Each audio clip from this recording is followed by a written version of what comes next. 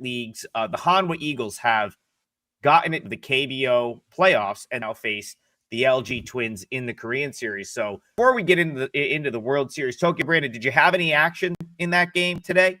Were you involved at all? I absolutely did. I had Hanwha, a 5% play on Hanwha today. I thought the last game where Ponce gave up 6 runs, I thought that was kind of a aberration for him. I mean, he was 17-1 on the season with a 1.78 ERA. I mean, the guy is gold. He was not that good in Japan. He was in Japan last year or year before. He was definitely not that good.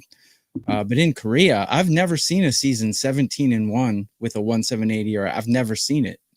Kim Kwang-hyun wasn't even that good when he was in his prime. Yeah, I saw it the same way as you did, TB. I ended up with a 4% play, Hanwha -1. It was an easy win. And listen, since I've been really focused on Korean baseball, which was basically back to the pandemic. I know you've been following the league a lot longer than I have, but really 2020 was the year I got really into KBO and whatnot. I mean, the only guy I can remember even close to that was Eric Fetty a couple of years ago, where he was just like, and I actually don't even think he was as dominant as Cody Ponce was this year in KBO. So yeah, something to be said. He definitely wasn't as good as he's been all year in either of the playoff games, but I was with you. I didn't think there was any way they could do a ton of damage, and I figured, probably like you did, that we might see Ryan Weiss after him, and we did. So it a great start to the morning, or to great end to the night for you in Japan. We started off with a winner, so my bet actually was also -1, just like you. I got it for -130, I think. And Choi Won-tae was just not up to par on the same level as Cody Ponce, and I thought that line should have been like -250 for Hanwha. Considering they had the much better bullpen as well, and they didn't need their bullpen, like you said. They put Ryan Weiss in, so we'll see how they do against LG. It's pretty evenly matched.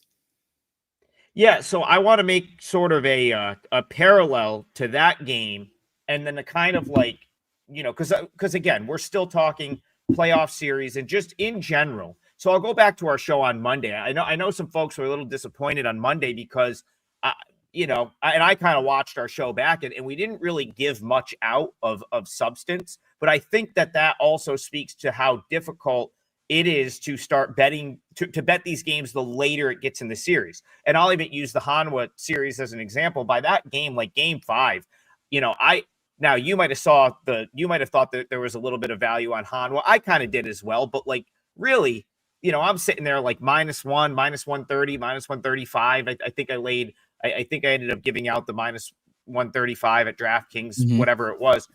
Point was, like, there wasn't a ton of value at that point, but like, if you like your handicap, you just kind of have to roll with it. That's sort of where I was at the end of the Jays Mariners series, where it's like, listen, we're at game 7.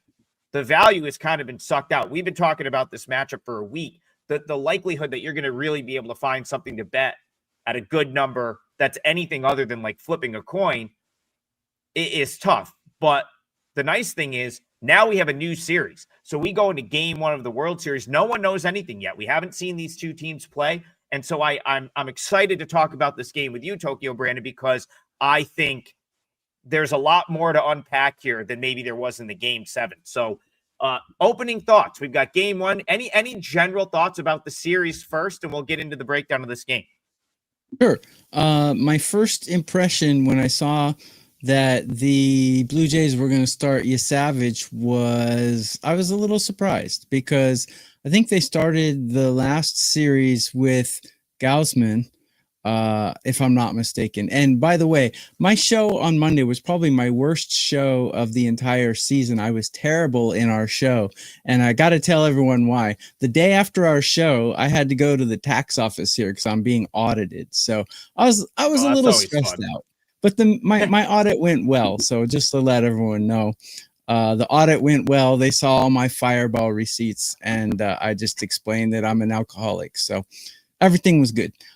Anyways, You write off the Fireball? Are you writing the yeah, Fireball off? I write it off as a business expense because I drink it to do my capping. So yeah, heck yeah. I mean, if they needed proof of that, TB, if they needed proof of that, they just have to watch the show. Exactly. You can just show them the show. Just hold the bottles up. Yeah. So I need it. I need it to for my professional skills. So anyways, Monday, like the day after that, I had to go to the tax office and give them my taxes for the last 5 years, my pay slips for the last 5 years, and get grilled in Japanese about why I'm getting all this money from overseas. They're a little sensitive about that here. I bet. Yeah. Since marijuana is completely illegal and yeah, terrorists, all kinds of stuff going on. So yeah, they don't like when foreigners get a lot of cash from overseas. But anyways, that went well. So I'm back. I'm going to have a good show today. So my first impression was, if you're starting a rookie in game one, it doesn't give me a lot of confidence in your starting rotation. Because I knew that Snell was going to start game one for the Dodgers. You know, it's going to be Snell, Yamamoto, Glasnow, and Ohtani. And that I'm guessing, but I'm pretty much going to be right on that guess, I think.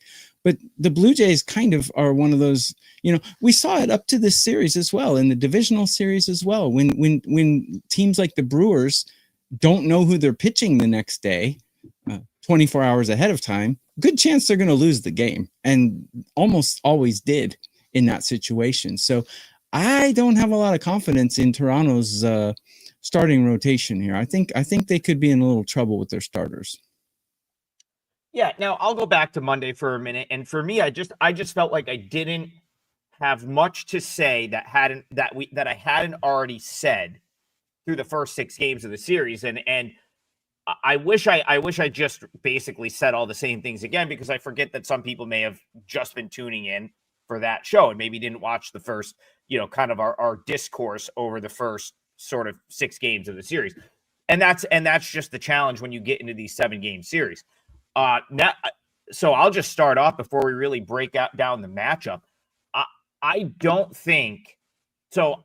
Over the last, what have we had, about a week since the Dodgers clinched, and about 4 or 5 days since the matchup has been set, I don't think the Dodgers are the sort of foregone conclusion that I think maybe they were being made out to be when they, like, right after that sweep of the Brewers. I mean, you pretty much, if you listen to the quotes, you listen to most people's reaction was, doesn't matter who wins, Blue Jays, Mariners, just give it to the Dodgers, right? And hey, nothing to, I mean, Shohei Ohtani, incredible game, maybe the best game I've ever seen in individual play on the baseball diamond. Agreed. The Dodgers were great in that series, but I think the point I'm going to probably harp on here, and what needs to be really, like, driven home, is it's 0-0, and this is a new matchup, right? And it's like, if you go back to that Dodgers-Brewers series, let's say the Brewers get that timely hit in game 1 and beat Sasaki, and suddenly they're up 1-0 in the series. Now, I'm not saying the outcome is different, but the series could play out much differently. And I think that's the point that needs to be made, is it's a new series. This game's in Toronto. The Dodgers haven't won anything yet. And, to me, like, don't tell the Blue Jays that this isn't their World Series to win. So again, I think I'll personally be looking for ways in with the Blue Jays, because I'm just not sure the Dodgers should be as big of a favorite as they are going into the series. For the series price, I think it was -220 or -240, something in that range.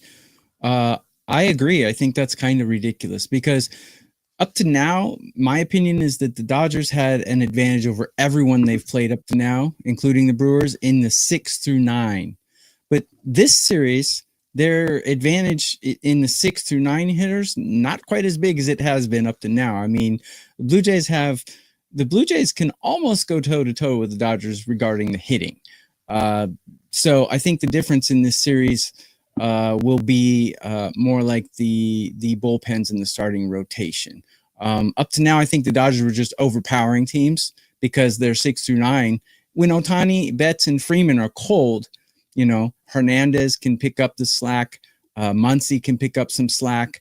And the other Hernandez can pick up some slack. So, but the Blue Jays also, if Vladdy's not hitting, there's other guys who can pick up the slack in that lineup. So I think this will be the Dodgers' biggest test for sure. And I think we do have the two best teams here. Shout out to Ski Profit. I know he's a Dodgers fan. LA guy says, let's go Dodgers. Ski Profit, it's NBA season. So if you're into the NBA, you should absolutely be checking out his stuff. Great NBA, great basketball handicapper at WagerTalk. And, listen, like, I want to talk about you Savage for a second because I feel like, you're going to see a lot of the story is going to come out. I mean, we've been talking about this since May or June. Mm-hmm. Like we kind of pointed him out before he ever threw a pitch in the big leagues on this show. I feel like, we were very much ahead of that and knowing that he was going to be really good. And, he started the year at low A. Okay. And you're going to hear that constantly, like started the year at low A. Now he's pitching in the World Series. Listen, that's the new normal in baseball. That's what Schlittler would have been doing if the Yankees were here. It's probably what Connolly Early would have been doing if the Red Sox made it this far. So that to me is just like, I wouldn't look at that as like a negative. Now, I will say that like the thing with him, the reason so let me backtrack for a second. Mm-hmm. The reason Savage is starting game one and the reason that the Blue Jays are going to go with him here is very simple. He has the best stuff of anyone on that team. When you're just looking at stuff, his stuff is the best. I agree. And when you look at the Dodgers lineup, you have to look and you have to think like nasty stuff is what's going to beat this lineup, right? Like Gossman's a better pitcher. Chris Bassett's probably a better, like these guys are better major league pitchers at this point, but they don't have the stuff that's going to totally wipe out a Dodgers lineup. So that, in my opinion, is why you try a Savage here in game one, because if that split finger's on, I'll tell you what, no one on the Dodgers is hitting it either. Yep. And it's just that simple. Yeah, he's got a pitch that he calls a split change, and it's a really nasty pitch. And I've said it in shows before, he could call that pitch to the hitter and they still can't hit it if he's locating it properly. So I agree with you there. The thing is, he only has 14 innings of experience in Major League Baseball, and this is the World Series, and he's facing the best lineup in the league. So we're going to either see him just absolutely implode and barf on the mound, or we're going to see him have a dominating performance. That park is not a pitcher's park, though, so need to be careful here. No, that's a really good point, because I do think that's another reason you go Savage in game one, because it's high risk, high reward. It's essentially exactly what you just said. High risk, high reward. If his stuff's on, if he can get some swing and miss, or like so the pitch you're talking about, that splitter, if he can throw that at the bottom of the zone, I don't care if Ohtani has 9 straight at-bats. He's not hitting it. If he can throw that pitch and hit the bottom of the zone where it's borderline, it's going to be really, really tough to hit. Where he could get in trouble in this game is if the Dodgers, and this is very possible because the Dodgers may be as good at this as any team in the league, if they're really patient, if they're getting ahead in counts, suddenly they get a couple guys on base and they force him to either throw that slider so Savage throws 3 pitches. He's 4-seamer, slider, splitter. And the slider is the one that tends to leak out over the plate a little bit. And this Dodgers lineup will punish that. And that's really where it's like high risk, high reward. Yep. Right there. And one thing to note, I mean, yes, he does have really good stuff, but his regular season ERA was 3.21 and his regular season WHIP was 1.43. Not very good numbers. And this park is a hitter's park. So like you said, I totally agree with you. If he's locating that split change, it's unhittable. How long can he go into the game? How long can he hold them down? And how much faith do you have in the Toronto bullpen? We could say the same thing. How much faith do you have in the Dodger bullpen with Vesia missing? So let's go there, and then we'll obviously we can't leave you guys without talking about Blake Snell. We'll get to him in a minute, but I want to go to the bullpens first because Ethan says Dodgers missing Vesia could prove costly. I very much agree because you're likely replacing him with Tanner Scott, who hasn't pitched in about a month. As far as I know, So Scott had a infection that he needed to get an operation on.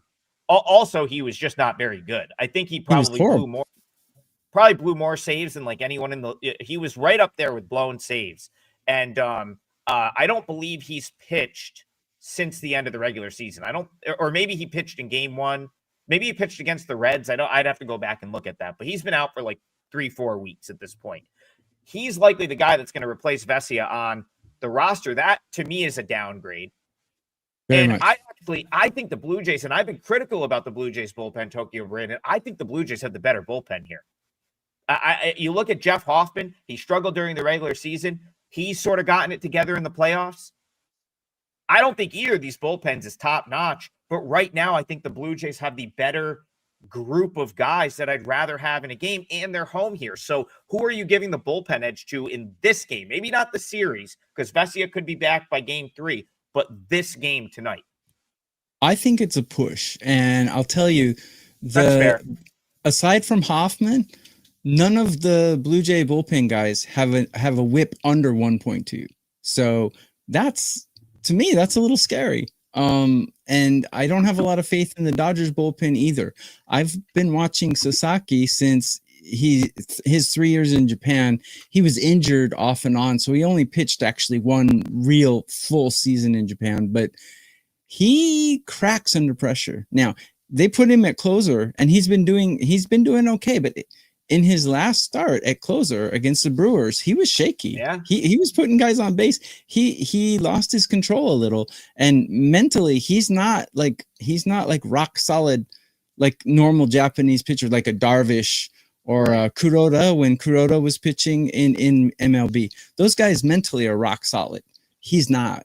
So, and Yamamoto wasn't either last year. Yamamoto has put it together this year, but Sasaki has a little mental, I don't say mental instability. I don't mean he's got mental issues. I mean, he cracks under pressure is what I mean.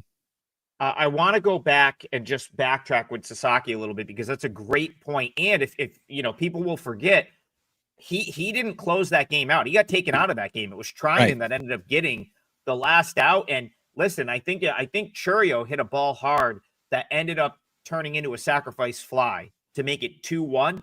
I mean, that ball could have gone anywhere. If that ball finds grass, the Brewers are winning that game. So it's like he was very fortunate to not give that game up. And then if you talk about Sasaki now, I think was it earlier this season where he definitely had confidence issues as a starter, and then he got hurt, right? Like that's sort of what happened with him. He did cry. Yeah. He actually cried, but give him a break, because that was, I think, his MLB debut or his second start, second or third, and he game, got crushed.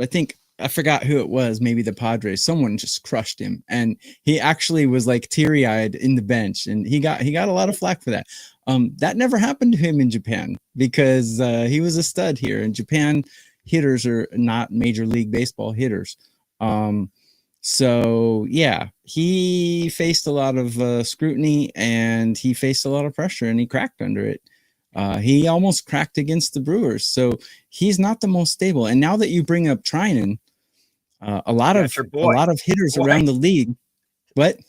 That Trinan, I know. I figured you were going to have a whole segment dedicated to how bad he is or has been. Well, a lot. Well, Scott's been worse than Trinan, but Trinan's been injured a lot of the season. Yeah. But a lot of people in the Dodgers and around MLB say that Trinan has the best stuff of anyone in the Dodgers rotation or bullpen. Yeah, when he's on, but he hasn't been on this season. So will he or will he not be? And now that we bring Trinan and Scott replacing Vesia, actually, I might agree with you that the Blue Jays have an advantage in the bullpen here, maybe a slight one.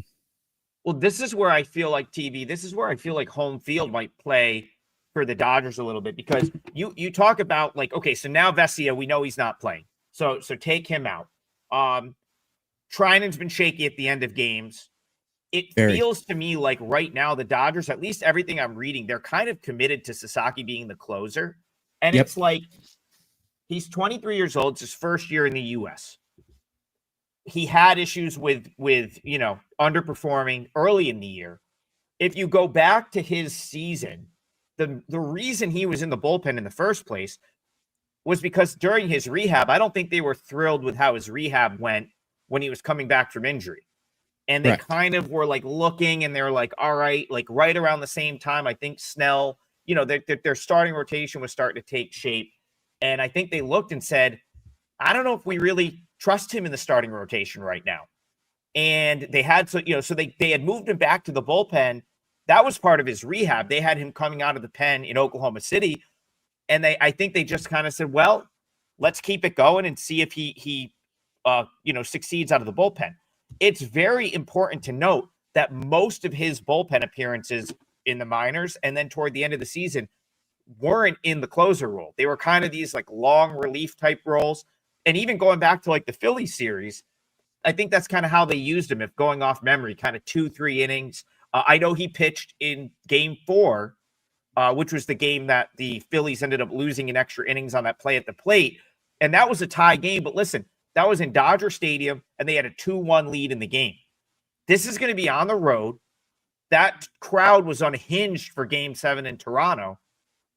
I don't know that I fully want to be at the end of the game with the Dodgers on the road with that guy on the mound. And then if they take him out, it's Trinan who's had trouble in those spots as well this year. So, yeah, I give the Blue Jays a bullpen edge. Go ahead. I actually will too.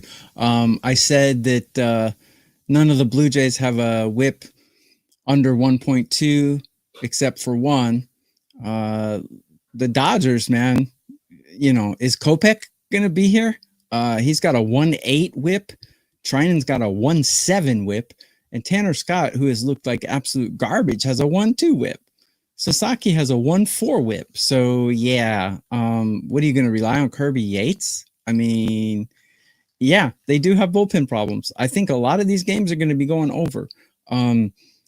The Dodgers, I think, have a rotation advantage because if Ohtani is going to be pitching 5 innings as the 4th starter, that's a heck of a weapon you have as a 4th starter. It's kind of like Brian Wu for the Mariners being their 3rd starter. That's like a serious weapon you got there. Glasnow is number 3. Glasnow's been shaky, but he's a veteran. He can hold things down. I think he's even if he's shaky, he doesn't like throw up on the mound. He rarely gives up a 6-burger or something like that. He might give 3 earned runs, which is a bad start for Glasnow. But are you going to rely on Max Scherzer if you're the Blue Jays? How many innings is Scherzer going to get you? He had a great start his last one, and I actually backed him in that start. I took the Blue Jays and Max Scherzer in the first 5, and I won that. But is that someone you want to rely on? He comes up in big games, but for how long? So rotation, Dodgers huge advantage. Bullpen, I would agree with you. Blue Jays probably have an advantage there. So Christian, I'll answer this question. So Christian says Scott is not eligible. I don't think they. So here's what the roster. Here's the deal with the roster. I researched this a little bit before coming on. I think they have until. I haven't seen the graphic on Twitter yet. So usually once the roster is finalized, which I think needs to happen early today, I think they have until like early today to actually like submit the roster. I know that we mostly know what it's going to be. I have not seen either team post their graphic yet. So I'm assuming they still have to like, I think with the ALCS and the other series, it's like maybe like it's usually the morning of is when they'll put out the official here's what the roster is. I do think Scott has said that he is good to go. So the reason you haven't seen Scott in the playoffs is because he had an operation done. Well, no, but he also had like a cyst removed or like something weird like that. He had like a little like operation on something that was infected. He says he's fine. Now, Alex Vesia is going to be, here's what they're going to allow the Dodgers to do.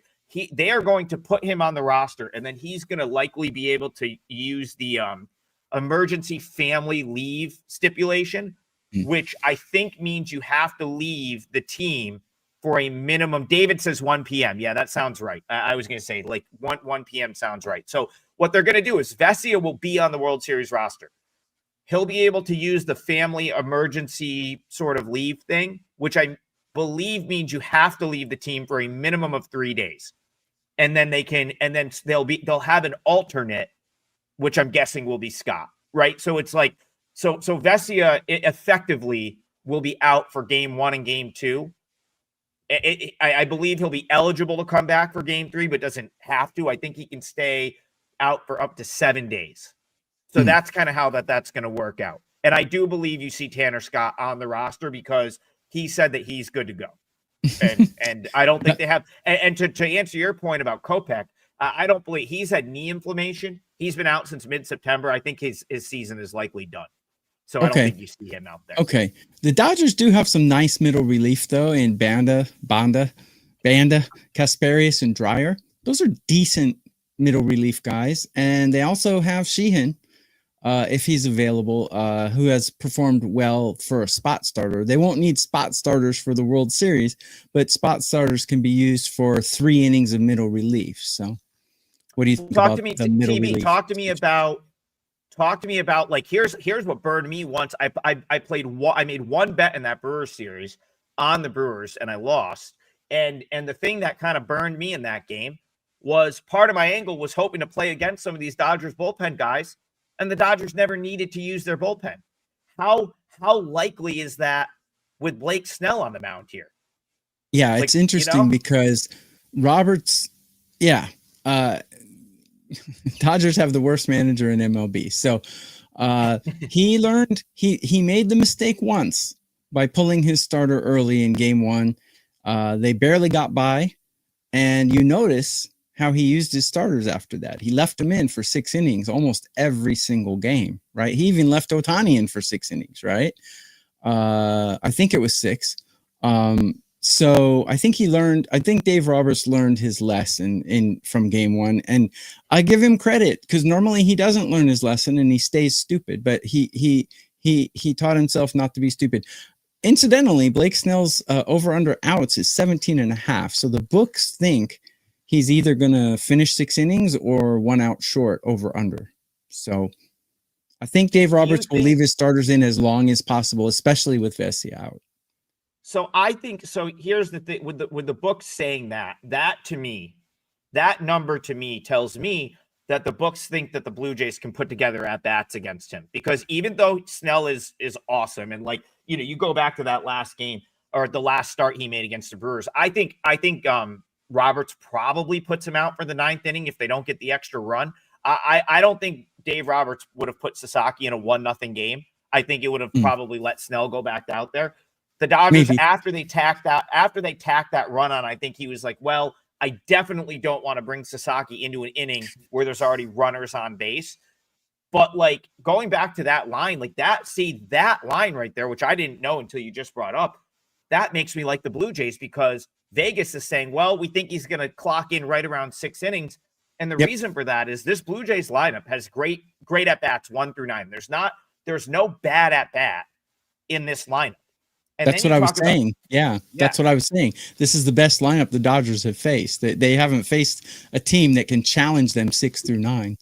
Well, and even if it's Snell, like, are you, if you're Dave Roberts and you're the Dodgers, like, how are you dying to have Vlad get a 3rd look at Snell, right? Springer get a 3rd look at Snell.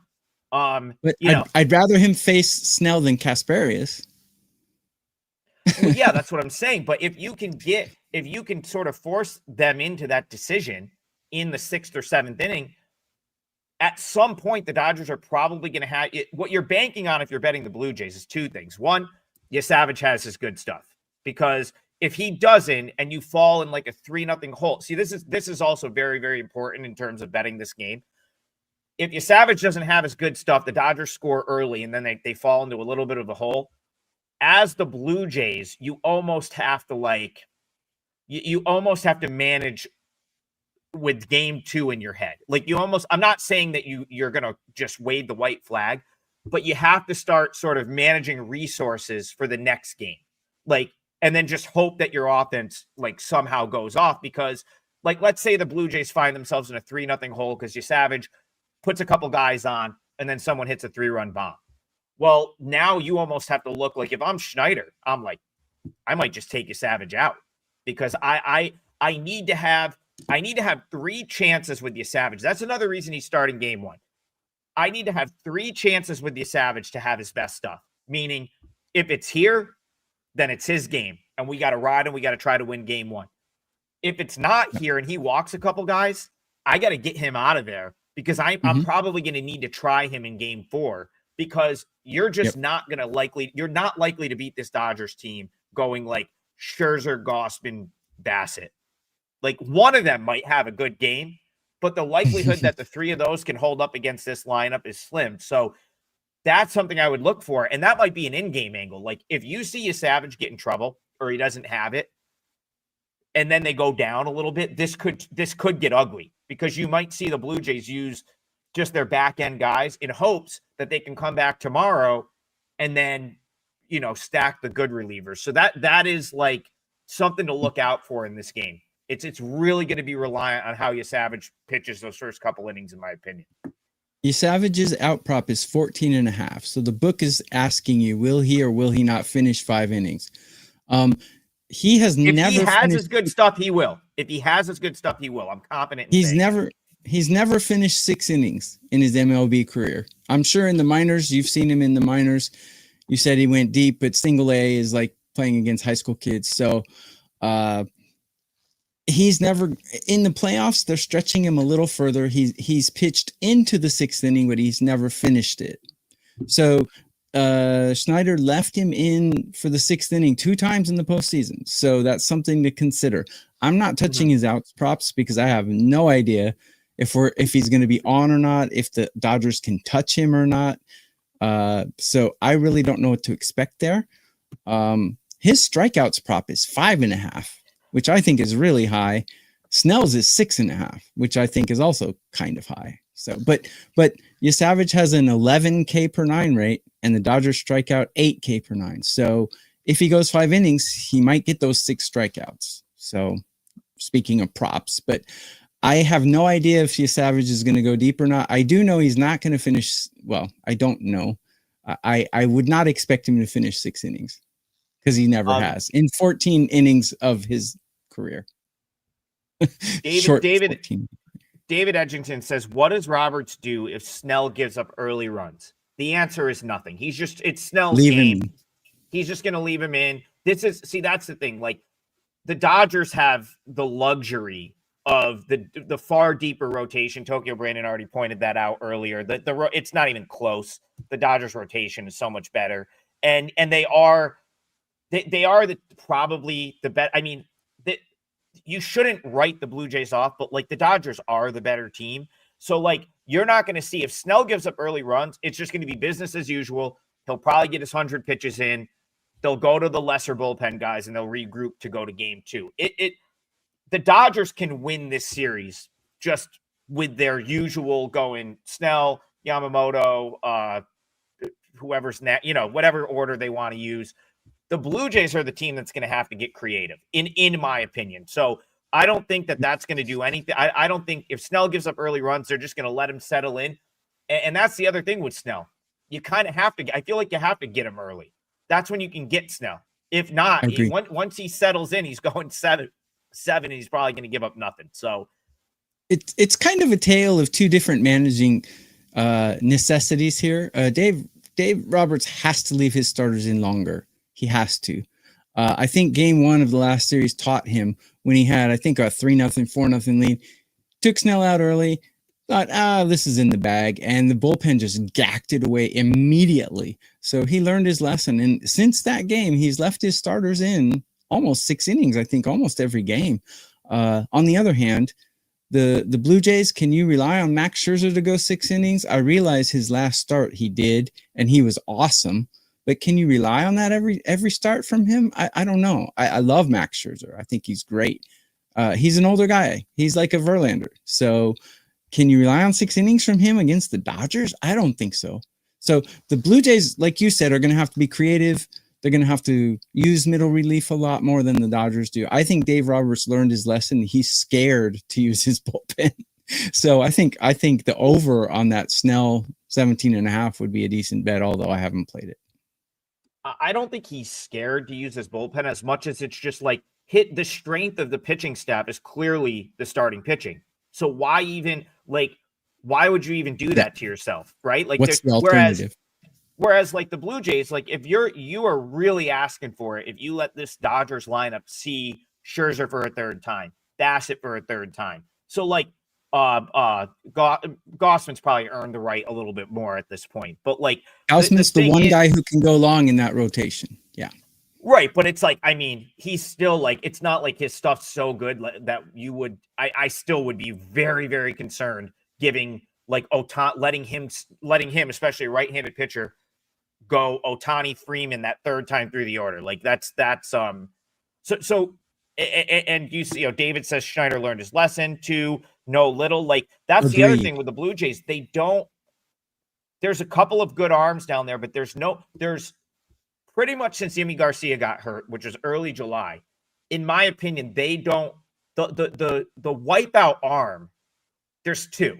It's Savage, who they're now using as a starter, and it's Louis Varland. And you pretty much, if you're Schneider and you're the Blue Jays, you have to pray that those two guys have their best stuff. That's all you. That literally is it.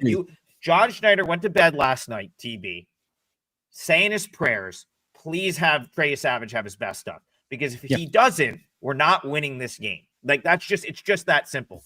And so for me as a bettor, the way I look at it is this: I see value on the Blue Jays in at least in these first couple games at home. And it goes back to what we said earlier in the series or earlier in the show. I wouldn't mind getting the Blue Jays on their home field, maybe in a situation late in the game where they've got Sasaki on the mound, or maybe they have a lead and I've got the +1.5. It's currently -130.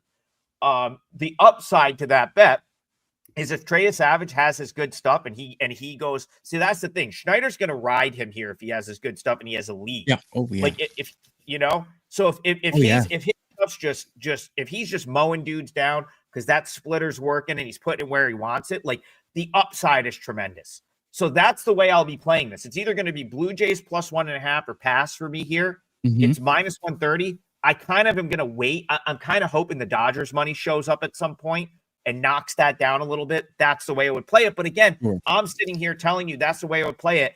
But man, like there's things that could happen where I could be down 8-1 and I just have to say, all right, on the game 2. I think I like Gausman maybe more than you. I equate Gausman to Glass now. It's kind of like a solid guy. You're not really sure what you're going to get every outing, but it's probably going to be pretty decent. It's kind of, and then I kind of equate Scherzer to Ohtani. I understand Ohtani has more talent, but they're two guys who could get pulled kind of early, but they have electric stuff. So I kind of equate those guys. And then it goes to Snell versus Savage. Well, Snell obviously has more pedigree. Savage only has 14 innings in Major League Baseball. And then second starter Yamamoto is going to definitely be better than Bassett. So I just think the Dodgers have the better rotation here. Yeah, I don't disagree with you there. What I will say is that this is also how I will be watching this game. Like, whether I have action or not, the way I will be watching this is and we can talk about this game because we're not going to have a show tomorrow, so we can touch on this for a minute.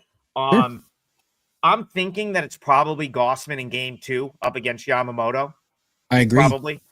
I was surprised Gausman wasn't game 1, but yeah.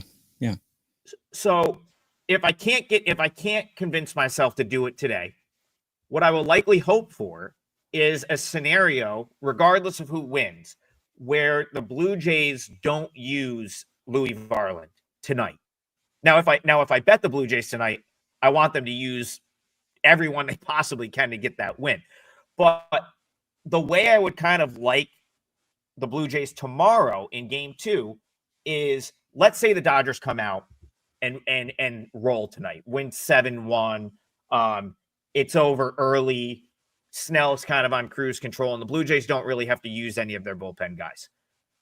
Going back to your point, I do like Gausman as well. So David says in the chat, Gausman games 2 and 6 makes sense. I agree with that. If I had Gausman tomorrow, and you would have to think like, okay, looking at where the game is priced today, you're probably going to get similar prices tomorrow with Yamamoto on the mound. Yamamoto and Snell are in that same sort of category. Gausman. Yes.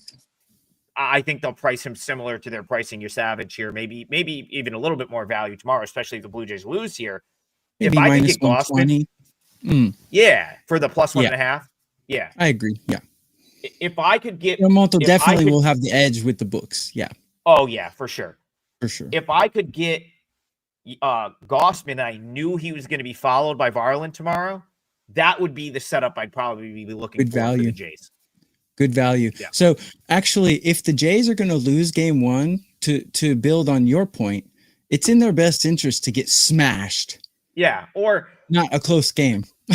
Right. Or to if they get smashed, they can just throw Little out there and let him give up 6 runs like he always does. So and not care. Right. And that is my concern. Let Savage get hammered for 6 innings and then throw Little out there to give up 6 more. Right.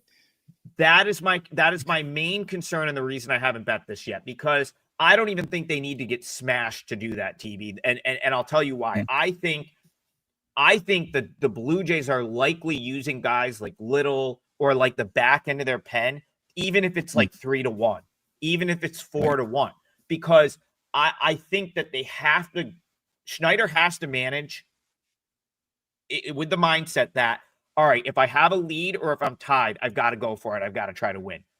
Even if I'm down 3-1, like, it's not to say that they're not playing to win, but he has to manage with, like, hey, if Vladdy or Springer gets into one and all of a sudden we're tied or take the lead, that's awesome, and we'll sort of revert course, if you will. But if they're trailing, I just don't think the Blue Jays have enough resources to justify using any of their good resources here if they're trailing. That's the tough part about backing the Jays in game one. I almost feel like you need to be tied or in the lead, or that plus 1.5 probably doesn't hold up. Instead of strategizing, they're more like hoping. Well, no, it's like, yes, but that is part of the strategy, because you have to, because you're looking and saying, okay, do we have a better chance to win trying to come back against Snell and the Dodgers with all this rest? Or do we have a better chance to win with Gausman backed by our best relievers in game 2 against Yamamoto? That's what they're going to say to themselves. Don't get us wrong. We're not saying that the Blue Jays don't have a chance in game 1. We're just saying if it's a grinded out 2-2 game that goes to 12 innings, it's definitely Dodgers' advantage. No, I disagree. That was where I would like the Blue Jays. If the Jays are tied, here's the thing. If the Jays are tied in this game, even if they're down 1, I think they're probably in total grind out mode. I think Schneider would go all in on that, especially if it's tied. Maybe not down 1, but if he has a lead or if he's tied, he will go all in. But if they're down 3-1, he's probably going to put the back end bullpen guys in, because he knows that he's just going to try to buy himself time. And then if Little or someone like that gets blown up, it's going to be like, all right, we'll see you tomorrow, right? We'll see you tomorrow. We'll have our best guys behind Gausman. We'll try to get to LA 1-1. So that's the thing. And that when you're talking about betting a plus 1.5, you kind of like, it's harder to justify betting the plus 1.5 if you know that the second you go down 3 runs, that a team might wave the white flag. And again, I want to make this very clear, because I know there's someone out there. This is the World Series. I'm not saying that they're not trying their absolute hardest, but it's resource management. Schneider is going to have to save his best guys to put behind Gausman to give them a chance to win a game at home. Game 2. That's the predicament you get yourself in. Guys, don't forget that WagerTalk lets us price our MLB plays, anything except a 5% play, at $9 for the rest of the season. So go to WagerTalk.com and take a look at what Adam, I, and Brian have available in MLB, because everyone's focusing on football right now. Only Adam and I could talk about one game for 45 minutes, and we're probably going to go longer because Brian's not here. So there's so much to break down, though, because I really like this matchup, because in my opinion, like I said at the beginning of the show, I think the Blue Jays pretty much the only team that can go toe-to-toe with the Dodgers lineup-wise. And they're not quite toe-to-toe with them, but they're almost there. So, you got other guys like Springer and Bichette and stuff. I mean, they're equal or better than Teoscar Hernandez or Max Muncy. So I think the Blue Jays have a real shot if it's a like a war of runs, I think the Blue Jays can go toe to toe with them, which I did not think the Brewers could, and I definitely didn't think Cincinnati could either. So this is a good matchup. I like this matchup because the Jays have an advantage in the bullpen, as we talked about, and man, the Dodgers bullpen is just decimated right now. I mean, are they going to put Kirby in the game, or is he off the roster? I mean, Kirby's been awful as well. I mean, you know, Kasperius, and they got a couple of middle relievers who are okay, but I mean, the reliable guys, man, when they got Scott from, what was it, San Diego, and they got Kirby, you're thinking, wow, this bullpen is stacked, and all those guys have barfed completely. So I expect a lot of runs in this series. It's going to be an exciting series. So and the way park is not a pitcher's park. It's definitely a hitter's park. So the way we'll finish this show up, I think, so David says game 2 analysis. I think the way we'll finish up the show is any bets you would make in game 1, you know, just throw them out there, and then what you would look to do in game 2, or like, you know, it's really, so David, I'll say this.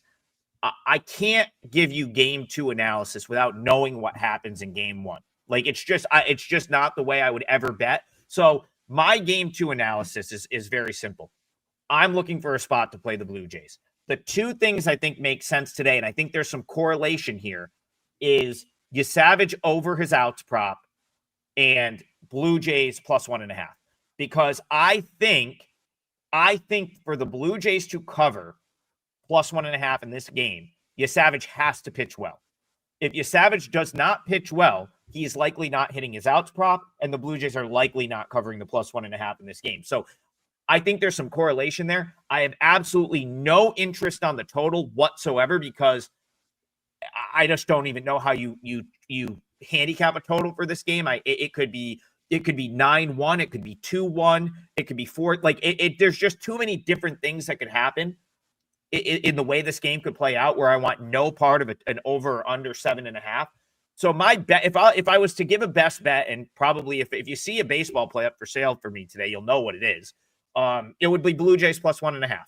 And I would be willing to roll the dice with Savage pitching well. So if you don't like the Blue Jays run line, don't like the plus 1.5, you don't see me put up a play, then, you know, if you want a little prop, little action on the game, I think Schneider's going to ride with Savage as long as he's got his good stuff. So maybe the over makes sense. And to touch on game 2 analysis, I already pretty much gave you my roadmap. If the Blue Jays don't use their best relievers, and I can get Gossman with the better relievers tomorrow, and I can get plus 1.5 in a playable range, that will be my play.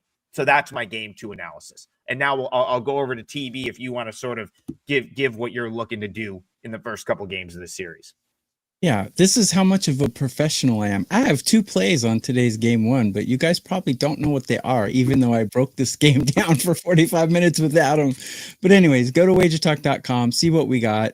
Our MLB plays are $9 if they're not 5%. And I do have a free play in EuroLeague that's out on WagerTalk.com right now too, so go check that out. Game 2, I believe it will be Yamamoto versus Gausman. And I believe both of those pitchers are capable of going 6 innings. So I think we'll see a lot less bullpen usage in game 2.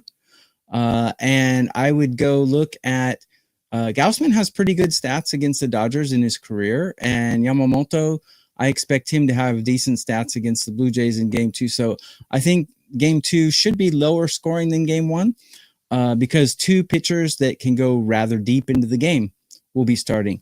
Game 1, I really don't know how deep Savage is going to go. Like I said, he has 14 innings of Major League Baseball experience, and he's never finished 6 innings in his career. However, the World Series can bring out the amazing souls of people, and they tend to do amazing things, or they tend to absolutely explode. So we'll see how Savage performs today. I'm looking forward to it.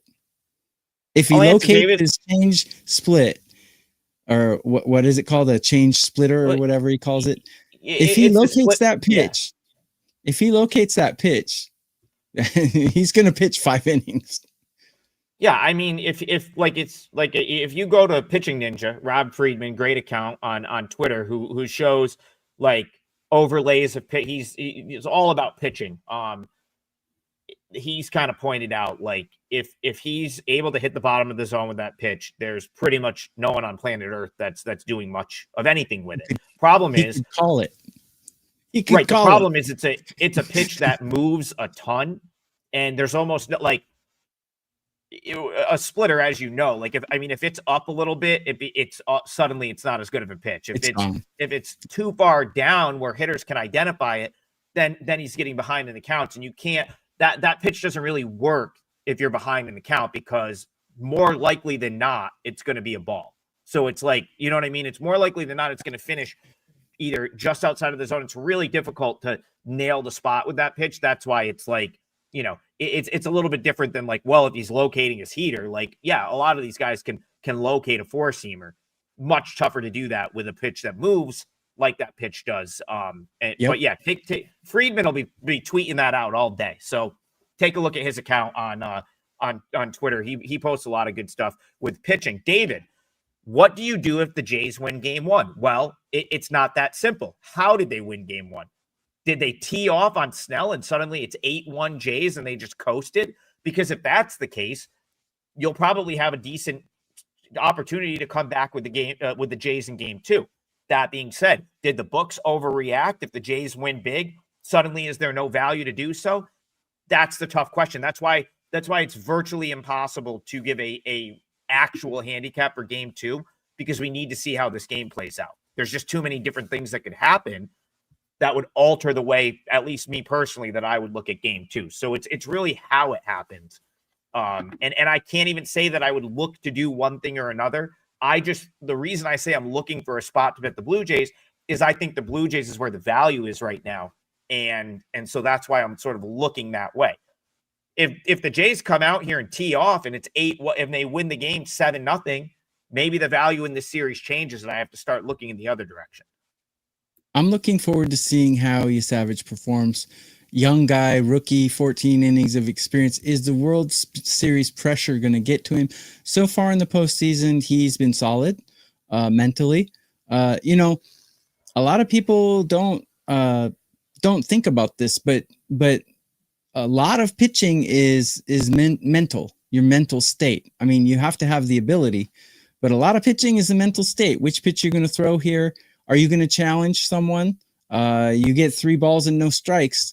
Do you have the testicular fortitude to throw a fastball right at the middle against Vladdy or Bichette? So a lot of things are mental. So how does a rookie handle that mental game when he's getting grinded by the best lineup in MLB, facing Ohtani, Betts, Freeman, Hernandez, Muncy? I mean, that's a grind for a pitcher. How does a rookie handle that? I really look forward to seeing that. Game 2, though, I do think Gausman and Yamamoto both have the ability to go 5 or 6 innings, though. So I think we'll see less bullpen in game 2.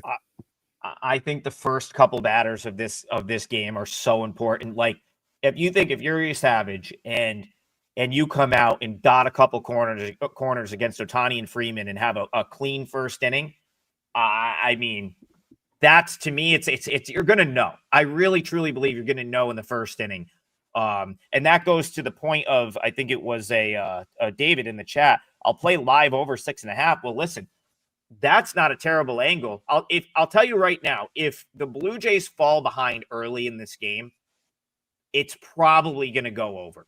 Now, I wouldn't take a bad number, but let's say it's like 2-0 early, or something like that. I don't know what that's going to do to the live over. But or if you might have to get a little, you might have to take a chance. But let's say suddenly there's a bunch of base runners on, or maybe he gets out of a jam or something. If the Blue Jays fall behind in this game, I think it's going to get out of. I think you're going to have some runs at the end of the game that are just 2-0 could turn into 7-2. So I don't totally disagree with David. I think if the Blue Jays have a lead and they're not hitting Savage, it's far more likely to end under, right? End 2-1. So that would be how I would do that. One more thing I'm going to be looking for as far as live betting is concerned. does Ohtani get on base in his first at bat? Now, if Ohtani gets on base, you got a guy on first base with no outs. You're facing murderer's row here, and you're a rookie with 14 innings of experience.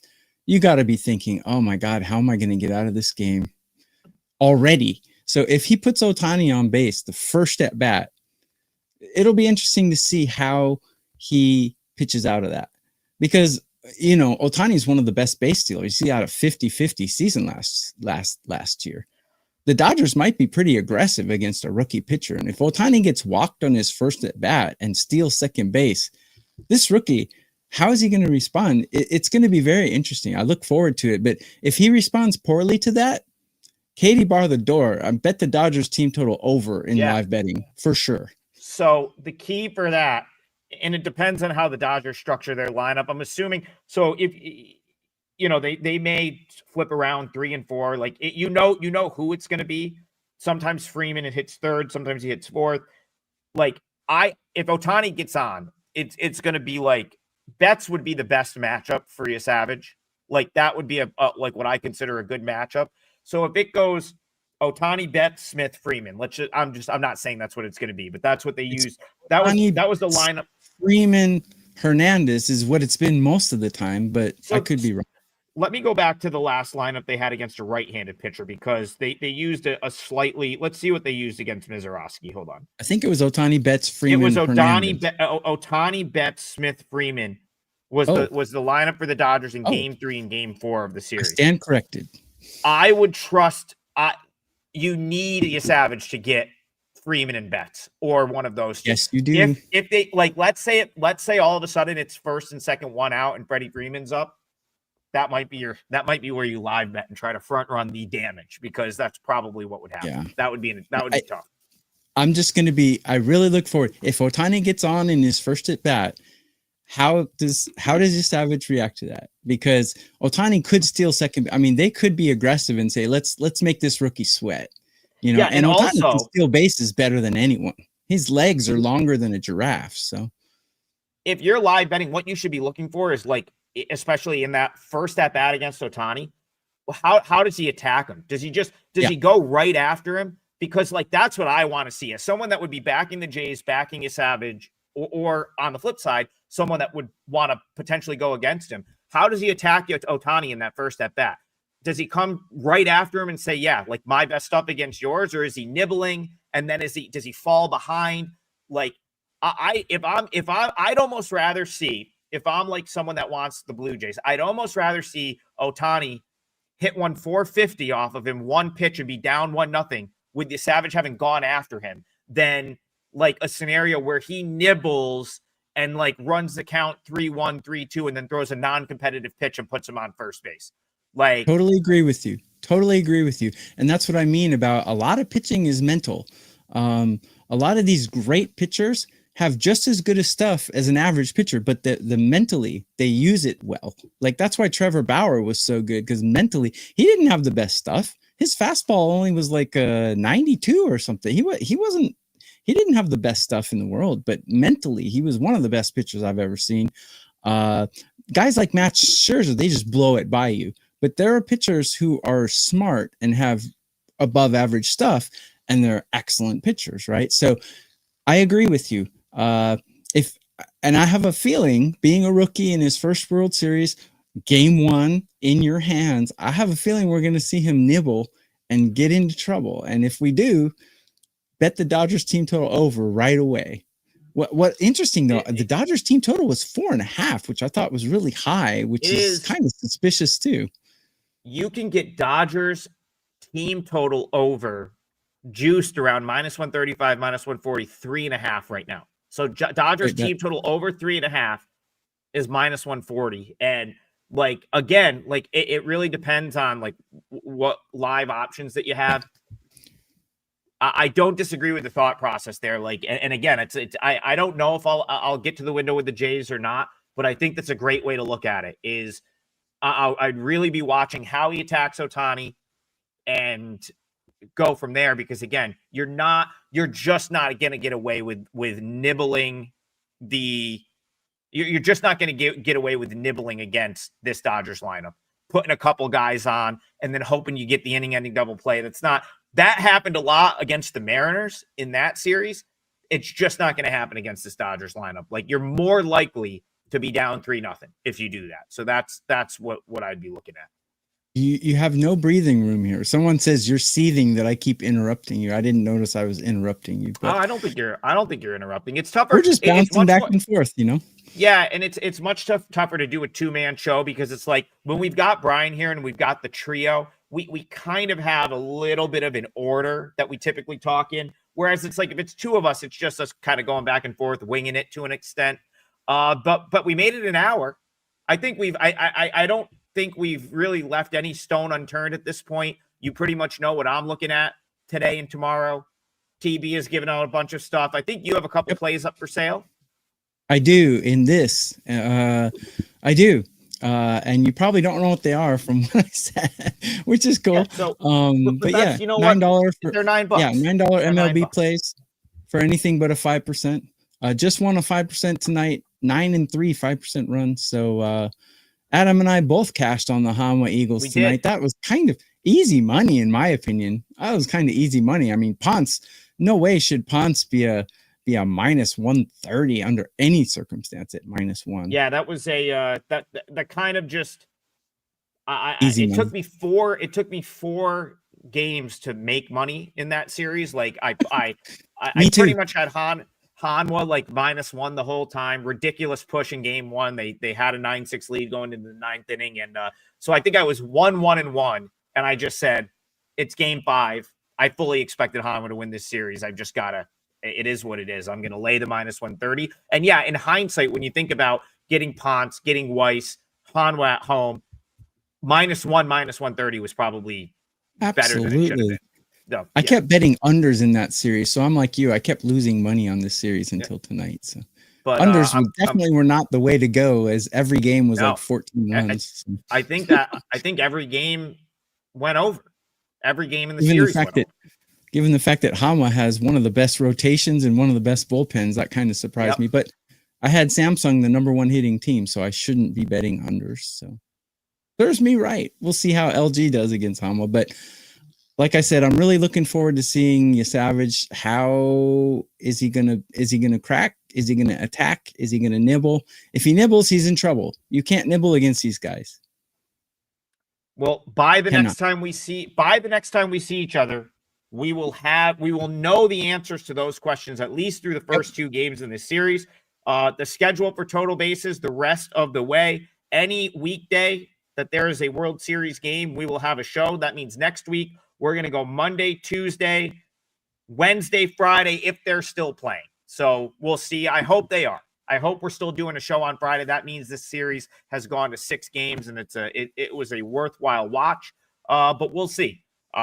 Enjoy the games this weekend. Hopefully you find a way to cash. Check out both of our pages for plays, and we'll see you guys Monday morning.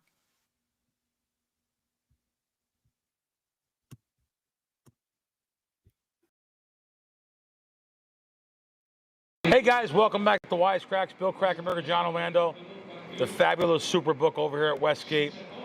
What a spot we have in the casino. You don't have to go through different channels to ask people to film. When you go, you know, John, filming in a casino, you have to ask people, and it goes to legal. Everyone says no. Everyone's petrified to make a decision. I've been trying to get cleared. I'm not going to say the name of the casino because I love the casino. Yeah. I've been trying to get cleared for a very specific guest for Action Junkies. Oh. And it's what you just said. No, they're scared. It's impossible. It's impossible. So yeah, fabulous Westgate. You know, something they don't talk about enough here, John. They have 105 juice on the primetime games. I didn't even know it. So Monday, I thought it was just Thursday. Sunday, Monday, and Thursday night, 105. Instead of laying 110, you lay 105 on games. And I just thought that was a really good thing. But you know what, John? I fear people don't care about the juice. They don't even care. Yeah, 105, 110. Yeah, the casual guy, what does it matter? Guys like me, we don't I'm care. betting $100. It's $5. You know, you get the app and you save money long term. It means so much money. Right. It would save you a ton. A ton. Yeah. What I don't do anymore, though, you'd be proud of me, is I avoid play poker. See, you gotta get nasty. No, I'm you not gotta getting get nasty right out I'm of the not. gates. You I don't gotta mean get to. nasty. No, go ahead. I'm sorry. I don't do the ATM in the casino. Really? Because we talked about it a couple years ago. It's been, as an emergency, I did once, like maybe a month ago. I've helped a lot of people with that. But I don't do it. My buddy Teddy Atlas. It's crazy. Yeah, I had to show him. You know, Teddy's like me. We can't handle money. We spend. Yeah. One day he throws me his checkbook, and he said, "Help me then." I said, "Ted, what are you doing going to the ATM? They're charging you $10." I need $100. It's 10%. You know, and my man, it adds up. Oh my God, multiple times. Yeah. So I think he's doing good. He's doing good with that. He just carries cash now. Yeah. Old school. Old school. I like my that. man. I like that. John, the Sphere. Yeah.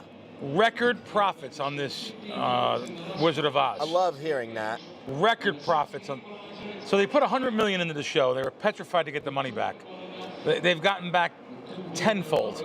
They're making so much money there. That show's not going. I still haven't seen it yet. I haven't seen it either. Oh. I know some people that saw it that liked it. Loved it, right? Yeah.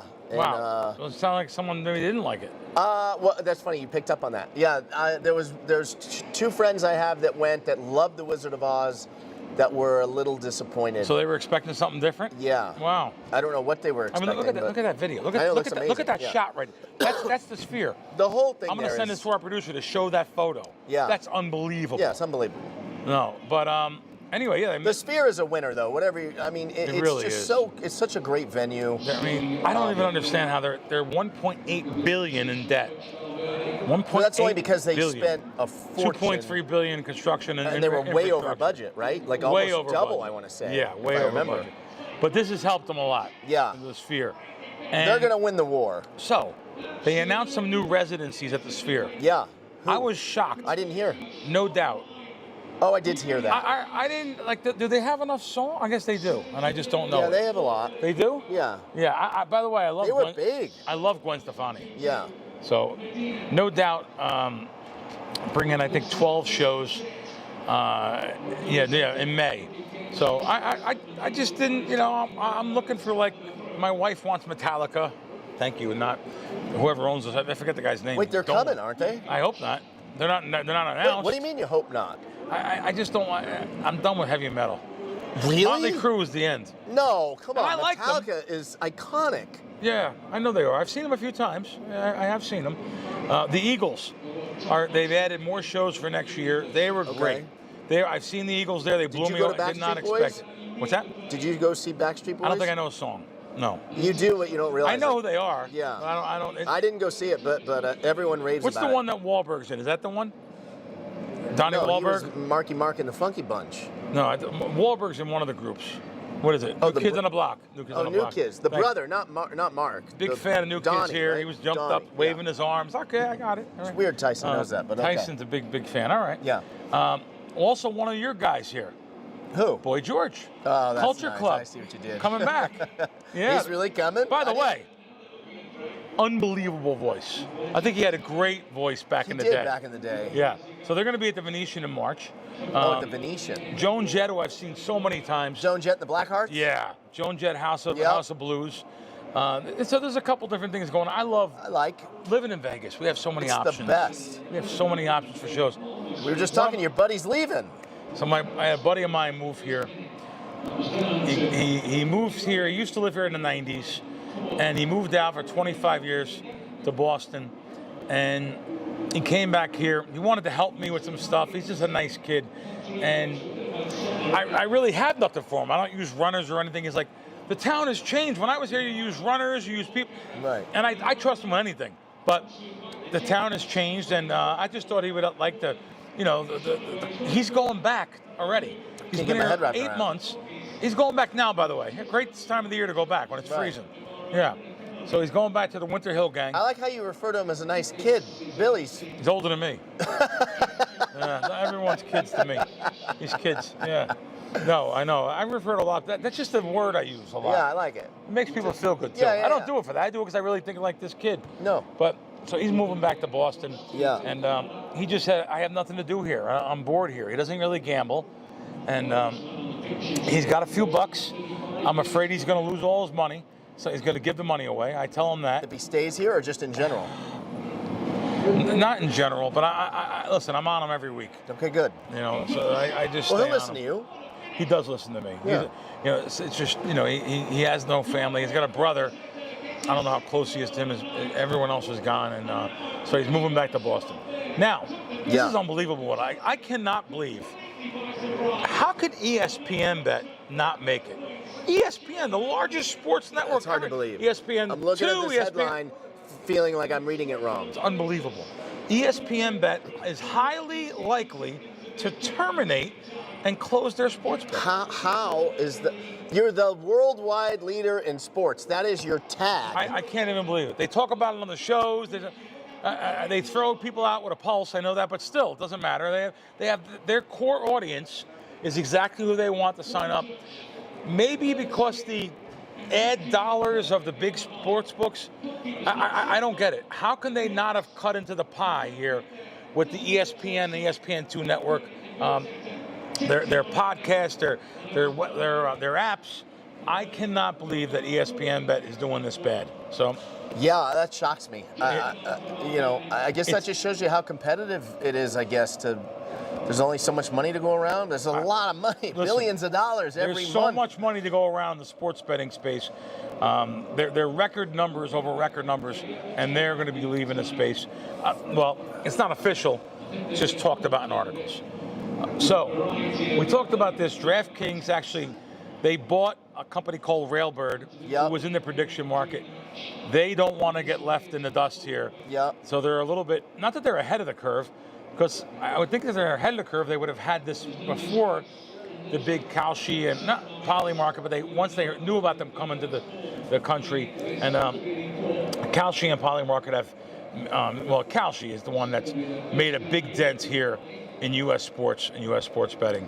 Because it is sports betting. I don't care what So that's what I was just going to say. Yeah. When they call it the prediction market. Yeah.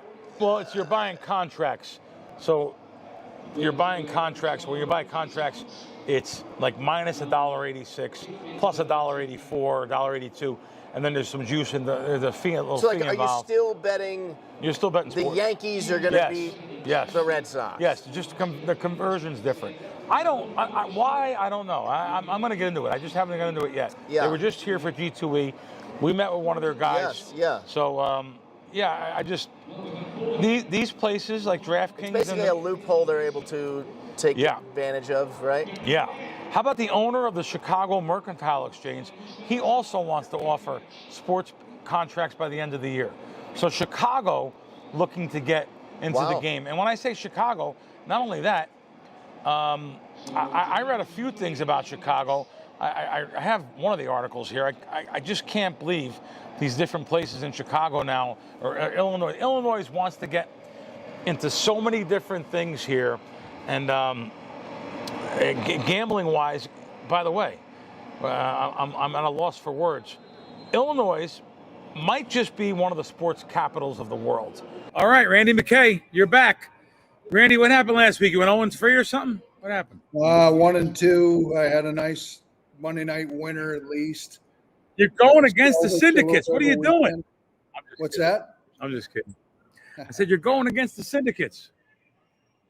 Yeah, the syndicates, I guess, were right on last week, except for maybe the Seattle. I don't know if they had the Seattle pick. But, wow, Randy! As soon as you come on, John Murray comes over my shoulder and wants to know what you're betting. He's going to change the line on air. All right, John. All right, that's a lot of respect. Oh yeah, I watch his show with him and Sammy P. Make sure. I'm getting Randy's picks though. No, John is over my shoulder though. All right, well, what do you got this week, Randy? Let's go. What do you got? All right, first pick right away here on Thursday night. Here, I laid the 3 with the Chargers here. Probably have to lay 3 with juice now, unfortunately. Yeah, 3 minus 17, 3 minus 20. But 3 minus 20, we can grade it at. Chargers over Minnesota. Why do you like them? These short weeks, are difficult sometimes. I like to stay with the home team usually. And, even though this team doesn't have much of a home field advantage, you got 2 banged up teams here. I like to go against bad offensive lines. And this Vikings offensive line gets exposed and Wentz makes some turnovers there. That'll be crucial in this game. And hopefully the Chargers look a little better than they did last Sunday against the Colts when I thought that was a big spot for them. And I'm hoping for a big rebound here. You know, this defensive coordinator, Minter, is supposed to be one of the better defensive coordinators. Hopefully make some good adjustments here so it keeps us in the game. And then are these Colts for real, Randy? Are they for real? Are these Colts for real with Danny Dimes? Are they? Everyone's just waiting for their collapse. Everyone just can't. They just think. But I'll tell you, but they prove everyone wrong every week. So. Yeah, they're starting to, remind me of, even those Ram teams back in the day when Trent Green got hurt and then Warner came in there. It kind of reminded me of them a little bit. That Taylor's a very strong. They always had a pretty good running attack, and he's really shining this year with that new ramped offensive line. So yeah, very impressive. And of course, they got one of our favorite defensive coordinators there, and Lou Anarumo has been. He makes some big second half adjustments for us that really helps. I mean, I just see them at their 14-point favorite. It's 214.5 on my screen this week. I cannot believe the Colts are giving 14.5 to anybody. Anyway, you don't have nothing in that game, right? No, but of course, that's more based off what the Titan disaster has looked like. I mean, this team, however they won a game, is pretty lucky. So this Titan team I predicted would finish with the least amount of wins. They're neck and neck with the Jets as far as 1 and 2 as the worst teams in my book. Yeah. All right, what's the second one you got? Second one, I'm going to go with a team that actually we beat last week in Houston, coming off that bad, laying like 1 point off that bad Monday Night Football game. This is a do or die game now, coming back against this injured, San Francisco team here. Their bad offensive line for Houston won't get too exposed here at home as they do on the road. That caused them to, not have any offense. These bad offensive lines are better off at home, and this San Francisco team banged up all over the place. You never know what you're going to get with them. You just don't. So laying a point here with the best defense in the league. Houston's defense is still really strong.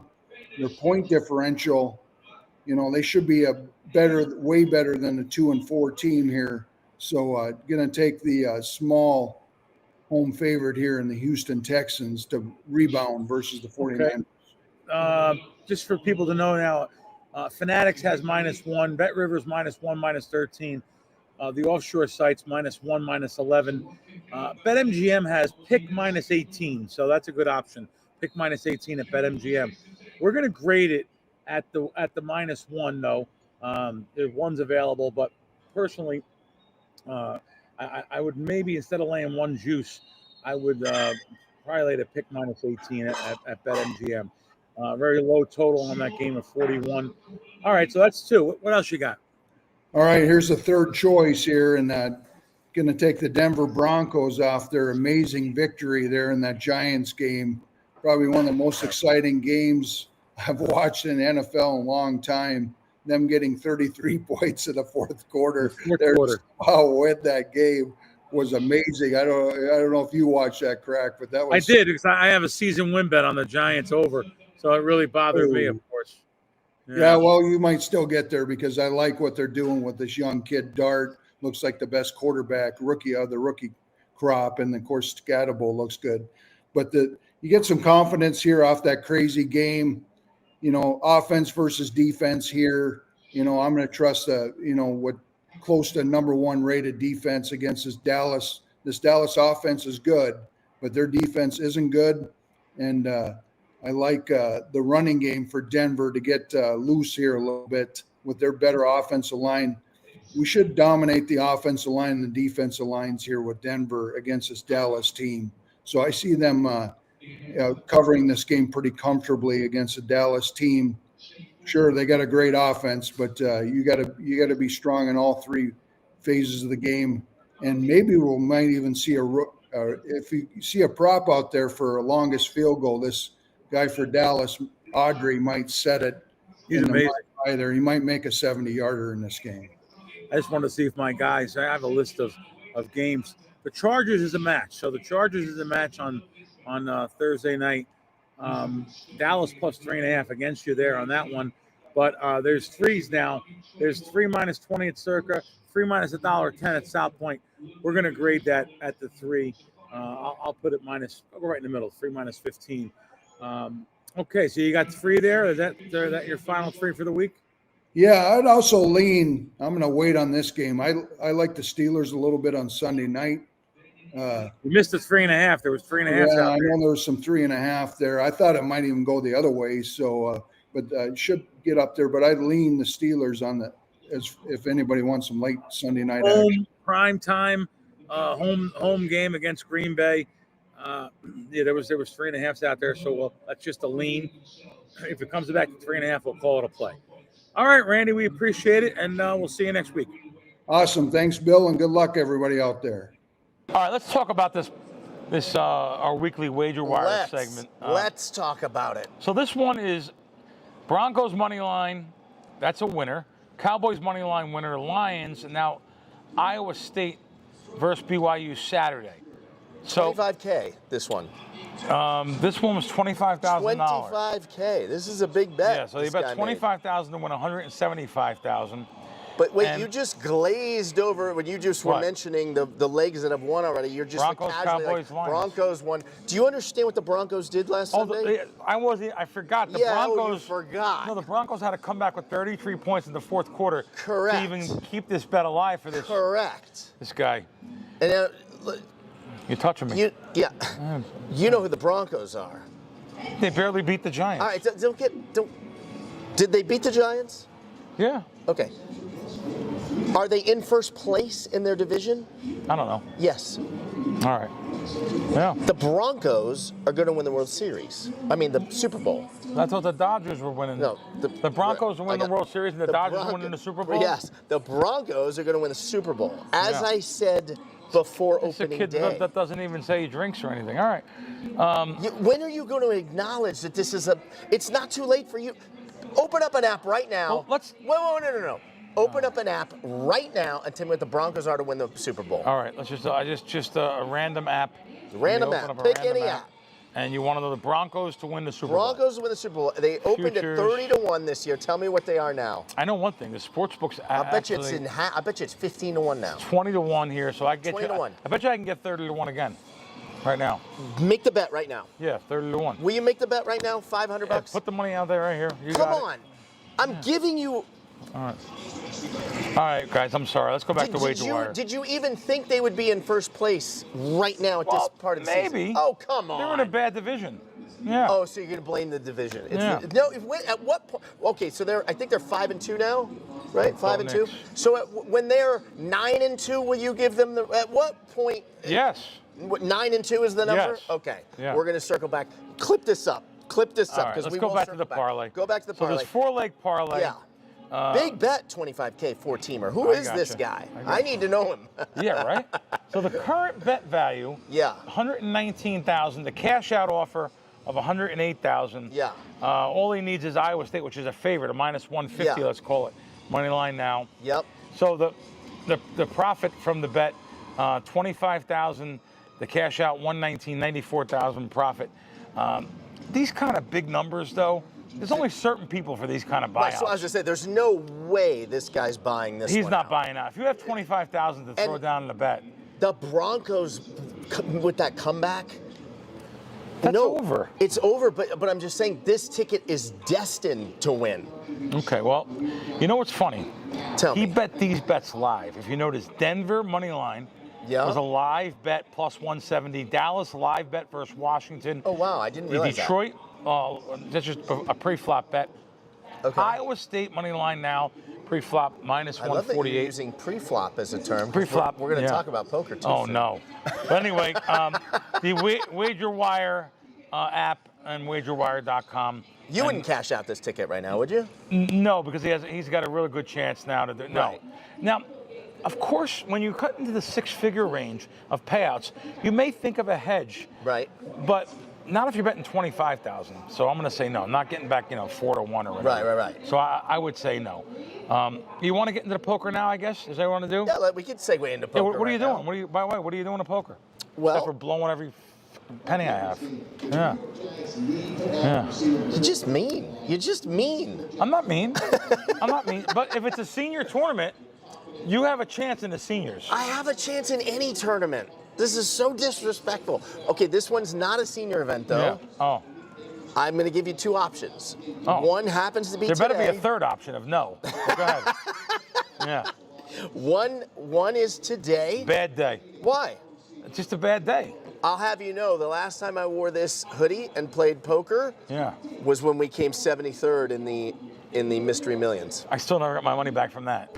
16,000. Oh my God, this guy. Oh I mean, John, you set yourself up to be embarrassed. We went back in. We reinvested.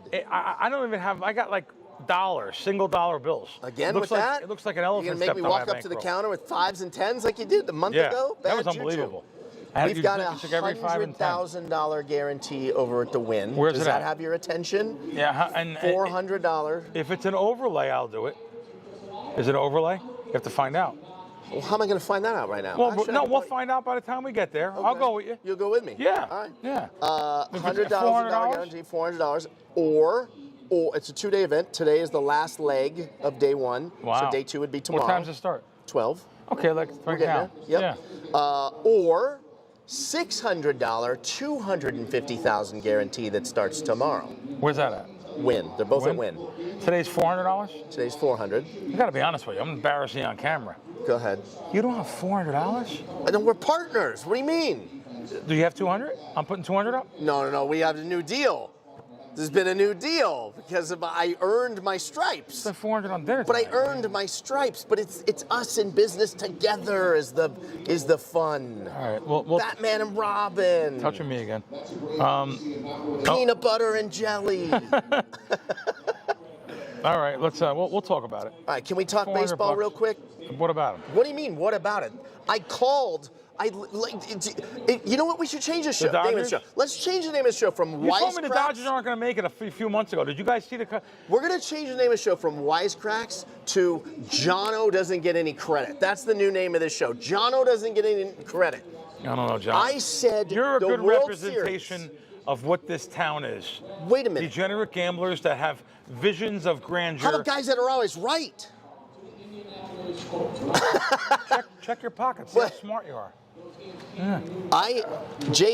I'm begging you. I'm begging our producer right now to find the multiple clips where I said the Dodgers will play the Blue Jays in the World Series. I said it in April. I said it in May. I said it in June. I got to be honest with you. I don't remember you saying that. Did he Stop. say that? I said the Did Blue he? Jays are 30-1. No, he Crack, the did? Blue Jays are 30-1.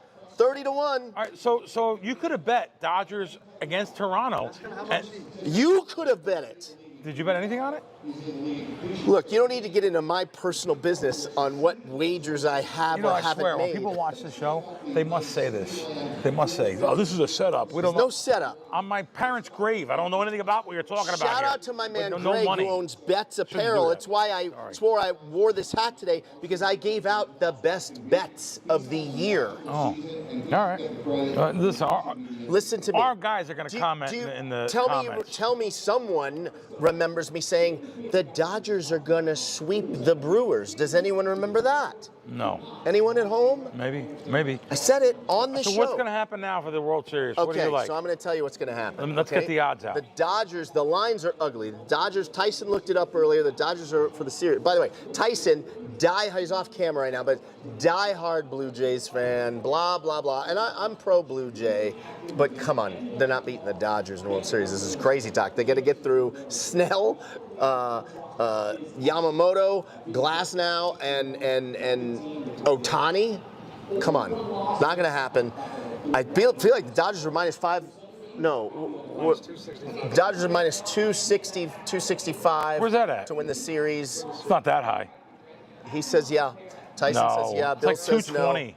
no. No, they're minus. I'll tell you the bet. I'm going to tell you the bet. This is one where you can't bet the Dodgers to win because the line's not right. Okay. Okay, I'll give you that. -265 to win. -265 Where to at? win at William Hill. What's the comeback? Plus 225 Blue Jays. Wow. Plus 225 Blue Jays. It's an absolute scalp. You could bet MGM minus 220. I'm just looking here. Okay, the bet. William Hill's the value on the dog there. Yeah. I agree with the value on the dog, but however, the Dodgers are on fire. If you're gonna bet the World Series, I would say don't bet it and just enjoy the games if you like baseball. Or you like that? I'm saying don't bet it. Do I get any credit for that? Don't bet it. Give me what you think the Dodgers are gonna win by. Bet the Dodgers sweep. Swing for the fences. Swing for the fences. Dodgers in 4. Swing for the fences. Dodgers in 4. I don't even think they offer that. How about that? Dodgers. Of course they do. Plus 525. Is it? Plus 525. Either don't bet or swing for the fences. Of course it's okay to swing for the fences. Jays in 7. Don't listen to Tyson. Wow. He doesn't know what he's talking about. Best bets. Best bets. Dodgers sweep. And I got one more for you. UFC this weekend. Big fight. Tom Aspinall, heavyweight champ, against Cyril Gahn. The line on this is he's minus 400. Tyson's the official odds quoter.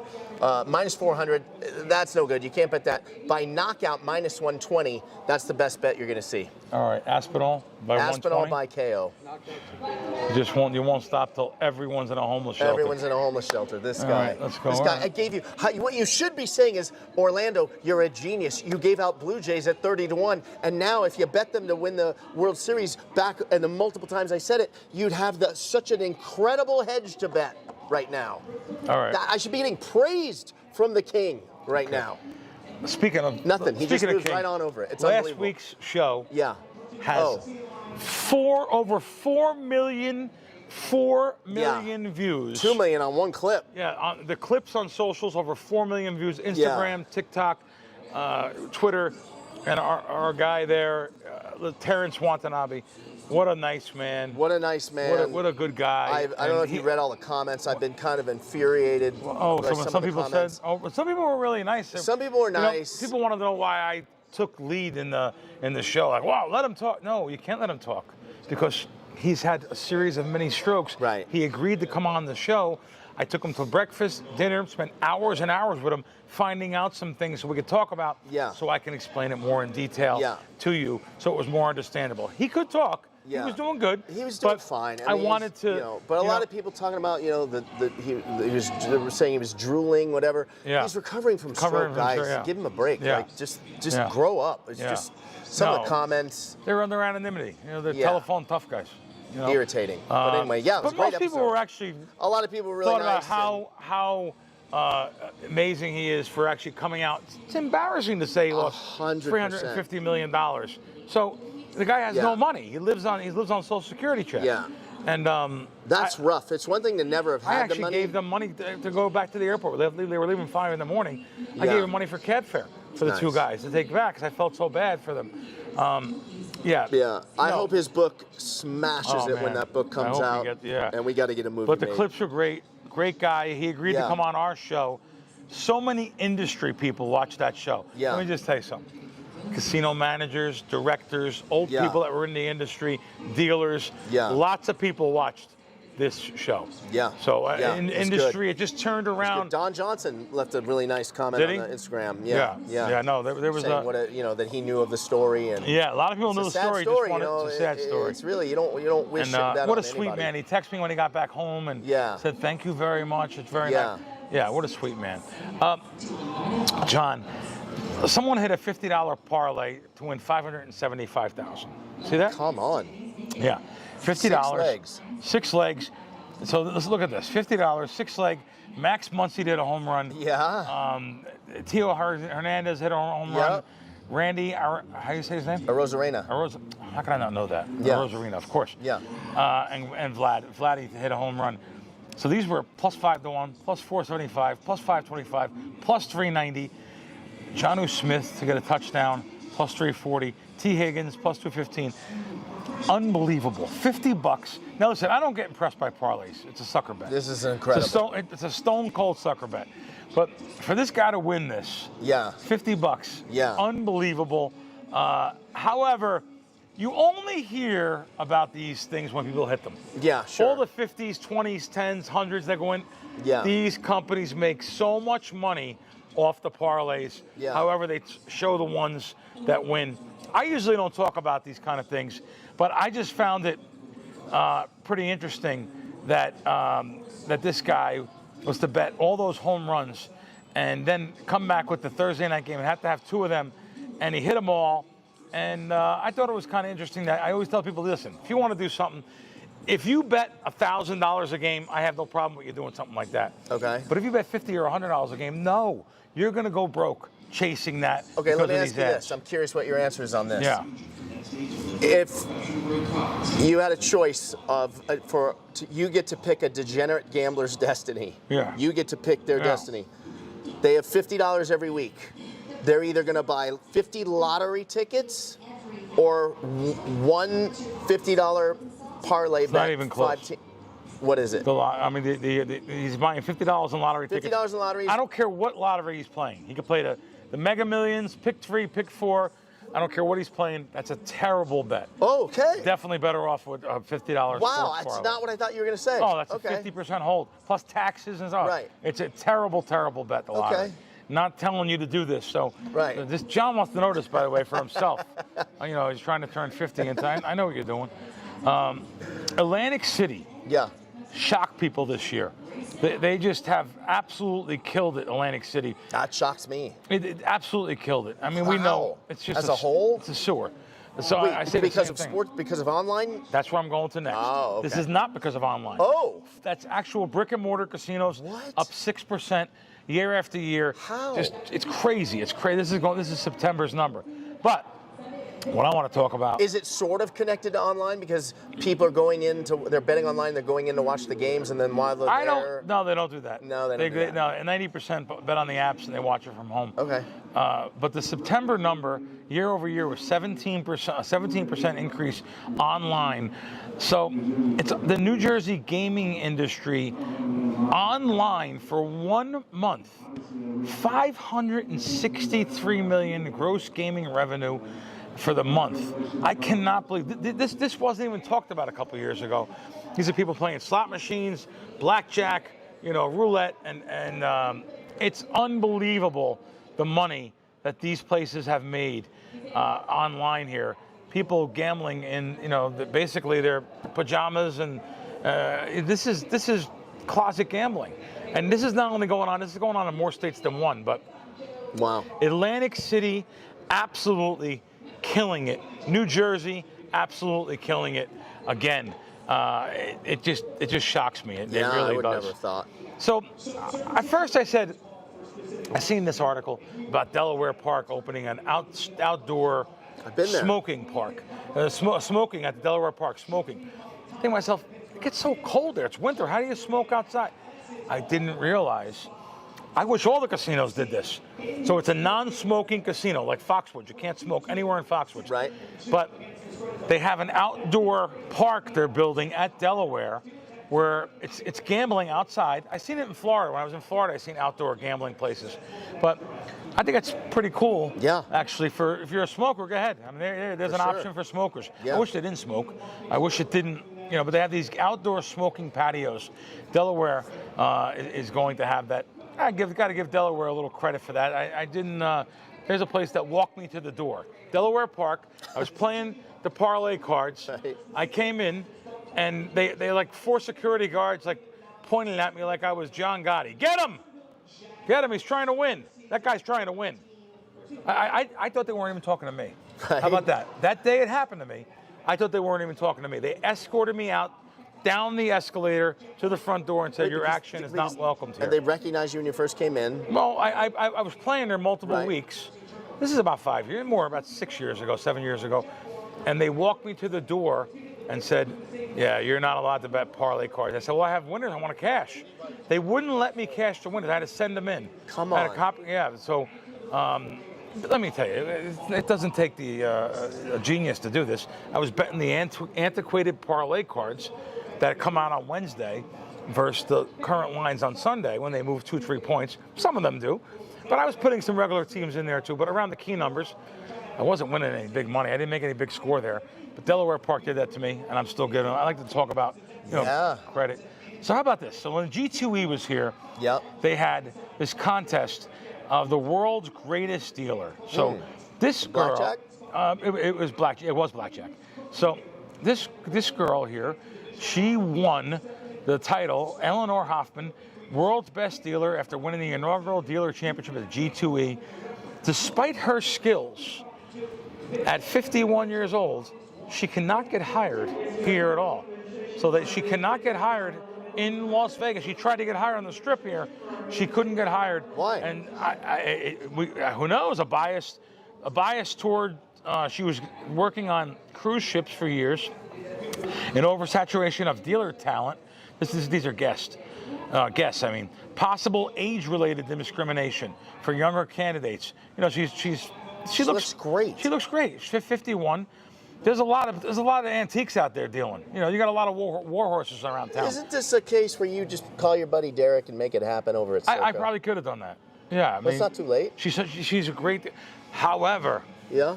she got a good job Whoa. in California dealing, and where they keep their own tips. Whoa. Okay. So I think she'll make a lot. I know people out so in it had a happy California. ending. Off it because she won the dealer of I the believe so. Dealer of the Dealer? Listen. Those dealers in California, not the poker rooms, not your people, the regular casinos. Yeah, sure. Like I don't know. I think Barona splits now, but like VA Haas and stuff. Yeah. They take the money and they tap keep the it. buck and put it right in. Love put it. it right in their tip cup. Yeah, right? it's great. John, see what they're calling there? What are they calling? See, that's what he needs. That's what you should be. You're supposed to be playing that $55 tournament. Oh, stop. I'm You're just so telling you. insulting. I have 55. I have that. Plus, I have your lunch. I have 55 in your lunch if you want to go I play. see that roll. That's Look at that roll. No, it's a I saw the roll. Skinny bank you roll. just grabbed the wrong one, didn't you? I grabbed the wrong one. You did. I have 5s and 10s on this pocket. Damn it. There is. Show them. Show the camera the other roll. No. All right. But that's your speed. Yeah. I'm just telling you. Come on, You're man. supposed to build the bankroll. Oh, And these come guys on. don't know. You are build the so- bankroll. I'm not being mean. Oh my I'm not, God. first of all, because of your age, you're supposed to be building up a bankroll. Yeah. Anyway. I'm going to win this tournament. Am I going in today? Are we going in? Yeah. I'm winning this I'm tournament. going with you to see if there's an overlay. Good. Why don't you play too? No, I'm not playing. Come on. No, I'm definitely not playing. Definitely not. Anyway, yeah, that's just a couple things. Now, do you want to talk about anything else, or you good? I'm good. Really? Here's what I want. I want some respect. I'm like Rodney Dangerfield at this point. I love Rodney. I need a little respect. Love Rodney. When the Dodgers sweep the Blue Jays, calm down, Tyson. When the Dodgers sweep the Blue Jays, I want you to look dead into that camera on the episode after the World Series is over. I want you to look that camera dead center, and I want you to say the following. John Orlando is the best when it comes to predicting baseball futures. Will you do that if We the can Dodgers... make a bet. We can make a bet. I don't think we need to make a bet. Really? I think, well, what's the bet? Well, how much did you say it was? The 5 to 1. What's the odds? Yeah, Sweep is plus 525. plus Okay. 525. How about this? Go. We make a bet. Yeah. I give you 6 to 1. You bet $100. Okay. You got the post. I got to post the money? Yeah. I'll give you 6 to 1. Okay. When do I need it by? Yeah. No. Can I see give it. it to you tomorrow after I cash in this tournament? No, the guy don't have $100. But I don't. It's not the money. I feel want so the bad. recognition. I want the clout. I want you to look that camera dead center and say, nobody picks baseball futures. I'll tell you better one than thing. John I'll close Orlando. the show with this. Go. Do you guys know who John Orlando's girlfriend is? I want to know. Do you know who Vanessa Saros is? Am I saying the right name? Yeah, it's good. Saros? Yeah. I want you to take a look at her on Instagram or one of the sites. I have to find out what's going on here. I have to find out. Just take a look at her. Take a look at John. Yeah. He don't have $100 Look at my girl there. She's making a fortune. I want to know what you have. Right. And not sexually, because that party's over there as far as that goes. But there's something there. Congratulations. Thank you. Good for you. See you guys next week on WiseKracks. Welcome to WagerTalk Hey, TV. guys. Kelly Stewart here with Marco D'Angelo and Teddy. Welcome to WagerTalk TV. Kelly Stewart here with Marco D'Angelo and Teddy Covers of WagerTalk.com. And we're talking about common mistakes sports bettors make. Marco, what is the number one mistake that sports bettors make? Overreaction to one game. Okay, you see something, you watch a game, and we all love watching the games and betting on them, but don't believe that what you just saw is gospel. Remember this quote. I use it on Bet On It all the time. No team is as good as their best game, nor are they as bad as their worst game. And too often, you see somebody get blown out on a Monday Night Football game. What are you doing the next week? You're betting the team that won, and you're going against the team that lost. There's no value there. That's my first tip. Teddy, you have a show called The Opening Line Report on Wager Talk, and you guys talk about what we saw. What did sports bettors learn was also a segment on Wager Talk today. Tell me how much that actually should go into your handicap, or should it not go in there at all? Well, you certainly want to be aware of teams that are playing better and teams that are playing worse, and in general, I'm looking to ride streaks as opposed to jump in front of them. Not so much in the NFL, though. I mean, the NFL is a different animal, and different sports are different animals in that way, because the NFL is so public, everything that happens gets captured in the attention of the betting populace quickly, whereas in a sport like baseball or basketball, someone played good one game, maybe they'll play good for another month before anyone, the betting markets start to notice. So, I mean, literally, you can go for weeks on end before the betting markets adjust. That's not the case when it comes to football and one game a week. So you'll often see people overreact far too much to a single good or two good performances in a row, especially when you see, they won twice in a row, they killed them twice in a row. That third week, maybe not so much. All right, give me your number one mistake the sports bettors make. The single biggest mistake sports bettors make is not having enough outs or sports books to bet at. And I see this people all across the country where they have 12 legal sports books in this state, and 8 in this state, and 7 in that state. You need to have an account with each and every one of those books, and that account needs to be funded. I moved to Las Vegas specifically because, guess what? I can bet here, I can bet there, I can bet there, and they all have different numbers. People say, how do I... This is the key to stopping losing bets by a half a point and starting winning bets by a half a point without buying points. This book's got 6, that book's got 6.5. Oh, later in the week, that book's got 7.5. You can find that variance from book to book, and all you got to do over a course of 100 wagers, turn 2 losses into pushes, turn 2 pushes into wins. You'll be stunned at what that does long-term to your bankroll and your winning percentage. And that's what having outs means. That's funny because when I first moved here, I worked for a little company called Don Best, and you had to pay a lot of money to get that information. Or your option was to go sportsbook to sportsbook to sportsbook. Sure. And look, the WagerTalk's got a great product, the Odds Logic Live Odds screen. It's fantastic. Get a free 7-day trial right now, oddslogic.com/Teddy, and you'll see what we're talking about.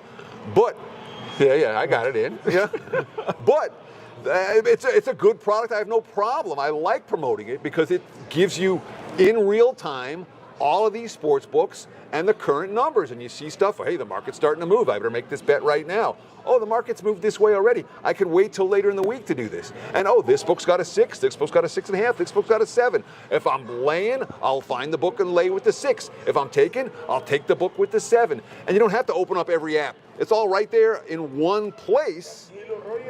It's a really valuable tool having a live odds screen. Again, oddslogic.com/Teddy. Free 7-day trial.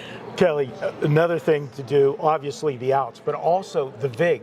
Different books offer different VIGs. And right here at the Westgate where we're filming today, they have a lot of times reduced juice. It's a course of a season, you save 2 cents, $2 on every $100 wagered. That's going to add up on course of losses. But here's a homework assignment. We talked about those half points. Next football season, sit down, get a ledger.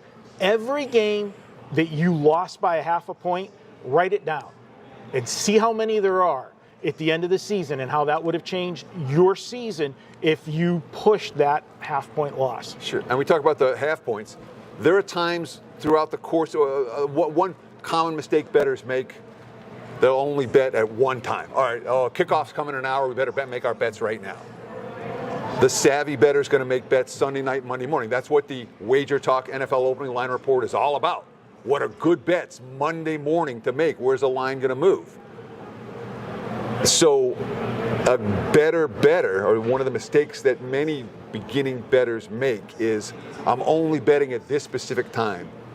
If you want to do this at a higher level, at a professional level, you have to be ready to fire away from the minute the lines come out, basically until the minute they close.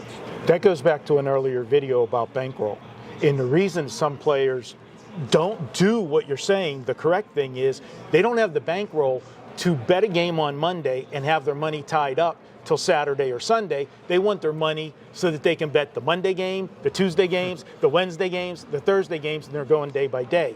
Again, treat it like a business. Yeah, listen, we know NFL, you don't want to be betting the closing number, generally, right? Well, if you're playing contrarian, you do. Well, this is what Teddy's reading my mind over here. But what I've seen more consistently as of late here in Vegas, they have house players. Somebody comes over from the casino, wants to bet $500,000 2 hours before kickoff. Sportsbooks are getting called from the casino manager saying you got to take this bet. They lost $1 million on the blackjack table last night. And then things start to really change. So you're right, Teddy. Marco, you said this as well. Most of my bets are in before we start bet on it, the show on Wednesday. So Wednesday, let's call it noon Eastern. But sometimes, and as we've started to see the shift with more people getting involved in the marketplace, that's no longer the case. Can you kind of touch on that just to kind of put a bow tie on the line chopping? Well, sure. So when you talk about what numbers are available, and Mark, you talked about write down every game that you lost by a half point all year. You'll often consistently see lines move a point, 2 points, even 3 points without an injury, just based on how the money has come in. And of course, those opening numbers that come in are often, this book will hang a 2, that book will hang a 6, and the market will decide which book is right. And usually they tend to come together. So I don't know if that answered that put a bow on it at all, Kelly, but that's the point I was trying to. Marco will put a bow on it. I think Marco can, but I do think this, Marco, because there are thresholds of where I'm looking, right? Let's use college football. I'm looking for underdogs, outright underdog winners. A team may be 4.5, and I'm just like, I'm not really that interested. I do like them. I do think they have a shot to win, but I'm looking for that touchdown underdog. Come Friday night, come Saturday morning, they may be a 6.5 point underdog. The market loves them, and I say, all right, I said if it hits 6, I'm betting this game, and then I get involved. Where it used to kind of be the other way, where I'd get that 6.5 on a Tuesday, and they'd close 4.5 and then get blown out. It's kind of been a weird shift. Kelly, another tip for bettors, we talk about getting the different books. We use the phrase square and sharp. There's square and sharp books as well. And here in Vegas, and I'm not going to call out any particular ones. Why not? Tell them where the square books are, because they want to know when they go on their odds logic screen who's sharp and who's square. Let me tell you that it's the ones that cater to the locals. Okay, those are what I like to refer Stations, coast, formerly known as William Hill. Oh, yeah. Those are, remember Bodog back in the day? Yeah. Okay, that was a very recreational sports book. If I'm betting an underdog, I was finding my best number there all the time, because the average sports bettor, the squares, gravitate to overs and to favorites. You're generally going to find your best numbers at those kind of books. Now, if you're betting underdogs, you're going to have better luck, or underdogs there. If you're betting favorites, you'll have better luck at the sharp. I'm going to say this. One of the things I've noticed now that it's become a nationwide thing, I live in the state of Florida now, we only have one sports book. Do you remember who I bet against last year a lot in college football? Mario Cristobal. And you know where I bet every single week? Yeah. At the Hard Rock. Because everybody is going to bet on Florida. They're going to bet on Florida State, and they're going to bet on Miami. And I got the best number, whether I was taking Cal, whether I was taking Virginia Tech, any of those teams, I got the best number in the state of Florida. And that doesn't happen all the time. So maybe check out your local. You live in Tennessee. You live in Illinois. You live in some of these other states. And you want to bet against the hometown, home state team. You may get a half point better than you would versus your local. Yeah, and of course you talked about the different times of the week. When you bet this on Sunday, bet this on Tuesday, bet this the hour before kickoff. It all, people throw out. I've seen some horrible betting advice. People are like, oh well, you can't bet today of the game. Why? Yes, you can. Or you can't. Or all your bets should be in already. It's like I talk about strike price. All right, and this is a key concept for mistakes that bettors make. Is all right. I like this side, but I'm not laying a touchdown. I'm only going to at -6. That's my strike price. And if I don't see a 6, I don't bet it. If I see a 6, boom, there's your bet immediately. Whether that 6 comes on a Sunday, a Tuesday, a Thursday, a Friday, an hour before kickoff, whenever it is. having a strike price in mind is a key component to knowing, yeah, I want to make my bet now. Yeah, let's hold off and wait till later. All right, Marco, last mistake that you think we need to do on this video. What is a huge mistake that these guys, I mean, I know there's a ton of them, but give me something else that you think bettors make that is a very common mistake. I usually make two-betty parlays. Okay? That's exactly what I was thinking. Okay, let's talk about it. Well, because they've made... What percentage? Okay, so I do one parlay. We're going to use me as an example. I bet a lot of college underdogs, one parlay a week. I pick 3 underdogs to win outright. It has to pay like 35, 40 or better to 1. It's a fun little parlay. It is 0.5% of my bankroll. And if you win one, you made a profit for the year. Yes. Exactly. Because the legalized sports books, the FanDuels, the DraftKings, they tweet out every time somebody hits a $5 lottery ticket. So everybody thinks that is the way to go. They want to do that. Little money to win big money. Of course. Do you know how many parlays they've cashed prior to paying out that one that paid $150,000? Okay? All those add up. You're not going to get rich doing that. It's a grind. What's the cliche? It's not a sprint. It's a marathon. Sure. There's a reason. And know this, books make more money off of parlay bets than any other type of wager. There's a reason that they're not promoting straight bets the same way. There we go. Common mistakes that hopefully you guys will never make again. Thank you to Marco. Thank you to Teddy. And thank you to all of you guys for hanging out with us here on an episode of WagerTalk TV. If you guys want to check out some other videos, hit that subscribe button so you never miss another one. Welcome to WagerTalk TV. Kelly Stewart here with Marco D'Angelo and Teddy Covers of WagerTalk.com. And we're talking about common mistakes sports bettors make. Marco, what is the #1 mistake that sports bettors make? Overreaction to one game. Okay, you see something, you watch a game, and welcome to WagerTalk TV. Kelly Stewart here with Marco D'Angelo and Teddy Covers of WagerTalk.com, and we're talking about common mistakes sports bettors make. Marco, what is the #1 mistake that sports bettors make? Welcome to WagerTalk TV. Kelly Stewart here with Marco D'Angelo and Teddy Covers of WagerTalk.com, and we're talking about common mistakes sports bettors make. Marco, what is the #1 mistake that sports bettors make? Overreaction to one game. Okay, you see something, you watch a game, and we all love watching the games and betting on them, but don't believe that what you just saw is gospel. Remember this quote. I use it on Bet On It all the time.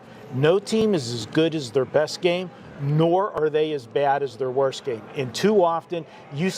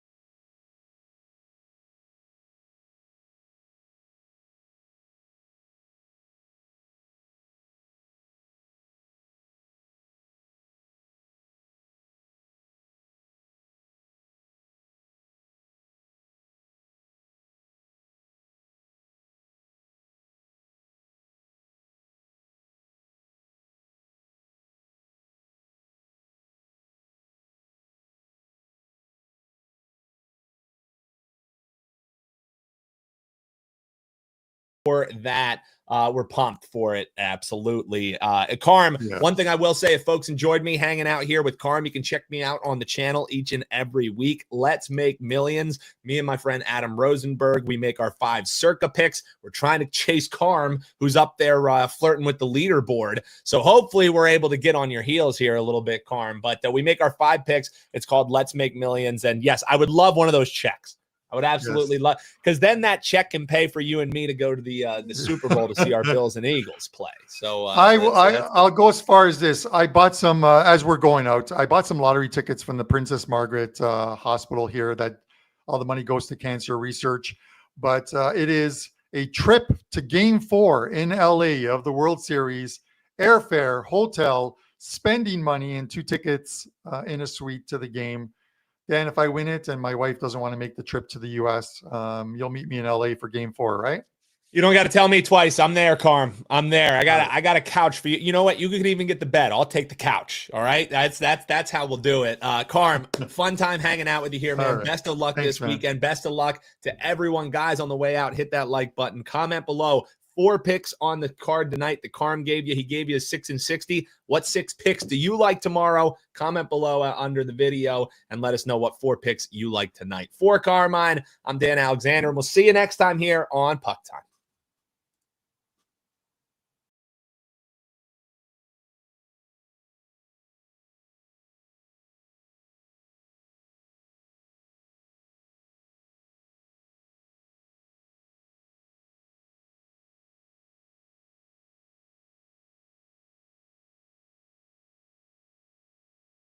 It's week 9 in college football. We've got 3 top 25 games for you guys. Some barking dogs, best bets, the deli, 21-13 on the season, should be back open. And of course, we've got that Steam report with Gianni The Greek coming up next on Bet On It.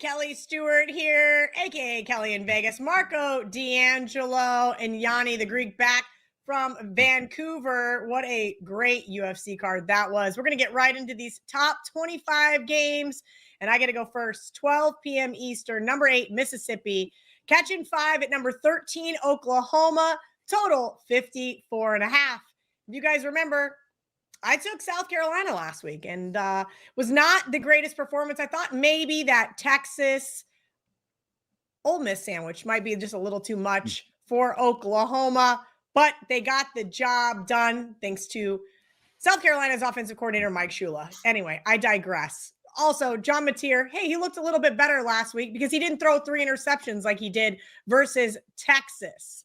Oklahoma, I will say, all games this year have stayed under the total. And that is because of the Sooners defense allowing just an average of 9.4 points per game, 28 sacks on the season. And I think you guys kind of understand where I'm going here. As much as I love Ole Miss and as much as every year we think Ole Miss is different, right now, Lane Kiffin, currently the front runner to be the next head coach at the University of Florida. I got to give a little bit of credit to the Rebs last week. Their defense played tough, but they were on the field for 80 plays in that high-scoring loss to the Bulldogs, which they ultimately did not get the cover, 43-35. That was a tough one. Now they're going early kick to Norman. I think this is going to be too much for this team. One loss isn't debilitating in the 12-team college football playoff for either one of these guys, but man, I think Ole Miss going into a tough environment cannot be trusted here in this spot. Give me the Sooners plus the points. 3:30 p.m. Eastern, number 15, Missouri, catching 2.5 at number 10, Vanderbilt, 52.5, Marco. Diego Pavia, looking like maybe everybody wants to give him the Heisman. Talk to me about this one. Yeah, both teams come in at 6-1, Kelly, and who would have thought that Missouri and Vanderbilt in the SEC sitting at 6-1, and both are coming off bounce back wins last week as each suffered their first loss in their previous game. Ironically, That first loss for these two teams both came against the same team, Alabama. Vandy's been the bigger surprise to me, sitting at 6-1. They've got an offense, Kelly, that's the real deal. They're scoring 31 or more points in every game but one this season. But I got to look at the scheduling spot here. After playing Alabama and LSU in back-to-back weeks and having Texas on deck, you know what that kind of makes this game. Yeah, that is a big sandwich spot. Even though they're playing another ranked team, when you say the teams that I just said, Alabama, LSU, and Texas, those are all the blue bloods of college football. Missouri's not there yet. I think this is a bad spot for them. And then I look at this Missouri team. They were able to come from behind and beat Auburn in overtime last week. Missouri came out flat like I thought they would. Full disclosure, I had Auburn in that game last week. It was a client play. And, after the gut-wrenching loss to Alabama, I didn't think they would play their best last week, and they didn't, but they still found a way to win that game. When teams do that, that tells me they're a very good team whenever they can weather the storm early and find a way to win it late. Missouri allows just 17 points a game on average. Give me the better defense, getting points. You know the drill. Against a team in a bad scheduling spot, yeah, I'll go with Missouri, 27-23. Let's call it with the Missouri Tigers. All right, and the late night special, at least here on the East Coast, 7:30 p.m. Eastern. Number 3, Texas A&M headed to LSU as a 2.5-point favorite, 47.5. VR, you have been crushing these top 25 games. I don't think you've missed one all season long. Give me the winner here in Death Valley. Yeah, and real quickly, right now, 19-5 on the Bet On It college football, 6-2 on the dogs, 5-3 on best bets, 8-0 on the TV games. Getting a lot of pushback when I go against some of these undefeated teams. Even being called out, do I even watch college football when I talked about Texas being better than Oklahoma, when I talked about Texas Tech giving too many points? I trust my power ratings. That's the bottom line. I'm not going to waste your time talking a handicap and X's and O's and player names and all that nonsense. Here's the bottom line on why I like LSU. The same reason I'm up over 100 units in college football and sitting at number 1 in profit, and why we won 9 of the 10 weeks. It's because some of these teams are ranked based on nothing more than their record. But you got to look at strength of schedule. And here's what I'm talking about. Texas A&M is ranked the number 3 team in the country. They're not even in my top 10 power rating wise. So as of right now, I could name 11, 12 teams that would be favored over Texas A&M on a neutral field. That's the bottom line. It's simply taking advantage of an inefficient number that's based on the market narrative of Texas A&M being undefeated is the much better team. But I'll take the defense of LSU, which is top 10 in efficiency. I'll take the fact that LSU is a top 15 team and barely in the top 20 as far as rankings go.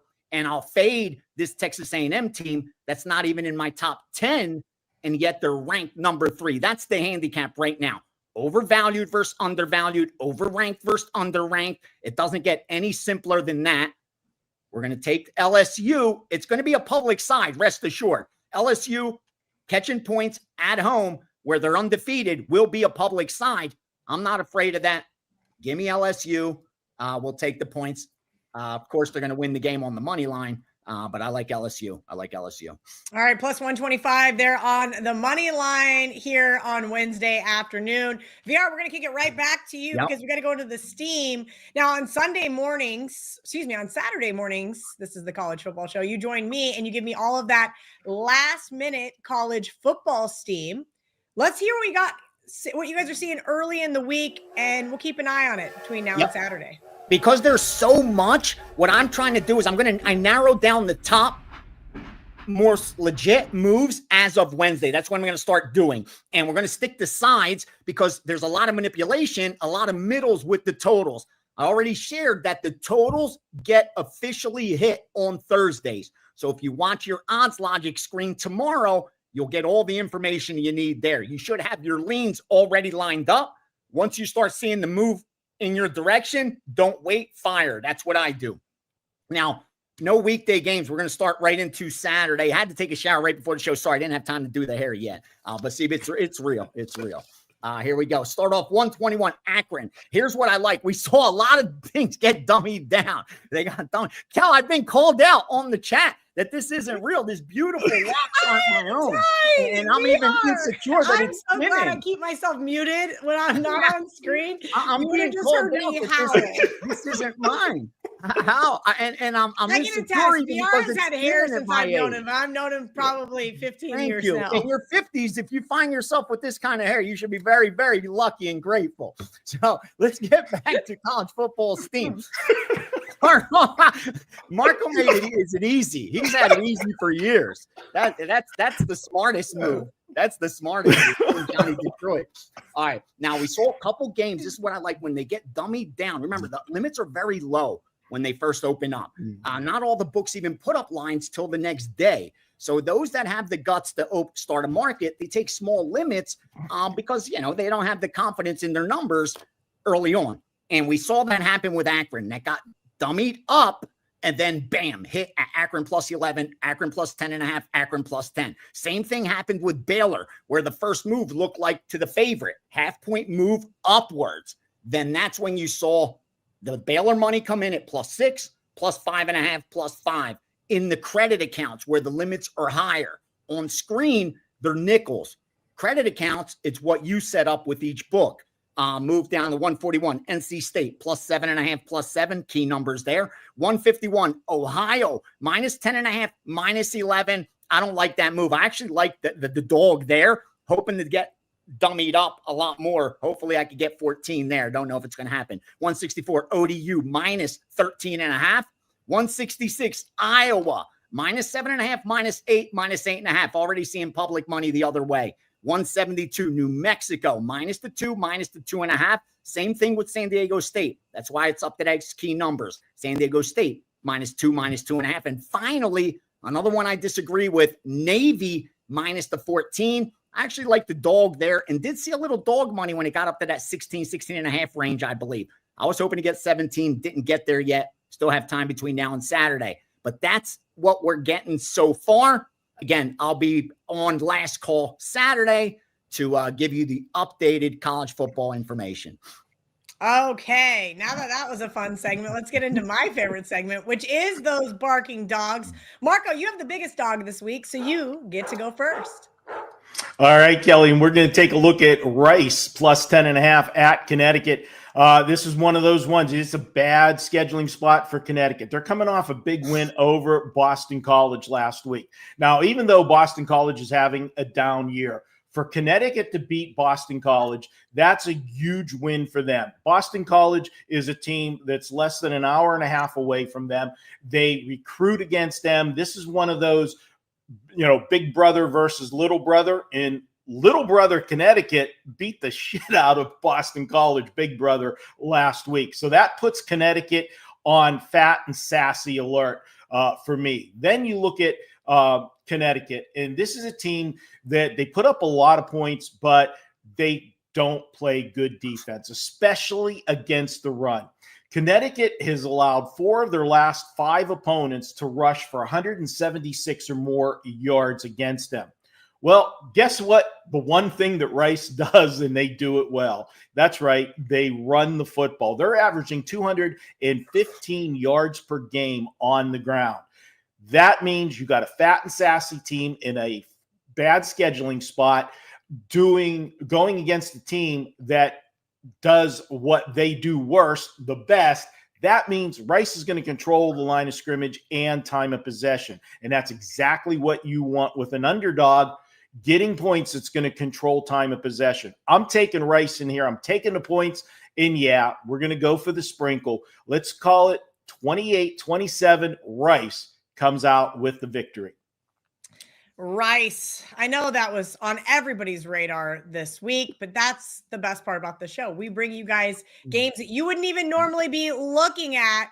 VR, I know we talked about this one during the TV game with Marco, but you guys are on the same side, so I let it slide because I am not a Missouri believer. I am not drinking the Drinkowitz tea but both of you guys are. So I'm going to let you have Missouri plus 2.5, even though it's a little teeny tiny dog. Thank you. And the reason I used it, Kel, honestly, is because I really, really like it. It's a really, really strong play. Otherwise, like I said, I like anti-Navy and anti-Ohio. Both of those I was looking to fade, even though there was sharp money on Navy and sharp money on Ohio. I think they're phony moves, and I actually like the dog in those. I was going to use one of those, but this is a lot stronger. This actually I released to subscribers as a premium bet of 4%. Because I really do think the wrong team's favored. There, I said it. I got that out of the way. Bottom line is this. Vandy right now is the 10th ranked team in the nation. They're just cracked my top 30 power rating wise. Missouri ranked 15th right now in the country. I got them at 16. So they're right where they should be ranked. It's the overvalued Vandy team that we're going to take advantage of. Both have comparable strengths of schedule. But when you look at the Missouri side, I like that they're coming off a nice win against Auburn on the road. Because it's a back-to-back road games, that price is a lot higher than it should be. That's definitely factored into this number. That's the narrative. It's very hard, obviously, in the SEC to win road games, let alone back-to-back road games. And on the flip side of that, you have the recency bias of a Vanderbilt team that's coming off a big, big win against LSU. That was huge for them. And also, they've been outperforming the betting market, but you've seen over the last 3 games, it's starting to catch up with them. This is a team that was a dog their first game of the season, a dog their second game of the season, a dog their third game of the season. All of a sudden, the market starts to correct itself. They're now in the favorites role. I think the wrong side's favored. Everything as far as power rating wise leans me on Missouri. I also like that they have the better defense, the 20th most efficient defense against the 50th most efficient defense. And on the offensive side of the ball, you have the 17th most efficient for Vanderbilt versus the 15th most efficient for Missouri. So they are more efficient on both sides of the ball. Stronger power rated team. The negative, again, is it's a back-to-back road games, but I think they'll do just fine. Take the 2.5. We're not going to need it.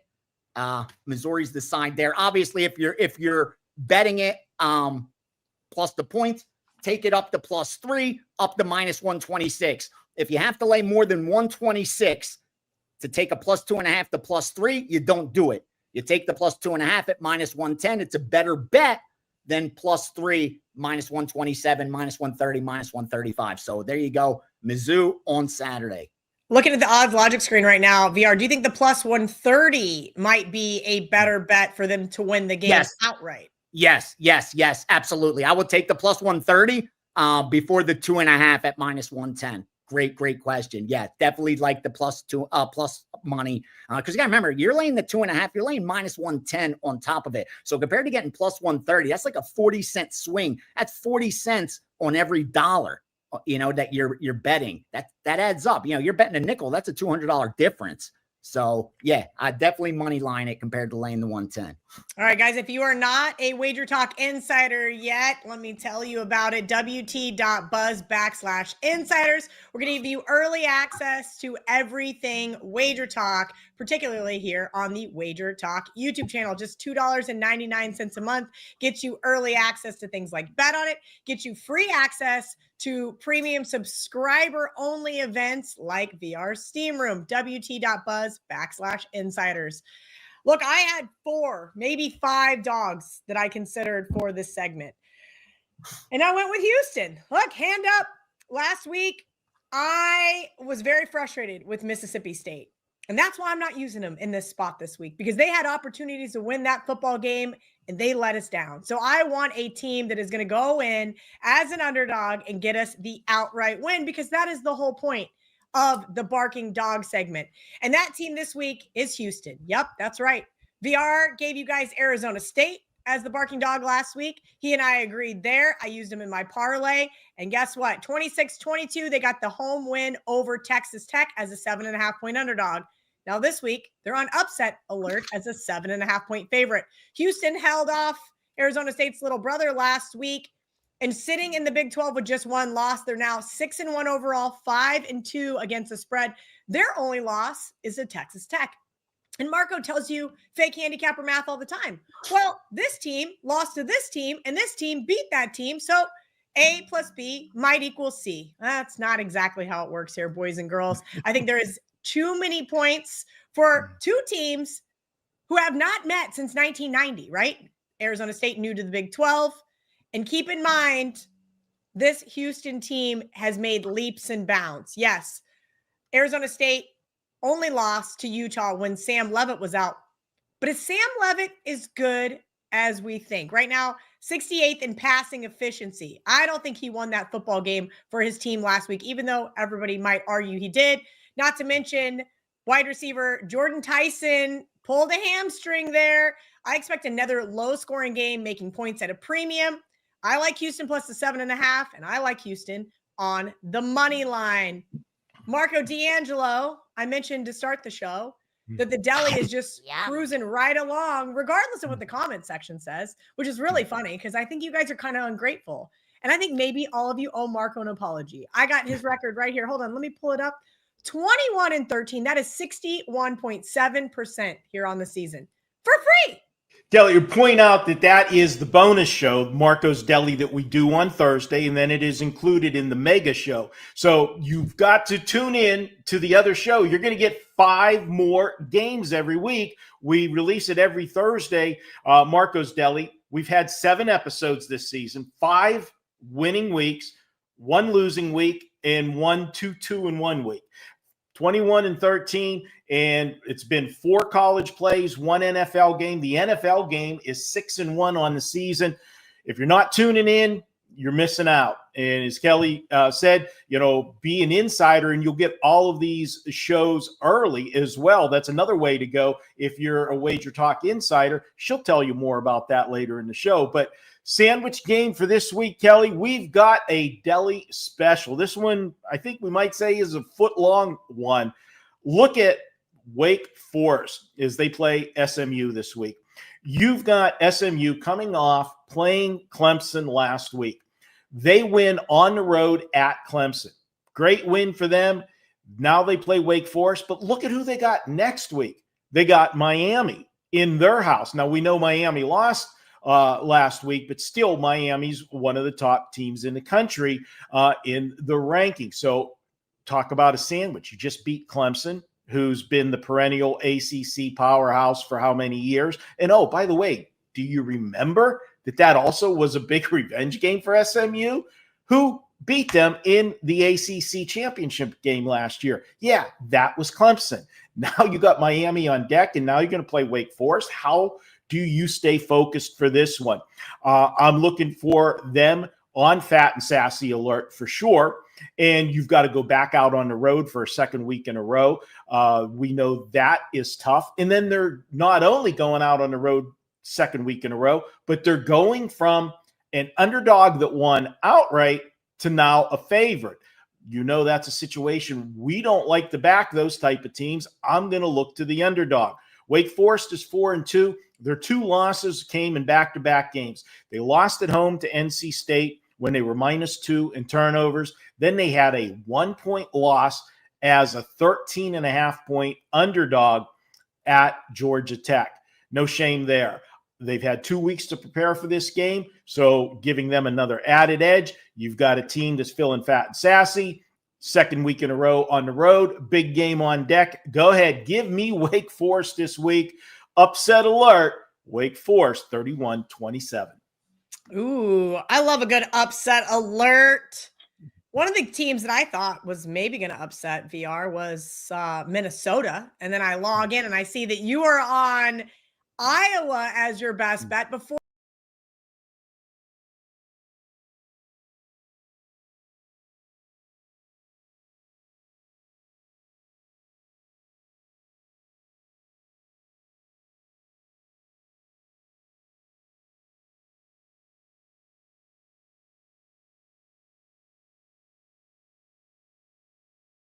WagerTalk today, the gold standard of sports betting talk, and walk the walk. It is Football Friday. Let's go. wall to wall with NFL, college football. We're going to talk a little World Series. Yanni's going to get things started with the Steam Report. Teddy's going to break down Cowboys, Broncos, Ole Miss, Oklahoma, and we're going to do Sell Me. Marco's going to bring us Giants, Eagles, Alabama, South Carolina, and the sauce of the week. Dan and I both advanced last week in Survivor. We're going to go over our Survivor picks. I went 3-2 in the Pick 5 contest on Bet Online. I'm still on the front page of the leaderboard in that contest, so I'll go over my picks for this week. It's a loaded card. Let's make it a profitable one. We're going to do something fun today. All right, here. I'm going to ask all of our guests, and I want you guys to let me know in the comments section. What's the one bet you lost that you cannot prove was rigged, but deep down inside, you know it was rigged? Let me know in the chat. Let me know in the comments. Let's bring on Gianni The Greek. Gianni, I came up with this yesterday because there's one bet that has haunted me forever that I swear it was rigged and I cannot prove it. And it was Amanda Nunes and Juliana Pena in the first fight. When Amanda Nunes is beating Pena pillar to post, all of a sudden, Pena randomly grabs a submission. Amanda Nunes taps before the submission is in. Nunes stands up and is smiling. Juliana Pena doesn't even realize she won. And then they announce they're both going to be coaches on The Ultimate Fighter, and there's a rematch. I can't prove it was rigged, Yanni, but I know deep down inside it was rigged. There is no way Juliana Pena beats Nunes. And then what happens in the second fight? Nunes just beats her, within an inch of her life. That's my bet that I lost. How are you this Friday? Never better. Actually, no, I could be a little better. Excited about this weekend, and that's going to flip it around, but I'm a little pissed. A meaningless field goal by the Chargers last night put that game over when it would have been another primetime easy winner. Been on fire with those primetime games. So now 8-3 over the last 11. But big weekend plan. I got good college football and NFL for you guys this weekend, and I love that MMA card. But the truth is, I can't really think of a single game fight, just because I bet so many markets. I've bet for so long. You're talking 30 plus years of doing this every single day.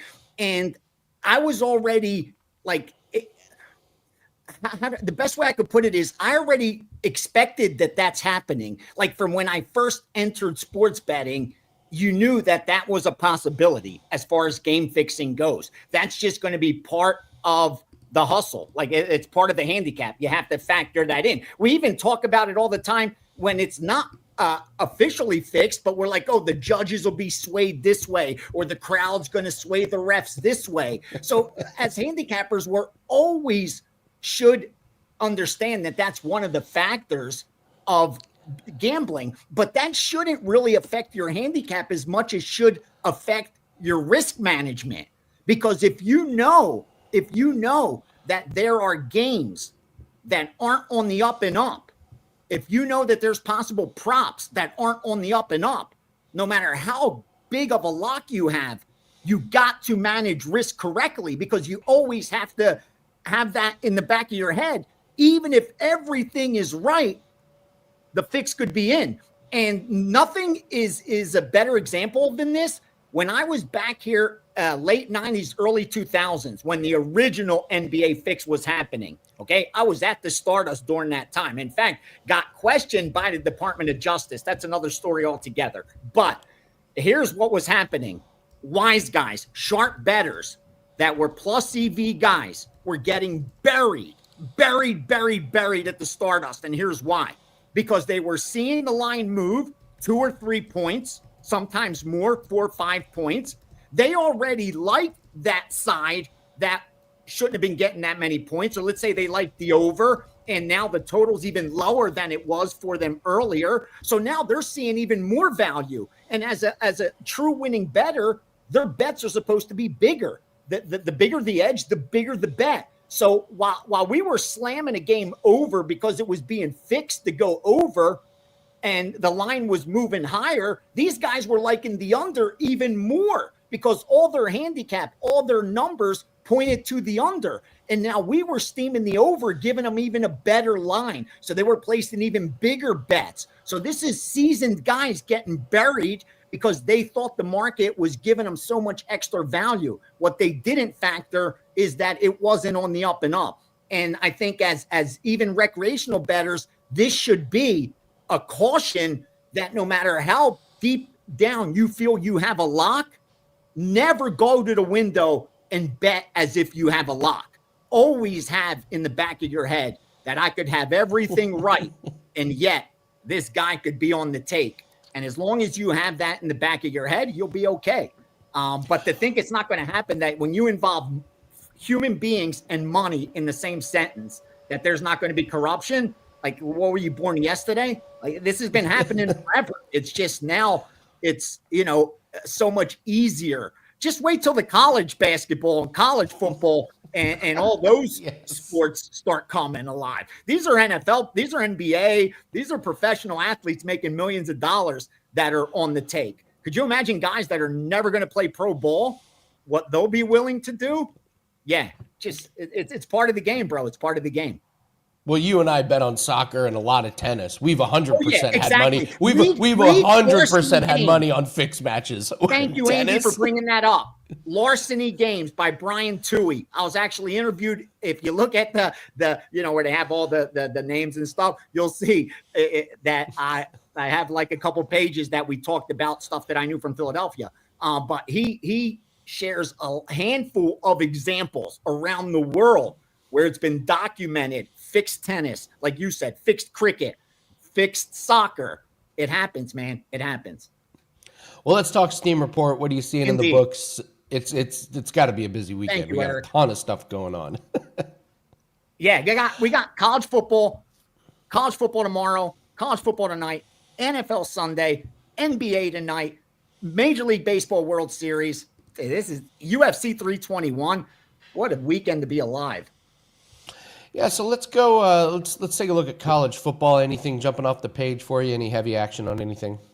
All right, tonight, here's what we're looking at so far. And not very sexy games. Most people are going to bet because it's on the board, but I think the baseball will be getting the bulk of the action tonight, and most will be tied into tomorrow's college football. Charlotte, North Texas, I can tell you sharp money on Charlotte at plus 27, plus 26.5, but more than enough North Texas public money to offset that risk. Total two-way action, more over from the public. California, Virginia Tech. You saw Virginia Tech side get steamed earlier in the week, but you're getting California money now at 6. So that risk has kind of been neutralized by the public getting involved on that game. They're betting it over, one-sided over. 8 out of 10 bets are on the over.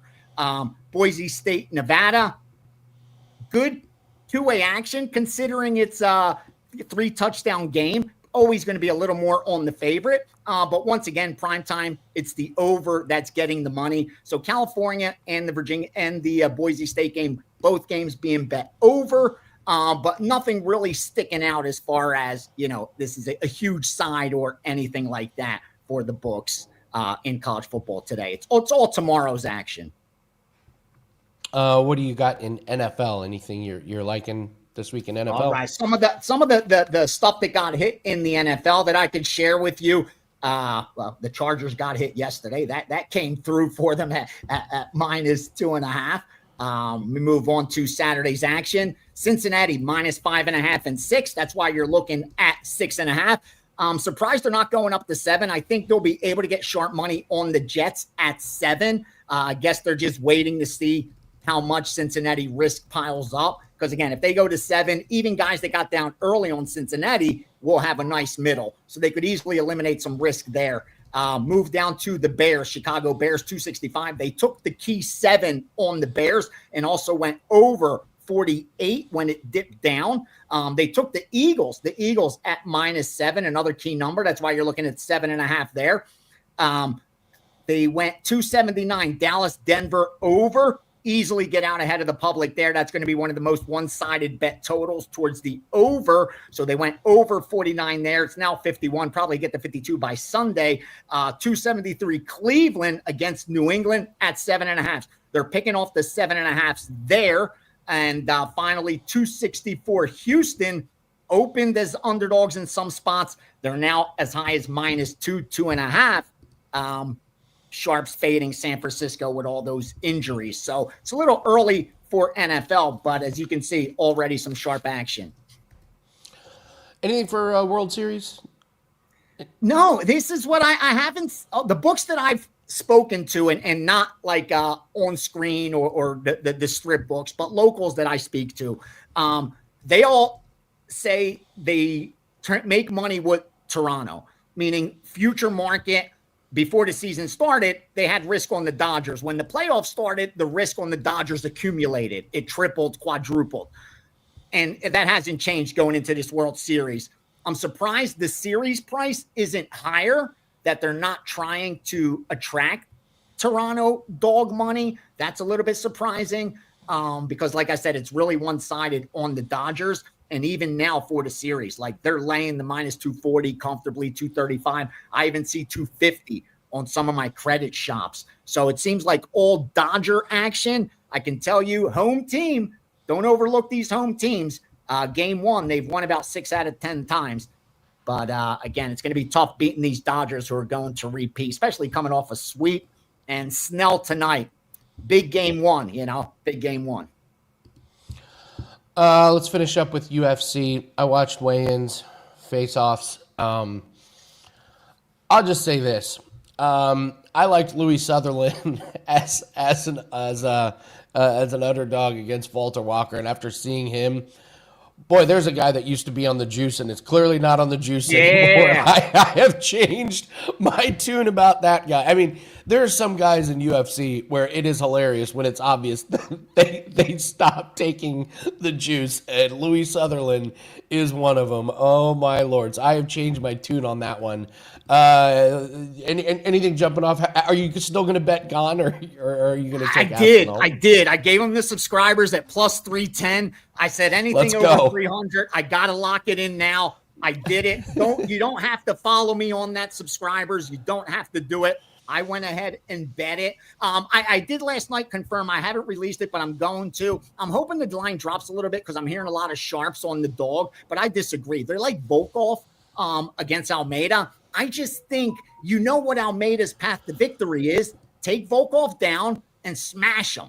And I think he's going to be able to do that. I don't think Volkov faced the type of grappler he's going to be facing in Almeida. The guy attempts 35 plus takedowns per 5 minutes. Like if he doesn't get you on the first, second, fourth, fifth, 16th, 18th, he's going to get you down eventually. That's what he does. It's can Volkov land the big shot early? But Volkov's not a power puncher. I get it. At heavyweight, they all have power. But if you look at his knockout rate and knockout ratio, it's really low for heavyweight. That's not, he doesn't have that one-shot knockout power. Any of his finishes have come like TKO. He systematically breaks guys down. And I don't think he's going to get that chance against Almeida. I think Almeida gets that takedown and it's his world. And I don't think Volkov ever gets up. My favorite is the over 1.5 in that one. You like it? Yeah, I love the over 1.5. Love the over 1.5. I have a sneaky conspiracy theory that this might be the fight where Almeida tries to show off his striking. How many times have you seen Dern and Jandiroba? We're talking like we're on the phone and shit, and it's a show going on. But what do you think of the total on the Dern and Jandiroba? Oh, over fight goes the distance. There's not going to be a finish unless there's you a just random confirmed it arm bar for or me. something. You just confirmed it for me. Yeah, I liked over. it. A guy I respect a lot asked me to get him down a bet. Nothing huge, but I respect his opinion. And you just confirmed it for me. I'm betting it. I'm betting the over. I liked Rakic. Before I bet him. Face-offs, yeah, and now I like him even more after because I was like, that size is going to be too big, and then I saw him at face-offs. He's a giant, an absolute giant compared to that. I have a couple live bets for people. Wait to bet the Nathaniel Wood and Jose Delgado. If Delgado doesn't get the finish in the first round, I know you love Delgado. Nathaniel Wood's a decision machine. You could get a great number on Wood. And Nick bet Wood at like plus 130. So there is some sharp money on the Wood side. I bet the under yesterday. I gave it out. There's a video. If you go on my Instagram or TikTok, I gave out some UFC on that. The under in the Klein Rebecca, I had to make up a bet on the show because my Camille bet got canceled, and I loved Camille. Here's why. I'm getting plus money to go under at lightweight where it's about a coin flip. but there's a lot of recency bias because you have Klein coming off 3 straight decisions and Rebecca off back-to-back decisions, but he got bonuses in both those fights because those were wars. And this is now his 3rd fight in only 12 months. I don't think these guys are going to a decision. At plus money, I took a little shot at that. It's a good card, man. I'm excited for Saturday. Oh, this is a really bettable card. There's a lot of really good bettable spots on this one. I'll also give out Amorim and Inui under 2.5, or just Amorim by finish. Amorim's a monster, man. Yeah, she's got that. Yanni, she's got that dog in her, man. She's finished 3 straight. Yeah, it's hard to finish 3 straight women's fights. Yeah. So, all right, you got a big weekend. We got Weekend Warrior that's available, but what do you have up for everyone this weekend? Yes, sir. Don't miss out this weekend. I got college football for you. I got NFL for you. I got a 5% in college football. I hope I could confirm a 5% in the NFL because I think we've hit like 3 straight, but I've been very selective with those. My UFC 231 card is up. Also, I have the baseball tonight. I have a series bet and a game 1 bet for you up at 2-4% plays and a 3-pack in tonight's college football. Currently number 1 in college football in 2025. We're going to keep it rolling. I've won 8 of the 9 weeks. We're going to make it 9 out of 10. I love this Saturday's card, but let's start off tonight by sweeping the board. Guys, have a great weekend. I'll be back for last call Saturday and Sunday. And then, of course, the Steam Room on Sunday as well. Good luck to you, Andy, in the UFC and elsewhere, brother. And good luck to Teddy coming up from behind and the rest of the crew. Thanks, Yanni. Great week of shows. Good luck this weekend, brother. Appreciate it. Thanks, man. All right. Colin, if you got my message, Colin is agreed to do a 3-day pass with me. Colin, just get the NFL props pack. We got a bunch of props, and there's going to be more loaded tonight and tomorrow. So just get that and let's cash. Let's make that let's make a losing bet a winning bet. Bruce had an interesting question on a team total. Dan, if we could pull that up. He had a question about an over on the, what team was it? There it is. The Beards. I'm assuming that's Bears. Bruce, I'll look up the Beards. Yeah, I think he meant, but we cashed over. It was 1.5, and Gianni had it sail over because he has the goatee now. So the Beards team total was a smash spot. That's absolutely the Bears team total against that Ravens defense. That's a different question, Andy. But the Beards has already cashed. All right. The Beards over, easy winner. I would stay away from the Bears because the Ravens are getting healthy on defense. I don't know how healthy, but they're getting healthier. So I mentioned I have an NFL props pack up. Anybody can get that. We're 6-4 last week, and we ended up not getting to the window on any official plays from last night, and I'm glad we didn't because we would have lost barely on a couple of them. So Sunday, Monday, all those props are available at WagerTalk.com. But we got to bring in Teddy Covers. We got so much to talk about. First, this is kind of impromptu. I got to tell you, Teddy, I think my Pacers may be a covering machine this year where they lose a lot of games, but they cover. I watched that Oklahoma City Thunder team. They got heart, man. They are going to go out there and play really hard, except they just can't. They're not going to figure out how to win games. I thought that was a really fun game last night. So that's my take on sure. On the Pacers. That being said, let's be sure not. There's an 82-game season. Let's not overreact to the first one. Everyone. I know.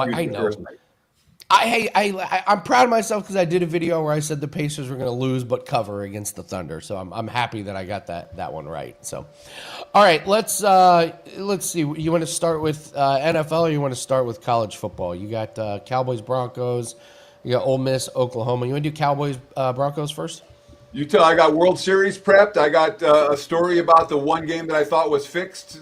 Yes, it's prepped. I'm ready. Wherever you want to go, my friend. All right, we got to do the fixed game. That's most entertaining. What's the one bet you lost that you can't prove it, but you're like, I know it was fixed? What is it? So I don't think it was fixed in retrospect, but at the time I was convinced. All right, it's and I went back and looked up the game. It's September of 2022, September 29th of 2002. I'm sorry. So this is, I moved to Vegas in 98. And in 2002, I had made, by that point, my career was just starting to take off. And I got an invite into the Stardust Invitational Contest. We had to pick 7 games over the weekend. And going into the last game, if I win, I survive in advance. If I lose, I lose my first try in the contest. And I was really struggling. What's the last game to pick? And I'm like, I'm taking the Giants -3 at Arizona. Giants are up 7-0, doing everything they're supposed to do. I think it was Toomer, Amani Toomer, caught a long touchdown to put the Giants up 14-0, and there was a flag. So the Giants were a public side. They took all the money, and Toomer catches a touchdown over here, and all of a sudden there's a flag on the other side of the field over there, and calls the touchdown back. It was a hold on the other side of the play that had nothing to do with anything, and I watched it. I watched the.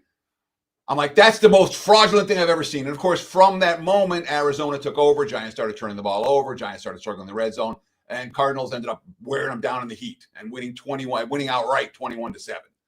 That flag, I was so mad about it, Andy. I was so convinced that the fix was in, and the Giants were, the books were going to lose too much money on the Giants, and they had to, the call went in, and I went and it cost me the contest, and I was absolutely convinced that that game was not on the up and up, and that I no longer think that was the case. But at the time, I was furious. It's all right. Somebody already came to my defense about the about the fight that I swear was fixed. To this, I'll go to my grave convincing you that damn thing was fixed. All right, let's go to NFL. And this is not that. This is just me as a bettor going, oh my God, there was a penalty against me. I don't believe it. It's a fix is in, and it cost me a contest. Early in my career. So this is not. I don't actually really think the fix was in. But you asked me to remember, and I'm like, that's the one I remember. I'm like, oh my God, So. All right. Well, let's talk Cowboys and Broncos. I was joking with Prez. This is such a great logos matchup, like Cowboys and Broncos playing each other. Just kind of fits the mascots here. How do you break down this game? Sure. We're looking at the Odds Logic live odds screen right now for Dallas and Denver on Sunday. I'm seeing the Broncos mostly -3.5. There are some threes starting to pop up. The money has come for Dallas this week. Total's been bet up as well, 50.5/51 as we speak. And certainly when we talk about Dallas, that offense is working. They've gotten the last 4 weeks, 40, 37, 27, and 44. Everyone's looking good. Dak Prescott has put up some really strong numbers. Number 2 in the NFL in passing yards, number 2 in the NFL in touchdowns, 1,800 passing yards, 16 touchdowns, only 3 picks. What was impressive about Dallas last week wasn't just the CeeDee Lamb being back and Pickens making huge catches, Devontae Williams running wild. What's impressive about Dallas is that the defense had a pick 6 and 4 sacks, and that's certainly a positive. And Dallas has one other positive. Certainly, we talk about the mile-high air. Brandon Aubrey is the most dangerous deep kicker in the NFL. And if Dallas gets to midfield in this game, Brandon Aubrey can kick field goals. So they will have an edge. That being said, Dallas, 2 wins and a tie at home. On the road, they've lost to Philly, they've lost to Carolina, they've lost to Chicago. Their only road win came against the Jets, and Denver ain't the Jets. That being said, the Broncos, they won 4 in a row. They had the wildest comeback win you'll ever see last week, 0-0-0 the first 3 quarters, 33 in the fourth. That being said, they won by 2 against the Jets prior to that. So it's not a team that you would necessarily. So Denver is 2-4-1 ATS full season. Their only cover as a favorite came against the Bengals with Jake Browning. They're 1-4 ATS as chalk so far this season. And that's definitely a concern for me. And when we talk about, the quotes coming out of Denver after last week's insanity, Cortland Sutton, quote, "It's like a lion that just got done eating and they're going to take a nap. You don't want to be that lion that's eating and they're over there under the tree kicking it, minding their business. Instead, no, we're still hunting." You have to have that mindset. I think that's something this team still has. Yeah, they might, but Dallas' defense is showing signs. Dallas certainly has the potency, to cover through the front door or the back door if they fall behind. And Denver isn't covering numbers as chalk. Lean Dallas plus the points here. And Dallas definitely correlates with over we can understand that money. If the money's come for Dallas and over already this week, I wouldn't disagree with either of those lines. I'm looking hard at Bo Nix passing props. That Dallas defense just not slowing anybody down these days. Let's switch things up. Let's go to the World Series. We do have a pitcher for the Blue Jays, Savage, and he's going for the Blue Jays. Snell for the Dodgers, and minus 150. I kind of figured this line would be a lot closer to minus 200. I figured the Dodgers would be a big public play here, but we got the over-under at 7.5, which will break down on game one. Yeah, I'm talking about the total here more than the side. I mean, looking at my odds logic live screen, as you mentioned, 7.5 the prevailing total, juice to the over, minus 150-ish for LA, even though that for the full series, they're in the, I'm seeing as high as minus 250 now for the Dodgers. Usually there's a little bit more correlation between the game one price and the full series price. That's not the case in this one, especially with a guy like Snell on the hill. And of course, the Dodgers starting pitching was amazing against the Phillies and the Brewers. That said, I mean, the Brewers went 1 of 16 in that series with runners in scoring position. Philly wasn't much better. Neither team, they couldn't get a clutch hit. Toronto has struggled to get a clutch hit against the Dodgers. The meetings the last 2 years, Toronto scored 1, 1, 1, 2, 3, and 5 in 6 games. That's they went 2 and 4 and scored 13 runs total in those contests. But I'm really not worried that much about regular season at this stage. You know, what happened in the regular season meeting 2 years ago, you know, it's interesting to talk about. It's not going to necessarily affect my handicap.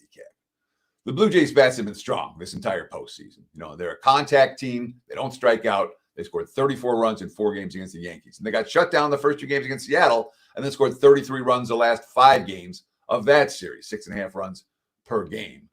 You know, you talk about Savage. He's got 3 career regular season starts. And then this will be his 3rd postseason start. And in those 2 postseason starts, 6 walks, 2 dingers allowed, 7 runs in 9.1 innings against Seattle. And the Dodgers lineup's a whole lot more potent than the Mariners. Blake Snell's as ace as 8 gets. You know, we trust him in big games. Dodgers deserve to be chalk here. For the side standpoint, it's LA or pass. But I think the better bet for this one might well be the over. Full game over 7.5. First 5 over 3.5. These are 2 lineups that can hit. Both are coming off series. And I mean, again, the Jays were an over machine against Seattle. I don't even think they're still that we've seen the best this lineup has to offer. So over 7.5 is the way I would look tonight. They just missed being out on a client play for me this evening, but I certainly lean fairly strongly in that direction. Toronto, LA, over 7.5. And finally, we got to talk Ole Miss and Oklahoma. Ole Miss first loss of the season against Georgia. Oklahoma does a nice job rebounding after the loss to Texas with a nice win against South Carolina. Big matchup here. We got the Sooners minus 5.5 over under 52.5. At first, I was like, yeah, that seems high, but it is an Ole Miss game. How do you break down Oklahoma and Ole Miss? Yeah, for Ole Miss, it's a low total. You know, so exactly. You know, and this is, of course, a battle between a great offense and a great defense. And generally, in these type of battles, I look to the great defense before I look to the great offense. Right now, look at the Odds Logic live odds screen. I'm seeing Oklahoma minus 5/5.5 total. Let's call it 52.5. There are some 53s out there for this battle between the Sooners and the Rebels. And last year, I mean, we saw Brent Venables hold Ole Miss to 26 points on 380 yards of offense. It was a rock-solid performance. That being said, their offense wasn't good enough. They only scored 14, and that was in Oxford. This one's in Norman. All right.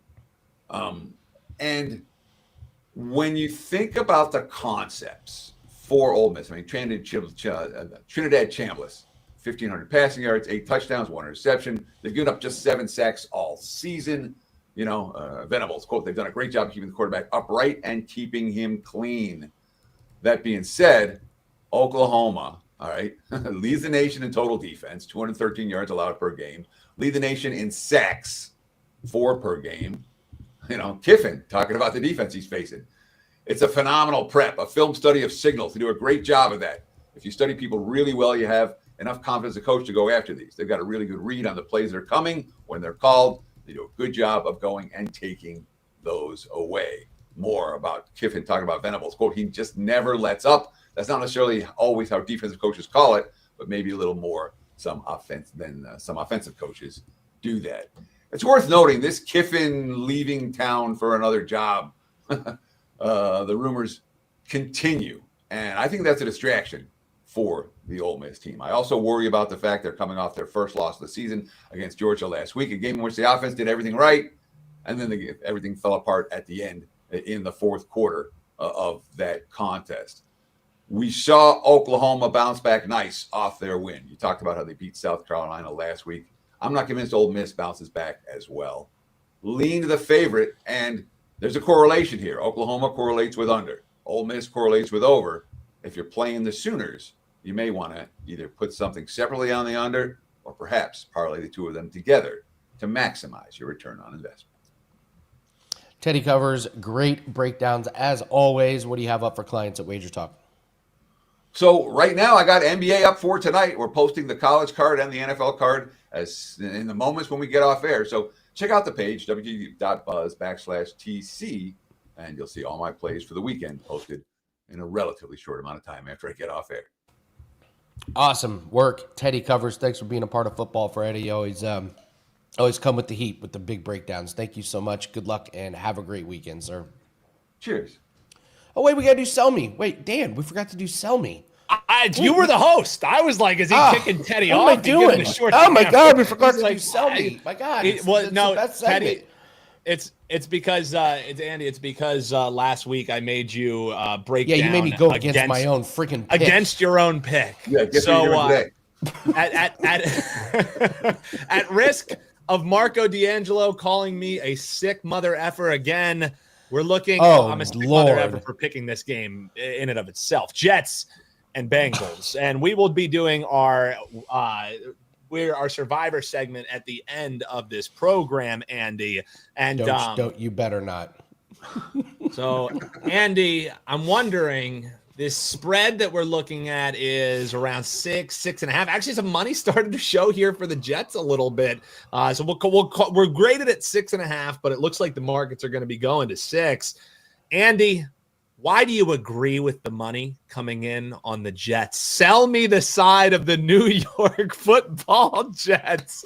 And Teddy, you will have to sell me on the side of the favorite that Andy and I might just be going with in Survivor.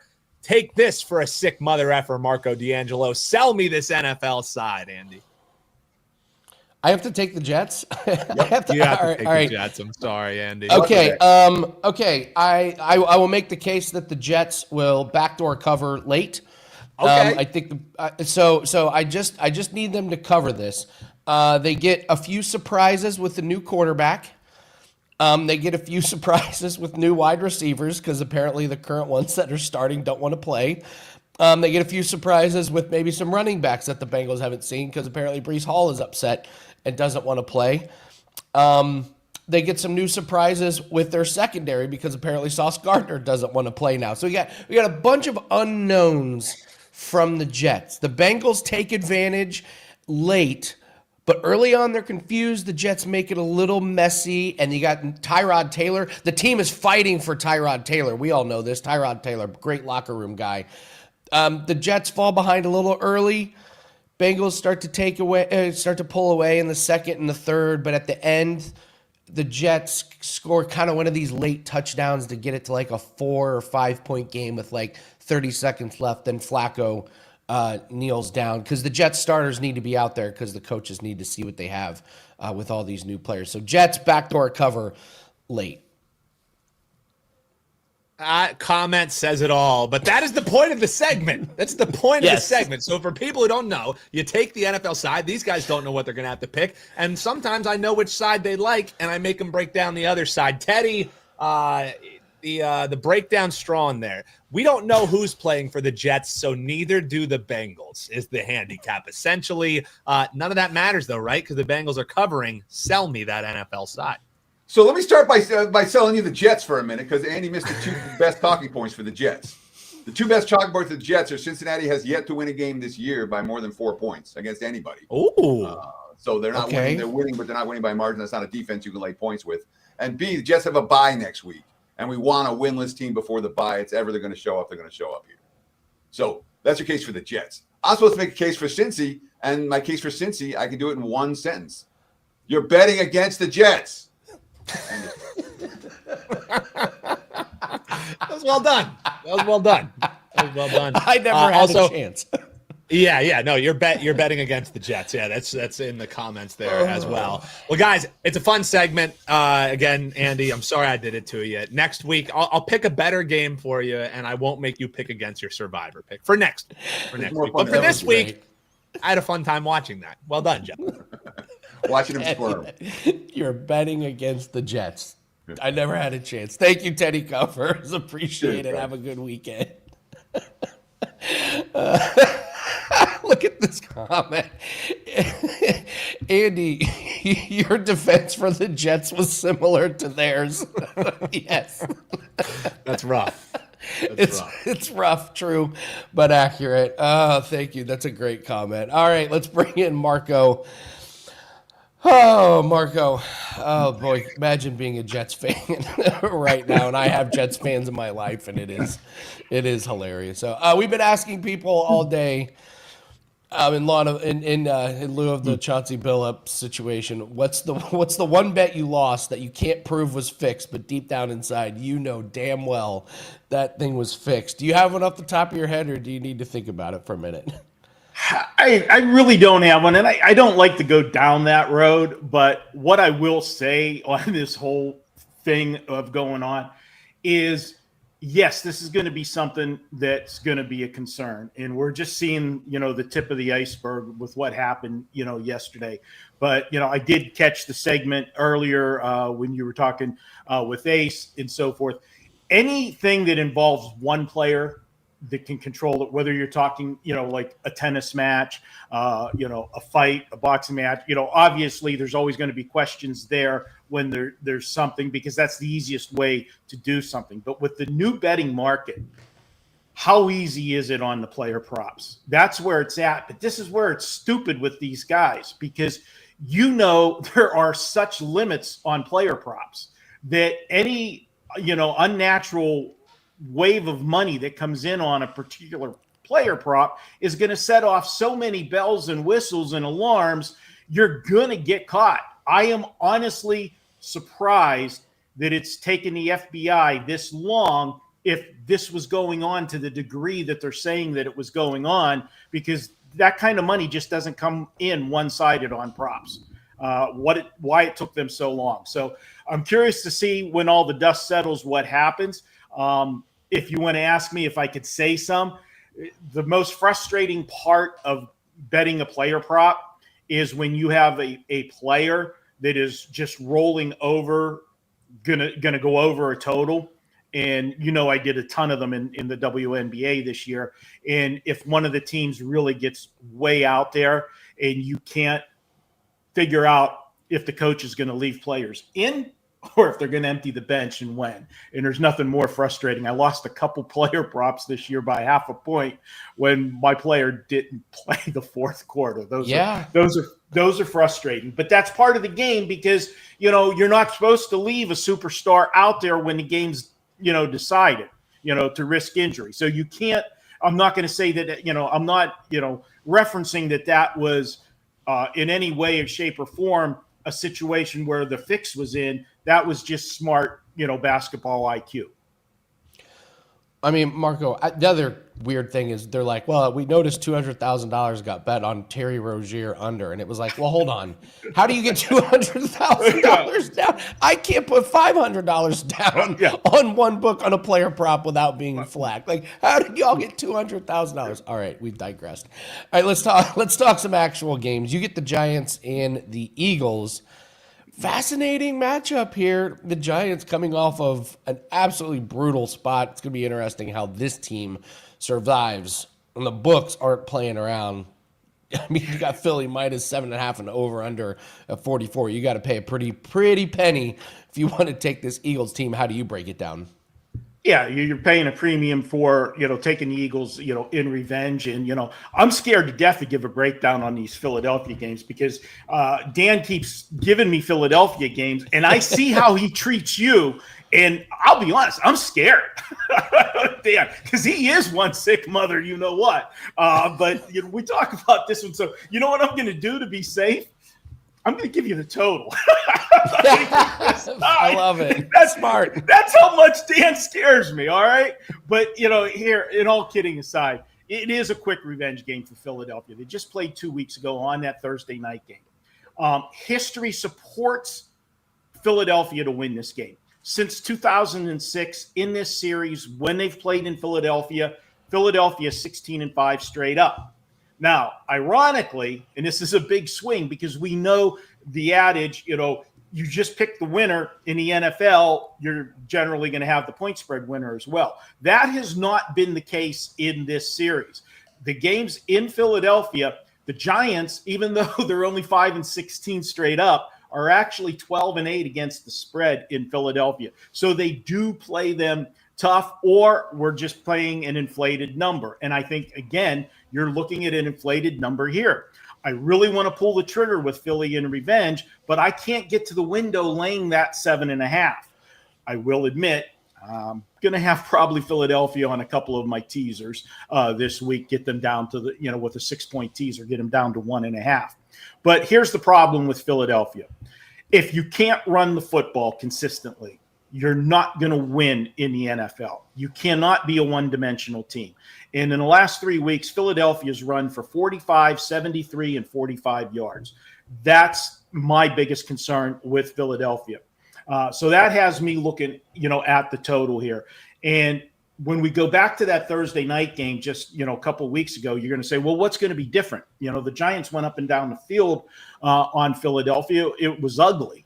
Well, Philadelphia really didn't know what to expect. That was the first time they played the Giants, and I'm going to use the phrase, the new look Giants. Remember, Jackson Dart was making his third career start. So you only had a couple, game films to look at and see what was going to go on and how they were going to attack you in this particular game.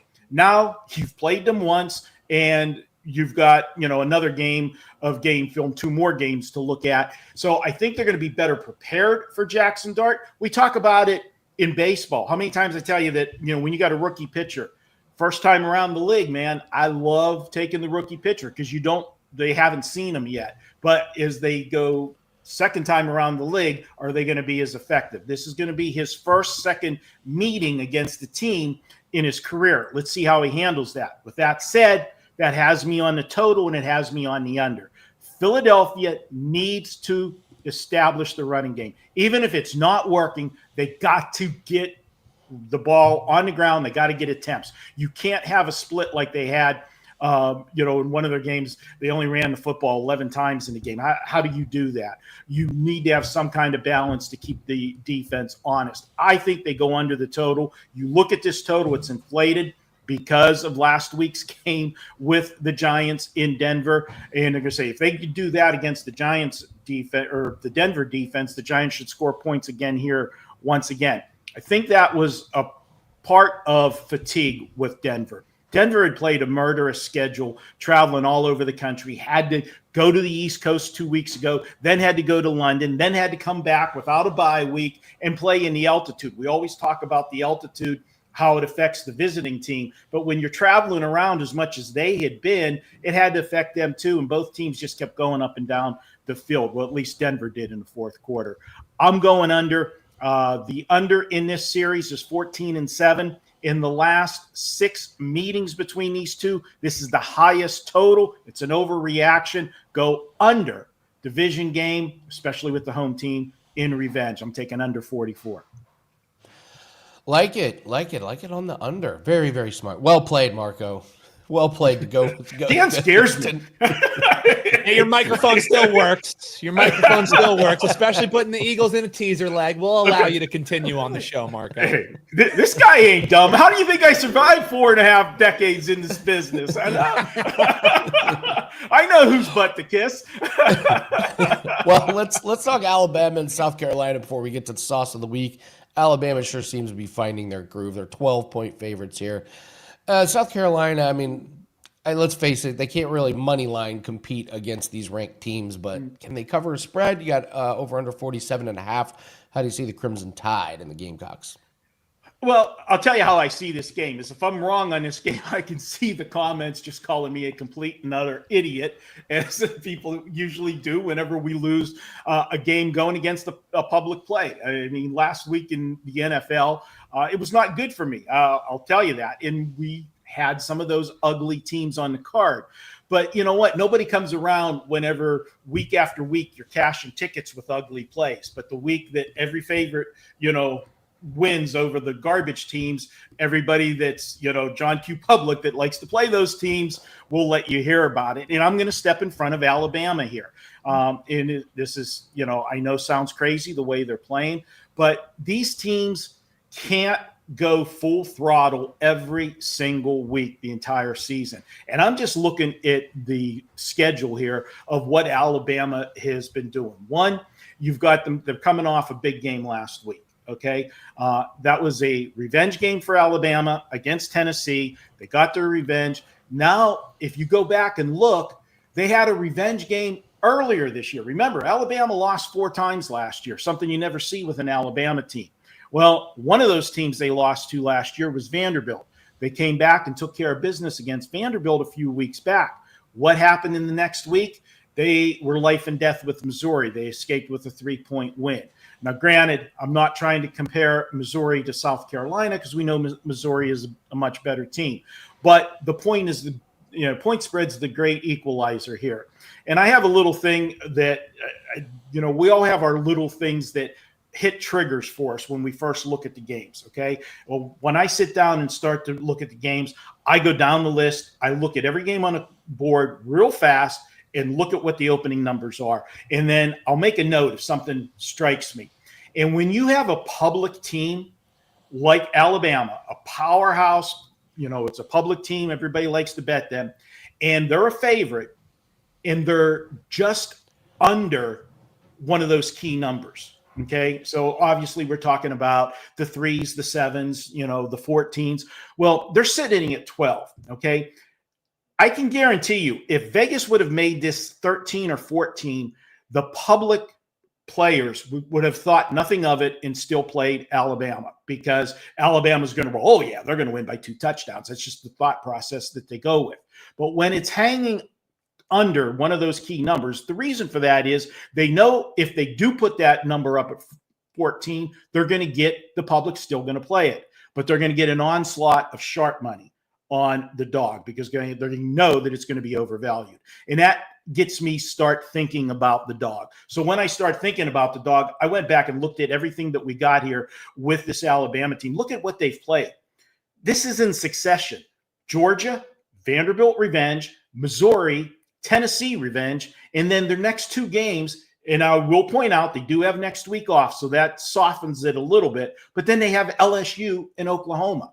If there's ever a week to feel that you just need to show up and you're going to win, it's this week against South Carolina, who just got drilled last week by Oklahoma. Go ahead. You can give me all the flack you want after the game if I lose it, but I trust the process of what I've done over decades, and this is a spot where I can't play Alabama. I'm taking South Carolina plus the points. Alabama wins the game, but it's going to be one of those ones that's going to be a lot closer than people think. I like that breakdown. What do you mean you catch flack if you put out a free play that's a loser? What are you talking about? Have you never read the comments on Bet On it any time? Just pulling back the curtain a little bit. Kelly is making us go read the comments and respond to them, and it's like, oh, really? We have to go respond to all these comments when we give out a losing free play. Damn it! All right, let's do the sauce of the week. I still don't think it's going to get much better than you giving the plain sauce to James Franklin, who promptly gets fired. That was just an all timer. That was your favorite? Oh my God! I mean, it was just so perfect. Who's your sauce of the week this week?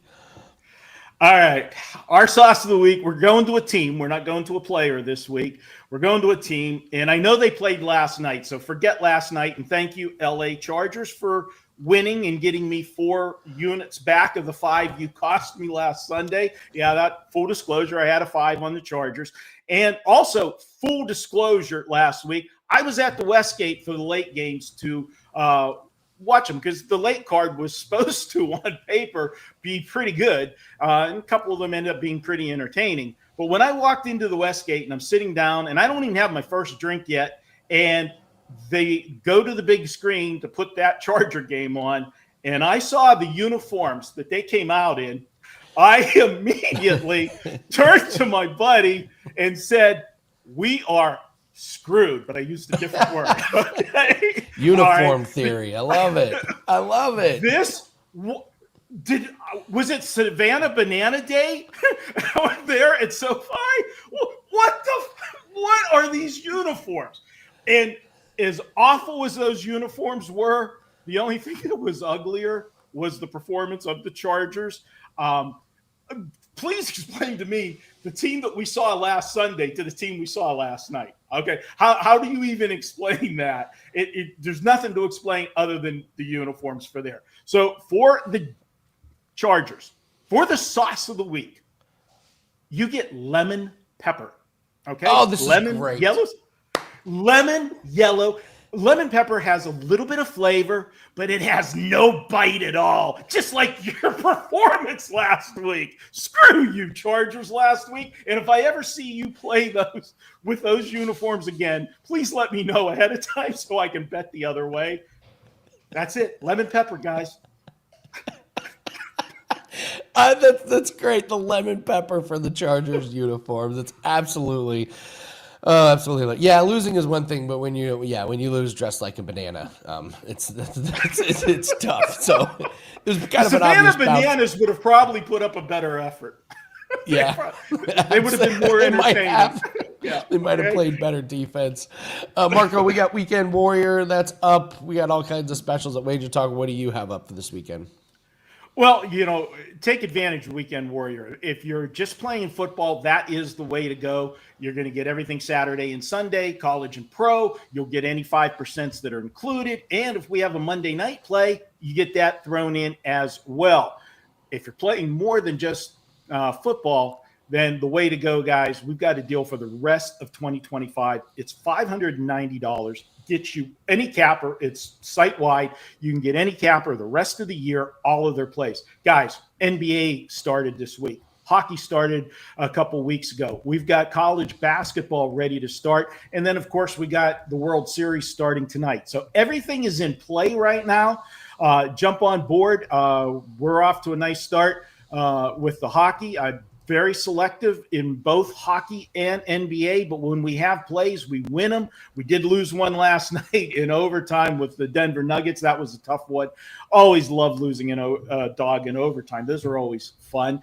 But situation being we are number one in NBA the last 5 years, going back to 2020 in Money One, and number one in hockey the last 4 years, going back to, 2020 for NBA, 2021 for hockey. So jump on board for either of those packages. And we do have a big play coming this weekend. Our college football 4% and 5% plays are now 12-4 for the season. Looking forward to a couple big plays on Saturday in college football. Marco D'Angelo, great breakdowns, and he comes in hot with the lemon pepper sauce. Marco's plays are up at WagerTalk.com. Thank you, Marco. Have a great weekend, my friend.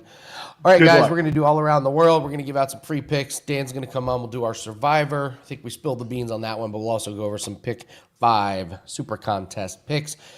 I've talked about it all week. Week 8 props pack is up right now. That's over at WagerTalk. You get all of our NFL props client plays. Coming off a 6-4 week, we're doing really, really well in NFL props. It's been one of the bright spots this season. Let's do some free plays here with all around the world. You guys heard me talk about him on the show. Let's go right back to Reed Shepherd, over 2.5 assists. That was the most brutal matchup he's going to get. He didn't even start, and he got over this total. He gets the Pistons. Let's say the Pistons backcourt is not as aggressive on defense as the Oklahoma City Thunder. We'll say that. So go with Reed Shepherd over 2.5 assists. Bills and Panthers, Josh Allen over 1.5 passing touchdown. He's gone over in 4 straight games. He had 3 last time he played the Panthers. Looks like Andy Dalton's going to be playing for the Panthers. So I don't know what Andy Dalton has to do with that handicap, so actually forget that. Delete that, Dan. All right, 49ers and Texans. Christian McCaffrey over 43.5 receiving. This one terrifies me because this was going to open at 52.5, and now it's down to 43.5, and I don't know why. I don't know if they're getting some more. I don't know if they're getting receivers back or whatever, but he's flown over this total in every game this season. His lowest receiving total is 52. I'm just going to ride the streak. We made a lot of money betting on Christian McCaffrey over his receiving, but this line kind of falls in the category of this makes no sense, and maybe the books know something I don't. So those are your free plays. All right, Dan, come on in here. Let's do Survivor, and then we'll do the picks. Dan, your show is going to be up later today where you go over your official bets for that. But let's do Survivor first. This is going to be a pretty easy. Yes, segment. it should be pretty straightforward. And yes, now we're in week 8 of getting to see this lovely graphic because you and I have both survived here. And yeah, it's that obvious. If you have the Colts, you play the Colts, right? If you still use them, Andy and I both used them in both of our entries. The thing is on the Bengals here, and yeah, sure, we've seen some money show for the Jets, but as you talked about in Sell Me, like that's more of a backdoor cover or a like. The Bengals actually have a real shot of making a potential playoff push and making it relevant for when Joe Burrow could potentially be back. Like they look good. Their defense looks better. The Jets have all these kind of injuries stocking up. You have that internal, turmoil that you kind of have in the locker room with the owner saying that Justin Fields essentially sucks and Justin Fields responding to it at a press conference. So it was a team who was already playing really poorly and now have all this extra stuff outside. And Andy, we were flirting with, Atlanta, the Patriots. I think there's better times to use both of those teams later in the year. There's no other time that you're going to feel confident putting in the Bengals. And this also hits the smell test, Andy, of it's week 8. If we lose in Survivor because the Jets pull off a road victory where they're 6.5-point underdogs, I don't care who it's against, tip your hat. You got us, Chauncey Billups. I'm taking the Bengals. Can I just read you the headline? This headline just came out 26 minutes ago. Garrett Wilson and Sauce Gardner out. Aaron Glenn doesn't name starting quarterback. I mean, feels strong. That's a bet how on much more quote, Jetsy Andy. of a headline is that? That's a bet on Jets quote. Yeah.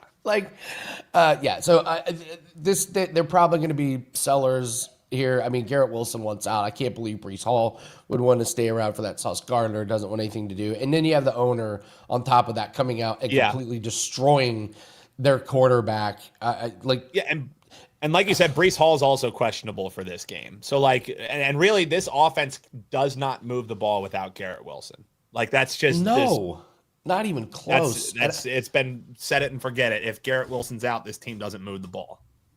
And we watched the Bengals fight for their new quarterback. We watched the Bengals fight for Joe Flacco and this move. Yeah. The Jets ain't fighting for anything. We watched the defense play really well. You know what I mean? I know it was a Thursday night game. Yeah, I know it was a rivalry game, but that was showing me a team in the Bengals that's like, oh my God, we actually have something to play for now. Because the offensive line didn't get any better, but the difference is Joe Flacco can get that ball out. And because of his age, he needs to get that ball out. That read option that Joe Flacco run, who knew that man had it in him? So this is a Bengals team who, for the first time this season, even when Joe Burrow was in and they win that game against the Jets where it was really kind of the Jets lost it, this is the best that this Bengals team has looked. Don't get scared that you're saying, they're laying 6.5. This is when you play them. And if you do have the Colts, you play the Colts. They're 14-point favorites. Yeah, absolutely. That I will tell you, I see in Bet Online, everyone is on the Colts. So you and I need the Titans. Steve Duke also points out no other time. How about at no time do I take the Bengals? All right, Steve, then who are you taking this week and what teams do you have left? Because you're fighting also what teams you're going to pick. So you have the Colts left. You have take the Patriots Colts if left. you have You the Colts Falcons. left. I don't have them. They're all fine picks, but there's better points to take them in the year. So Steve, if this is such a horrible pick, let us know what your pick is and what your Survivor pick is. I'd love to see it, but I think it makes sense here, Andy. And maybe we'll be idiots Monday, but I don't think so. All right, let's go over my pick 5 mega contest picks. I went 3-2 last week. That keeps me. I'm not on the front page anymore because a couple people had the Chargers last night and they moved ahead of me. But I'm within 3 points of the lead here. So I'm just, you know what worked last week, Dan, was just fading these terrible teams, and I'm going to go right back to it. Falcons at home against the Dolphins. Dolphins are a mess. They're the worst rush defense in the league, so I think Bijan and Algier just runs wild through them, and I am going to take the Bengals minus 6.5 in the contest. We went over the Jets. I don't trust this Houston Texans team, Dan. I faded them last week. I don't trust them at all. That offensive line is so bad. And 49ers, they're not healthy, but they're getting a little bit healthier. And I like the fight that they showed last week. The quarterback situation's a little messy, but I thought the defense at least tried. I think they're going to be able to pressure Houston.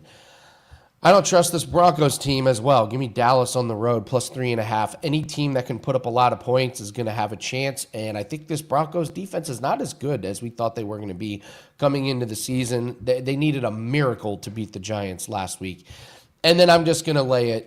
This is a fade of Marcus Mariota on the road against the Kansas City Chiefs. I'll lay the huge number. I mean, this is a Kansas City Chiefs team that covered this against the Detroit Lions. If this was Jaden Daniels, I don't know what this line would be, but I've watched Marcus Mariota, and the offense is very limited. They got very limited weapons in the receiving game. So I'm laying a couple big numbers here, but it's worked for me so good. So you got Falcons, Bengals, 49ers, Cowboys, and Chiefs. Any of those you going to be tailing in your contest, Dan? Yeah, actually, one of my favorite picks this week, and one that I bet myself too. I think you have a WTF special in the 49ers. It's a wrong team favored special. I mean, I get it. The 49ers are banged up. They're on the road, this, that, and the other thing. But really, I think we're putting a little bit too much weight in the loss that they had most recently, because before that, Mac Jones hadn't lost as a starter with Kyle Shanahan against, I would argue, better opponents. That offensive line is awful for Houston. So even with the banged up front for the 49ers, the offensive coordinator is even worse than the offensive line for that Houston team. So that's one I like a lot. I like the Cowboys. A couple of these I was looking towards as well. I have 3 other ones that we'll be going with. So let's make millions. Going to be dropping around. Let's call it like 2:30 today, and that'll be me and Adam Rosenberg's 5 picks on our Circa picks for this week. We're within striking distance. We've had 6, or we're going for 6 straight winning weeks. So let's make it 6. Yeah, so 5 straight winning weeks on a nice little run in striking distance. But we're looking for that elusive 5-0 weekend. You know, it's tough picking 5 NFL sides. Whenever you're profitable, it's a good thing. So, all right, before we go, Dan, what's the one bet you lost that you can't prove it was fixed, but you know deep down it was? Yeah, for me, shocker, it's a Eagles game. Some folks will remember there is not a clear recovery game. This was probably close to 10 years ago now, and it was really when I first started sports betting, and it was a great spot. Prime time, Philadelphia Eagles against the Dallas Cowboys. Absolutely love the Eagles as the road dog. Started off with a bang. The Eagles kick off down to the Dallas Cowboys. Ball gets punched out. Clear as day, ball goes out. It wasn't the guy's knee was down, anything. Eagles clearly goes into a pile. The pile was 90% Philadelphia Eagles. A Philadelphia Eagles player comes out with the ball, and the call from Bill Vinovich, no clear recovery. Okay, no clear recovery. And then later in the game, Dallas Goedert running for a touchdown, gets his helmet smacked off. He gets hit so hard, his helmet pops off, and he's running down the field with half a helmet on his head. Ball is coming back. It would have been a game-winning play for the Eagles and a cover for the Eagles. Offensive pass interference on the guy who got his helmet knocked off on the play. Andy, I can't prove it, but the not a clear recovery game with Bill Vinovich, damn it, that game was rigged, Andy. That game was rigged. All right. Last night's total. Why'd they kick that field goal? That's a good one. Last night's total. No one. Why did they kick that field goal, man? So true. All right, we went a little late, but that's Football Fridays. Thank you very much. Dan's show is coming up here in a couple hours. Myself, Jim, and Corbin will have our NFL prop show up either late tonight or tomorrow morning, so we'll break down all the props. We got a lot of teams on bye, so we got some limited props, but some real good ones. Our NFL props pack is up. UFC Best Bet is up. We only have 1 play, but we love that play. That's over at wt.buzz/AL. Good luck this weekend. Make sure you join us on Monday. We'll recap the weekend, get you ready for Monday Night Football, and get you ready for a big week. Thank you so much for joining us. Hit the like button, leave in the comments section. What's the one bet you lost that you can't prove it was fixed, but deep down inside, you know it was rigged against you? Thanks for joining us, guys. Have a great weekend. Take care. Welcome to WagerTalk.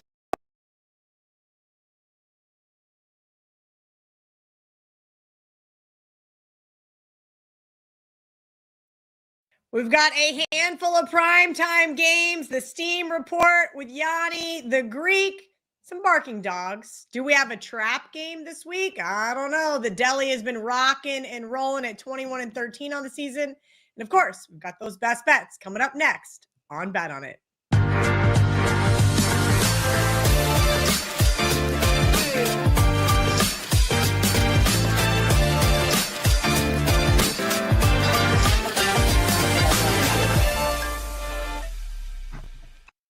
I'm Kelly Stewart, Marco D'Angelo, front and center. Gianni The Greek, not so centered in his shot. All jokes aside, we're going to get right into these primetime games, starting with Thursday Night Football.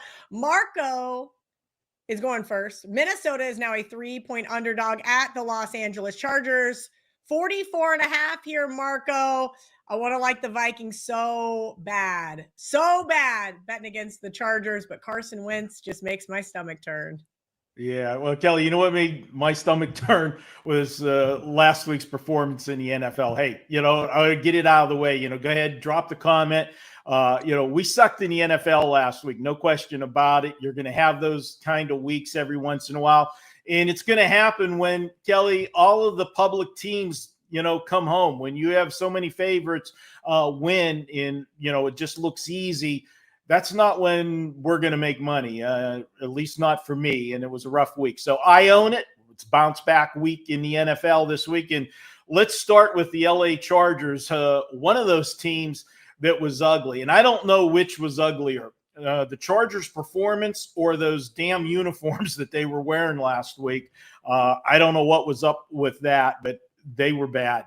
I always say no team is as bad is their worst game, nor are they as good as their best game. You couldn't have seen a worse performance from the Chargers last week. The Colts were able to go up and down the field the entire game. The Colts ran the ball against the Chargers, but the Vikings don't run it well. In fact, they've been held to under 100 yards rushing in 4 of their last 5 games. The Chargers fell behind early in that game, and it was quick because Indy, never punted. They just kept scoring. So the Chargers had to abandon the run game, and instead they threw the ball 55 times in that game. They did complete 37 of them for 391 yards, but you can't have a split like they had run pass. You don't win in the NFL that way. Carson Wentz will be under center once again, as Kelly said. There was some speculation that J.J. McCarthy might come back. He's been ruled out officially. Probably if this game wasn't on Thursday, he might have had a better chance. But when we look at Carson Wentz and what the Vikings have done, they're 2-2 since he's taken over. They scored 48 points in that first game that he started, but that was against Cincinnati. Since then, 21, 21, and 22 points the last 3 games. I don't see them having success against the Chargers. The Chargers were in a bad spot last week. I guess this team, they look tired with all the travel that they've been having early in the season, especially these couple, East Coast trips that they took in recent weeks. But now they're at home for a second week in a row. I think you see a better performance from the Chargers. They're not as bad as they looked last week. You'll see a better performance here. I'm calling it the Chargers 24-17. All right, Sunday Night Football. Green Bay is a 3-point road favorite at Pittsburgh, 44.5 VR. And I want to talk about something we talked about off air with our producer, Dan. Everything is pointing for me to take the Packers here. I know it's up to 3.5 now on the odds logic screen, which is significantly different. So let's talk about not only the line move, but Mike Tomlin as a home underdog. Well, here's the thing. That's a strong trend, but you got to keep in mind it's with different teams. You know what I mean? Like, it's not like he did it with this team. So I don't worry too much about those things, to be honest with you. A trend like that's not going to scare me off of backing Green Bay when all the data and everything else points to Green Bay. Number one, we look at passing success rate. Talk about the correlation to winning football games. We have Jordan Love, that's top 7 in the NFL. We have an Aaron Rodgers who's below league average. That's correct. He is now below league average in passing success rate. Then we have a Green Bay team that's top 5 power rating on my power ratings. Only 3 teams I have above Green Bay that would be favored over them on a neutral field. Against the Pittsburgh Steelers, I have 16 teams that would be favored over the Steelers on a neutral field. They're not even in my top 15 as far as power rating goes. And when you look at the efficiency of the offense and the defense, here's the bottom line. You have a Green Bay team that's number 7 in offense, number 5 in defense, and that's against the 15th toughest schedule in the NFL. We have a Pittsburgh team that's 16th in offensive efficiency, 20th in defensive efficiency, and they've only had the 26th toughest schedule in the NFL. So that 4-2 record is as phony as it comes, and that's why their point differential is only plus 10. When you look at Green Bay, same 4-1-1, 4-win football team, their point differential is greater than 3x the Pittsburgh Steelers point differential. That's a team that's actually winning football games, not getting lucky, not having an easy schedule. Pittsburgh, the opposite of that. I get it. They're at home. I get it. It's a primetime game. I get it. They're coming off a divisional loss on prime time. All of that. So it should be shaded towards that bias, that negative. But I can't overlook the fact that the Packers keep winning games, but not covering spreads. They're not outperforming the betting market. In fact, they haven't lost a game since the 21st of September, but they haven't covered a game since the 11th of September. So this is a team that's gone an entire month only losing 1 game and not covering a single game. So they've underperformed against the market. Pittsburgh, the opposite. They've won 3 of the last 4 games, covering 3 of their last 4 games, outperforming the betting market. Why? Because the one game they were a coin flip -1, the other game they were an underdog, and the only legit game was against the bad Cleveland Browns. Fade the Steelers on Sunday night. Green Bay is going to be the public side. We're going to hear that all week, how the books need the Steelers, how the books need the Steelers. It's not going to matter. Lay the points with the Packers. I am, for one, so happy there is only one Monday night football game this week. Washington plus 10.5 at Kansas City, 47.5. And look, Chiefs, right back where we expected them to be to start the season after winning 2 games in a row, Lions and Raiders in the last 2 weeks in Arrowhead. Now they have a 3rd straight home game and back to being Super Bowl front-running favorites. The problem is being a double-digit spot at home has not been profitable betting the Chiefs. 15-8 against the spread at home with Patrick Mahomes since 2022. Since 2020, they're 14-24-1 against the spread as a favorite of 7.5 or more. Yes, Jaden Daniels' hamstring injury is built into this line. And look, as of Wednesday afternoon, he's doubtful. That is something as concern to keep in mind here.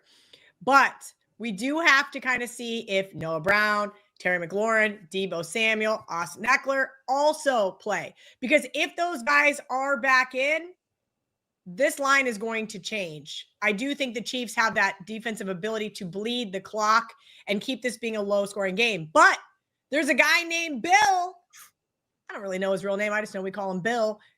Just kidding. That being said, we have to have him have success on the ground. And he can do that against the Chiefs defense, who has struggled against the rush all season long. They keep the chains moving.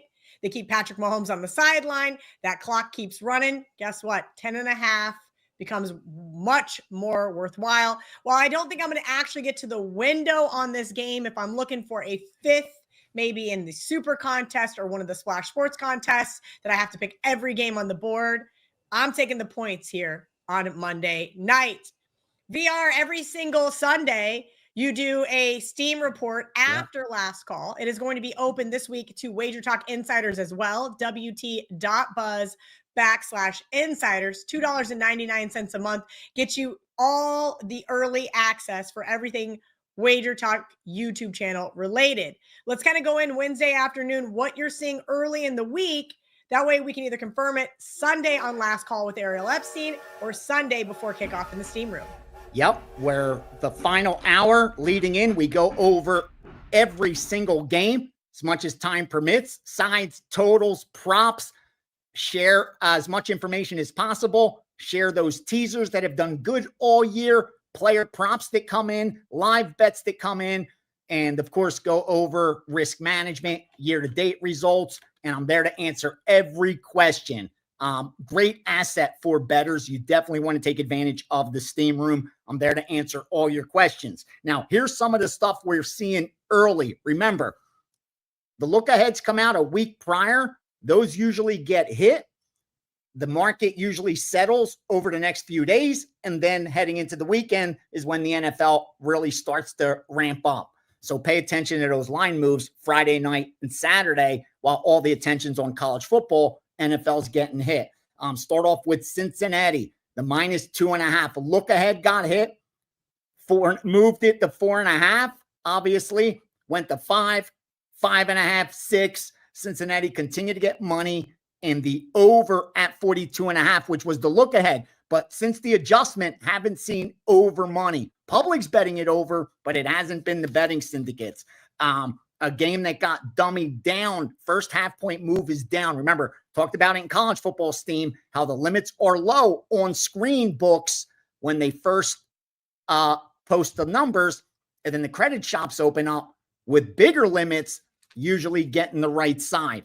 And we saw Atlanta get dummied down a half point and then got steamed, laying that 6.5. That's why you're looking at that key number on Atlanta. The opposite happened with New Orleans, where it got dummied up on the favorite half point upwards.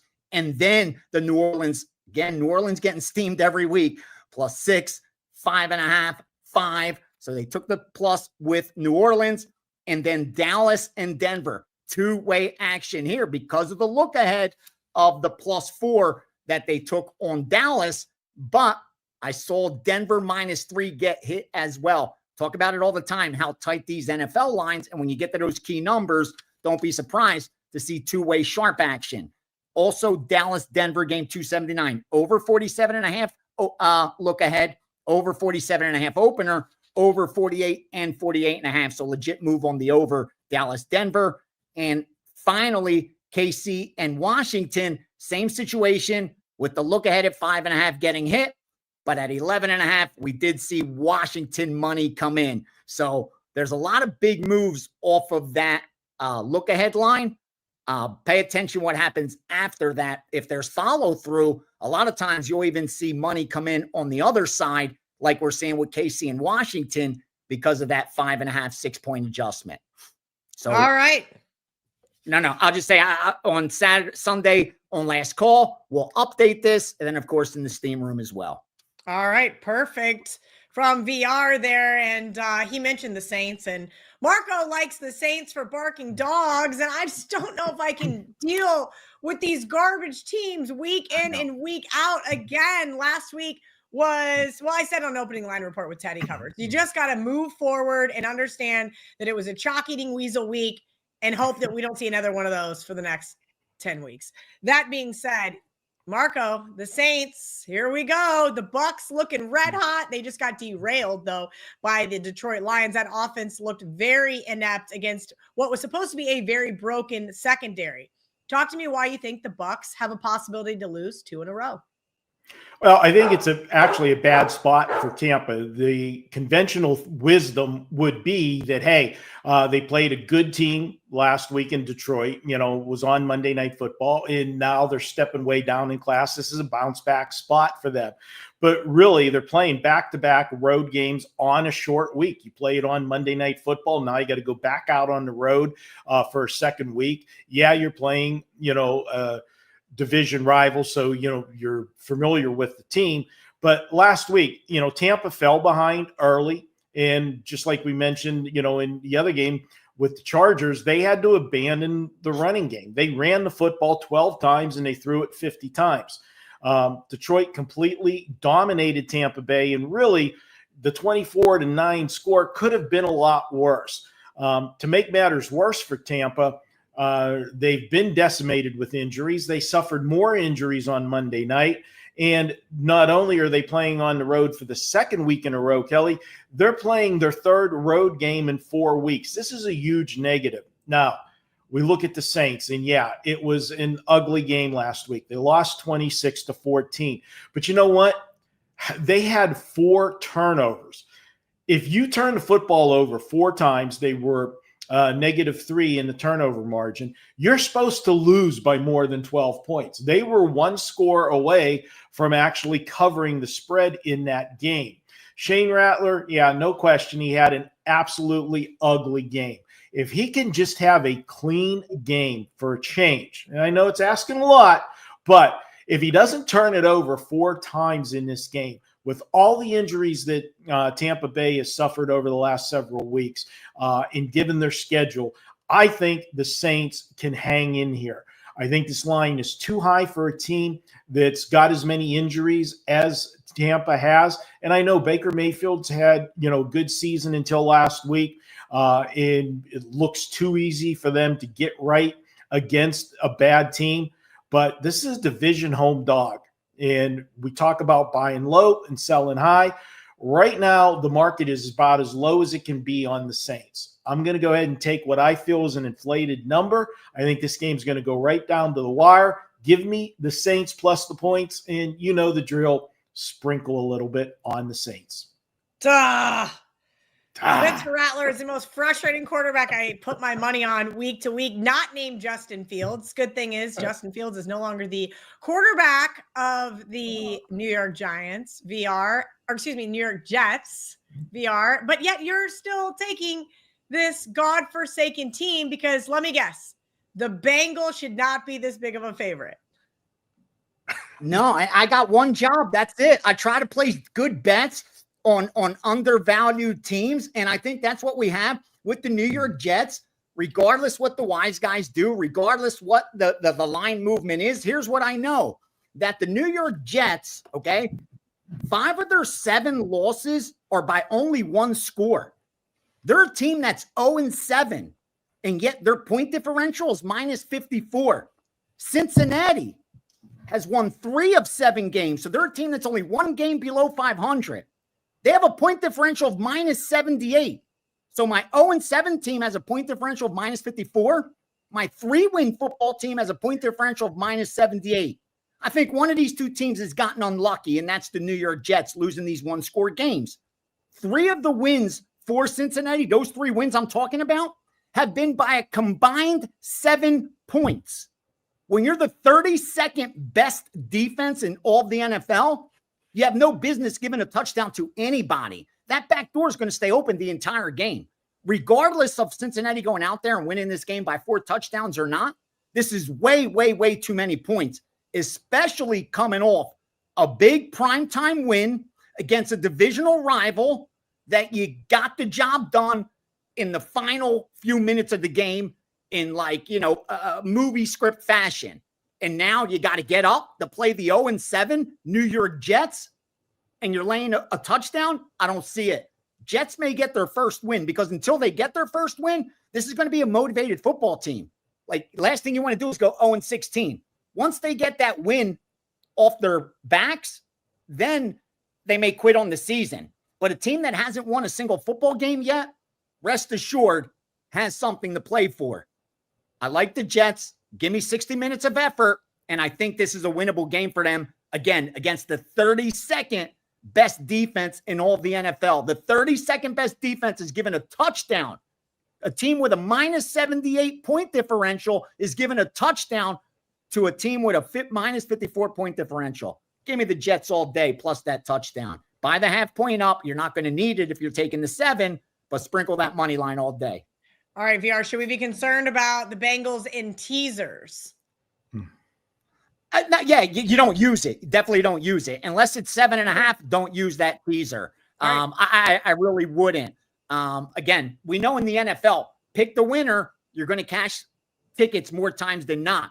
And that's why you can't be afraid to bet the money line on these dogs. We see it every single week where the better team loses. There's just that much randomness that happens in 60 minutes. So, I just don't have the confidence betting money line favorites in the NFL that I do even in other sports because of the fact we just see it every single week. So, yeah, I know Cincy will be the number one teaser for sure. It'll be up there with Philadelphia over the Giants. That'll be a big one as well. But I don't think it's a good teaser. If you like Cincy, lay the 6.5. Another one I think people are going to want to tease is the New England Patriots, but I like the Browns catching a touchdown here on the road. Hey, no disrespect to the Patriots, off nice back-to-back wins, except for those wins road wins were over the Saints and the Titans. So, yes, that offense is clicking on all cylinders, but this is the best defense they will have faced over the last month. And Browns defense, number 3 in EPA per play, number 3 in success rate, number 2 in rushing success rate. I'm going to keep this short and sweet. I think the Patriots probably can win this football game. I know a lot of people are going to want to use them in Survivor. I know a lot of people are going to want to tease them, but be wary. Dylan Gabriel is efficient enough to go in and get the win for the Browns. 7 points is too many. Do I think the Browns are worth a money line sprinkle? Of course I do. Marco D'Angelo, the Deli, not only here on this show, but you do a specialty, Deli segment on the Mega Show, as well as standalone on the WagerTalk YouTube channel. Let everybody know what that is, what they're getting every week, and how well it's been doing. Well, I always have a ton of games that I look at, and we're trying to decide what's going to be make the Deli segment. Is it going to be a sandwich game? Is it going to be a trap game? And what I've done, we did it last year. It was a huge success. We brought it back this year. It's Marco's Deli. It comes out every Thursday. You'll see that late afternoon, early evening as a standalone version. And then you'll also see it in the Mega Show that we do for Bet On It. You'll get 5 more plays. I've been doing 4 college, 1 NFL, 7 episodes. We've had 5 winning weeks, 1 losing week, and 1 break-even week. 21-13 on the season. That's like 62%, 61.7 to be exact. And the NFL plays 6-1 on the season. We give you 4 college, 1 NFL has been the formula so far. So check that out this Thursday. And Kelly, this week, the Deli's bringing a trap game. And I'll be honest with you, I was between 2 games for the trap game. It was going to be the one I'm going to give you, or it was going to be VR's New York Jets. But you know what? I couldn't pull the trigger on the Jets on this show because I didn't want to be talking. And I know you do a show with John Murray on Thursdays. I do a show with John Murray on Fridays. And every week he tells me the same thing. He goes, I don't know who these sharps are, but every week they're betting the Jets. And I just didn't want to be included in that. But I agree with the Jets as well. But my trap game, we're going to take a look at San Francisco at Houston. And I got to ask you questions, and this is why I think this is a trap game. When I say to you that the 5-2 49ers are playing the 2-4 Houston Texans, and I tell you, just pick the winner, you're going to say San Francisco. When I say San Francisco won last week, 20-10, while Houston lost 27-19, and Houston has 1 less day of rest because they played on Monday, and I say, just pick the winner, you're going to say San Francisco. If I also say to you, do the old ABC thing, common opponent, Houston lost to Seattle last week. San Francisco beat Seattle earlier in the year, and now they're playing one another. Pick the winner. You're going to answer San Francisco again. And if I say, who is the best player on either team that's going to be on the field on Sunday? You're going to answer, well, that's San Francisco's Christian McCaffrey. All those questions say San Francisco, and it's pick the winner. And this line's just sitting there at 1.5. That, my friends, is why I call this a trap game. When it looks that damn easy to take a team when the spread is like this, everything says one side. I ain't buying it. This is also a non-conference road game for the 49ers. How many times did I tell you the least important game on a team's schedule every year is a non-conference road game as far as tiebreakers go? And for San Francisco, this is going to be their third road game in 4 weeks. That's a huge negative for any team, especially a team that's been decimated by injuries the way they have. Now, last week, they were able to get by losing Fred Warner. That was probably the most catastrophic injury that they've suffered in the last few weeks. That was the first game without him, and they were facing, an Atlanta team with a young quarterback in Michael Penix Jr. Different story this week, and I have just beat up C.J. Stroud on the way he has regressed since his rookie season. But this is a week against this defense that I think he can have some success. He should be able to throw the ball against the 49ers and tuck the ball and run a few times. Make some plays with your legs. You're going to have opportunities this week. I'm going to go ahead and take Houston in here. And as bad as Houston has played offensively this year, you cannot fault their defense. Their defense has been solid all year. They've held 5 of their 6 opponents to 20 points or fewer. I think this is almost a must-win game for Houston. They get it done at home. Let's go ahead and take the Texans. Lay that 1.5. I've got them winning this one 27-17. All right, let's get into some of those best bets. VR, you're giving us out a total this week. Let me know why you like the under there in Philadelphia, because I leaned the Eagles initially to start the week. I may end up teasing that team. We'll get into that here in a little bit. But let me know also what you got going on over at WagerTalk.com. Oh, yeah. Coming off a losing week in the NFL. Very rare in the regular season. I think I won pretty much every single week. So the bounce back is coming. You know what we did in college football last week after the previous losing week, first one in college football. So my NFL package will be up. A lot of 4% plays. We went 8-1 in those 2 weeks ago. I think we split last week or lost 1 or 2 more than we won. But those have been good all year. If I could upgrade something to a 5, that's what we'll do. But I do have a 5% in college this week instead. And in the NFL, on bet on it, we're transparent. I'm 13-7-1 in the NFL, 14-2-1 on dogs, 4-3 on best bets, 5-2 on TV bets. So up on all 3, 19-5 in college football. So that's a combined 32-12-1 on both betting shows, over 70%. That's what you're getting. We're going under here to add another winner there, under 44 or better. Eagles and Giants. First of all, you have 2 quarterbacks that are below league average when it comes to passing success rate. We like that when we're betting the under. Number 2, we have a lot of recency bias. Giants come in, haven't scored 30-plus points in back-to-back games. We have the Eagles, who have scored 28-plus in 3 of their last 5, allowed 25-plus in 3 of their last 5. Ton of recency bias there. But the market's already accounted for it. It's already adjusted. It's like knowing it's going to rain after the line is adjusted for the rain does nothing for us. Knowing it's going to be 20-mile-an-hour winds when the total goes from 40 down to 32.5 does nothing for us, knowing that the wind's going to be blowing at 32.5. If you got it at 40, it's a different story. And that's what's happening here, because when you look at the New York Giants, they've had zero totals in their games this year.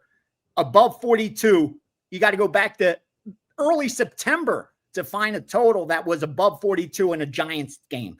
You look at the Eagles, you got to go back to week 2 to find a total that's lined above 44.5. So they've made the adjustment. In fact, when you look at the series between these 2 teams, you look at the last 5 years, and not even the opening line, the closing line, okay? The average on the matchup was 40.4 points.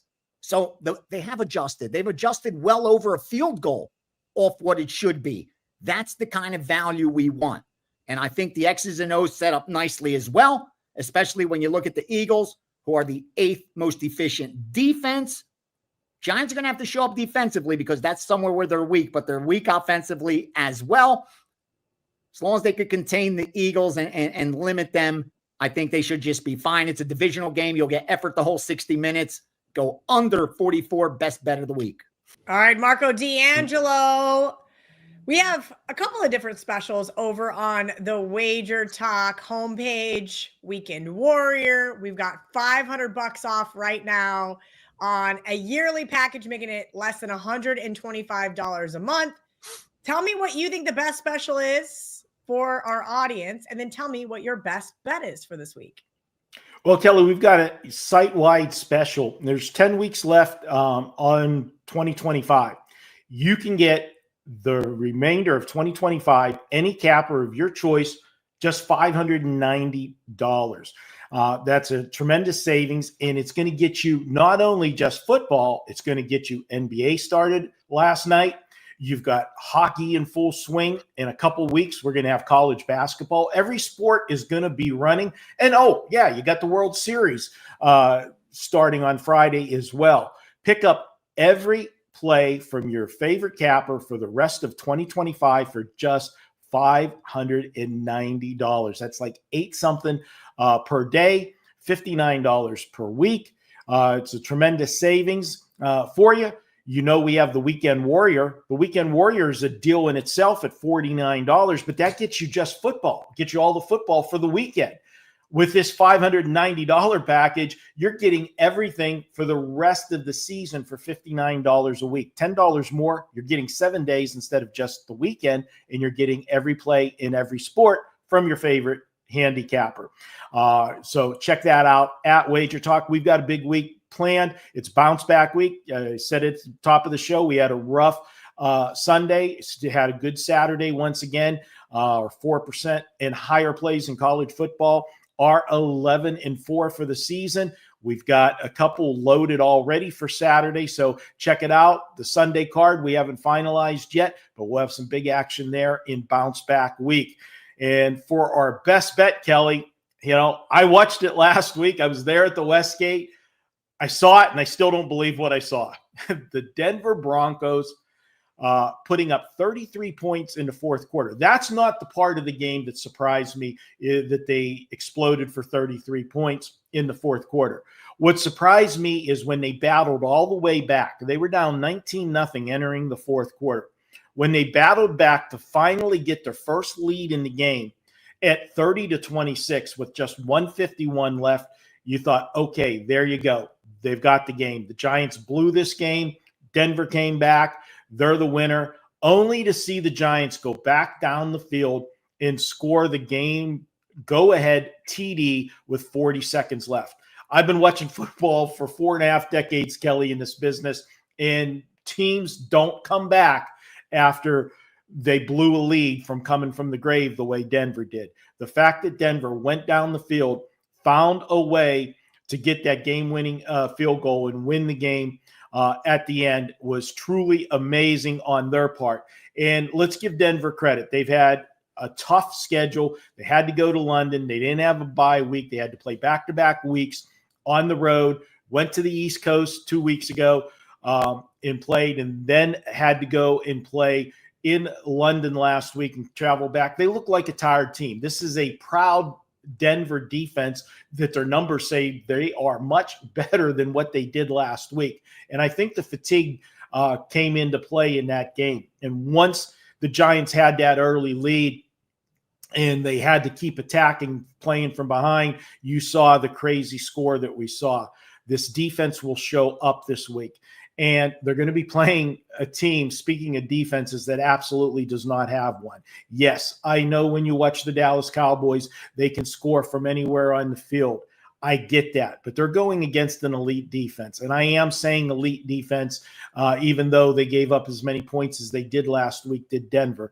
I'm going to say the fatigue was more of the issue. Now they're home for a second week. You'll see the Denver defense that we're accustomed to, and we're going to see the Denver offense that has to be brimming with confidence after the way they came back. I've, rode Bo Nix. He's looked good at times this year, and he's looked like a quarterback that's suffering a sophomore jinx in his second year at times as well. But bringing his team back down the field and getting them in position to win that game last week has to give him confidence. And when you see teams win a game that they probably shouldn't have won, that's how you start winning streaks. and I think you're going to see that with the Broncos. So I'm going to go ahead and lay the points with Denver as my best bet, and I think they roll through this Dallas defense on Sunday. Let's go ahead and take Denver 31-23. After giving out my best bet in the college show, I knew you guys were going to call me a homer. And that's why I gave Marco the Denver Broncos this week, because I didn't want to get called a homer in both shows. But Marco, I agree with you. I like Denver here laying the points as well. And I just had to change my best bet because I'm over here on social media. I'm seeing Lamar Jackson getting food at 3:00 in the morning from a food truck in Florida. I don't know if he's going to be a go this week. I know it's only Wednesday afternoon, but those kind of things do start to scare me, especially when I'm giving you guys a best bet. I want to be able to give you guys the best of the information as well as the best of the number. And I don't feel like I can do that as it stands right now with the Ravens. And that is kind of crappy. So we're going to punt the Ravens until we get a little bit more information here.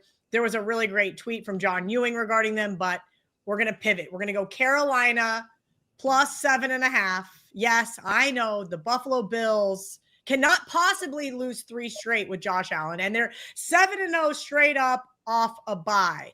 But I'm just saying you guys should be a little wary of the team that is 4-2 straight up and 2-4 against the spread. This defense has slipped up a little bit lately, given 350 yards up to guys named Drake May. Carolina 5-2 against the spread after a really ugly win over the Jets. And yes, keep an eye on Bryce Young. Now, I will say, I was just reading on the internet. Dr. Chow said this is not a traditional high ankle sprain. Dave Canales says if Bryce Young is available, he will go. And if he's not, they do still have a guy named Andy Dalton who can be serviceable enough to keep this within the touchdown. Bills, guess what? Those 4 wins that they do have against teams with a combined record of 3-21. Again, Carolina kind of rocking and rolling. They've won 3 in a row here. If you guys remember, I was high on them to win the NFC South this year. I wanted a longer shot that wasn't named the Bucs, and I think Carolina still has an opportunity to give that Bucs team a run for their money in this division. Give me Carolina plus 7.5. Be careful of Buffalo and teasers. Be careful of Buffalo and Survivor, because I think Carolina can get this win here at home. Shout out to all of you guys for hanging out with us here on Bet On It. From myself, Marco D'Angelo, Gianni The Greek. We're going to put up that recap graphic for all of you. And of course, if you guys missed that college football edition of Bet On It, it's going to be posted on the WagerTalk YouTube channel here this afternoon, but Dan is not changing the slides, so I can't point to it. Maybe he fell off a cliff. There it is. Thanks, Dan, for being so attentive. It's like he's only running 4 other shows in the background while we record Bet On It. If you guys are looking for the college football edition of Bet On It, it is right here. If you guys are looking for that mega show with all of the added trends, angles, deli, and so forth, don't miss another episode right here on the WagerTalk YouTube channel. Till next week, let's bet on it.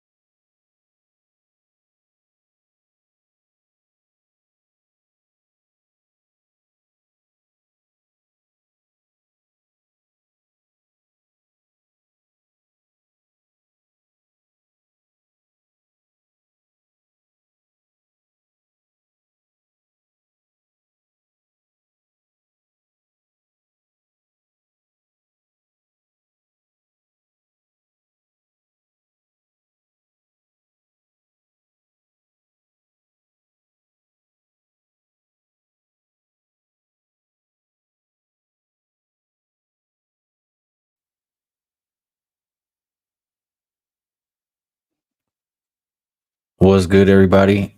Welcome into another episode of Profit Picks. If you are new, we always start this show by being transparent, and hopefully it's working okay. I was trying to wait. I was having some internet issues. Cox internet sucks in Las Vegas. If you're not from out here, if you don't know, it's terrible. So every now and then I'll have a day like today.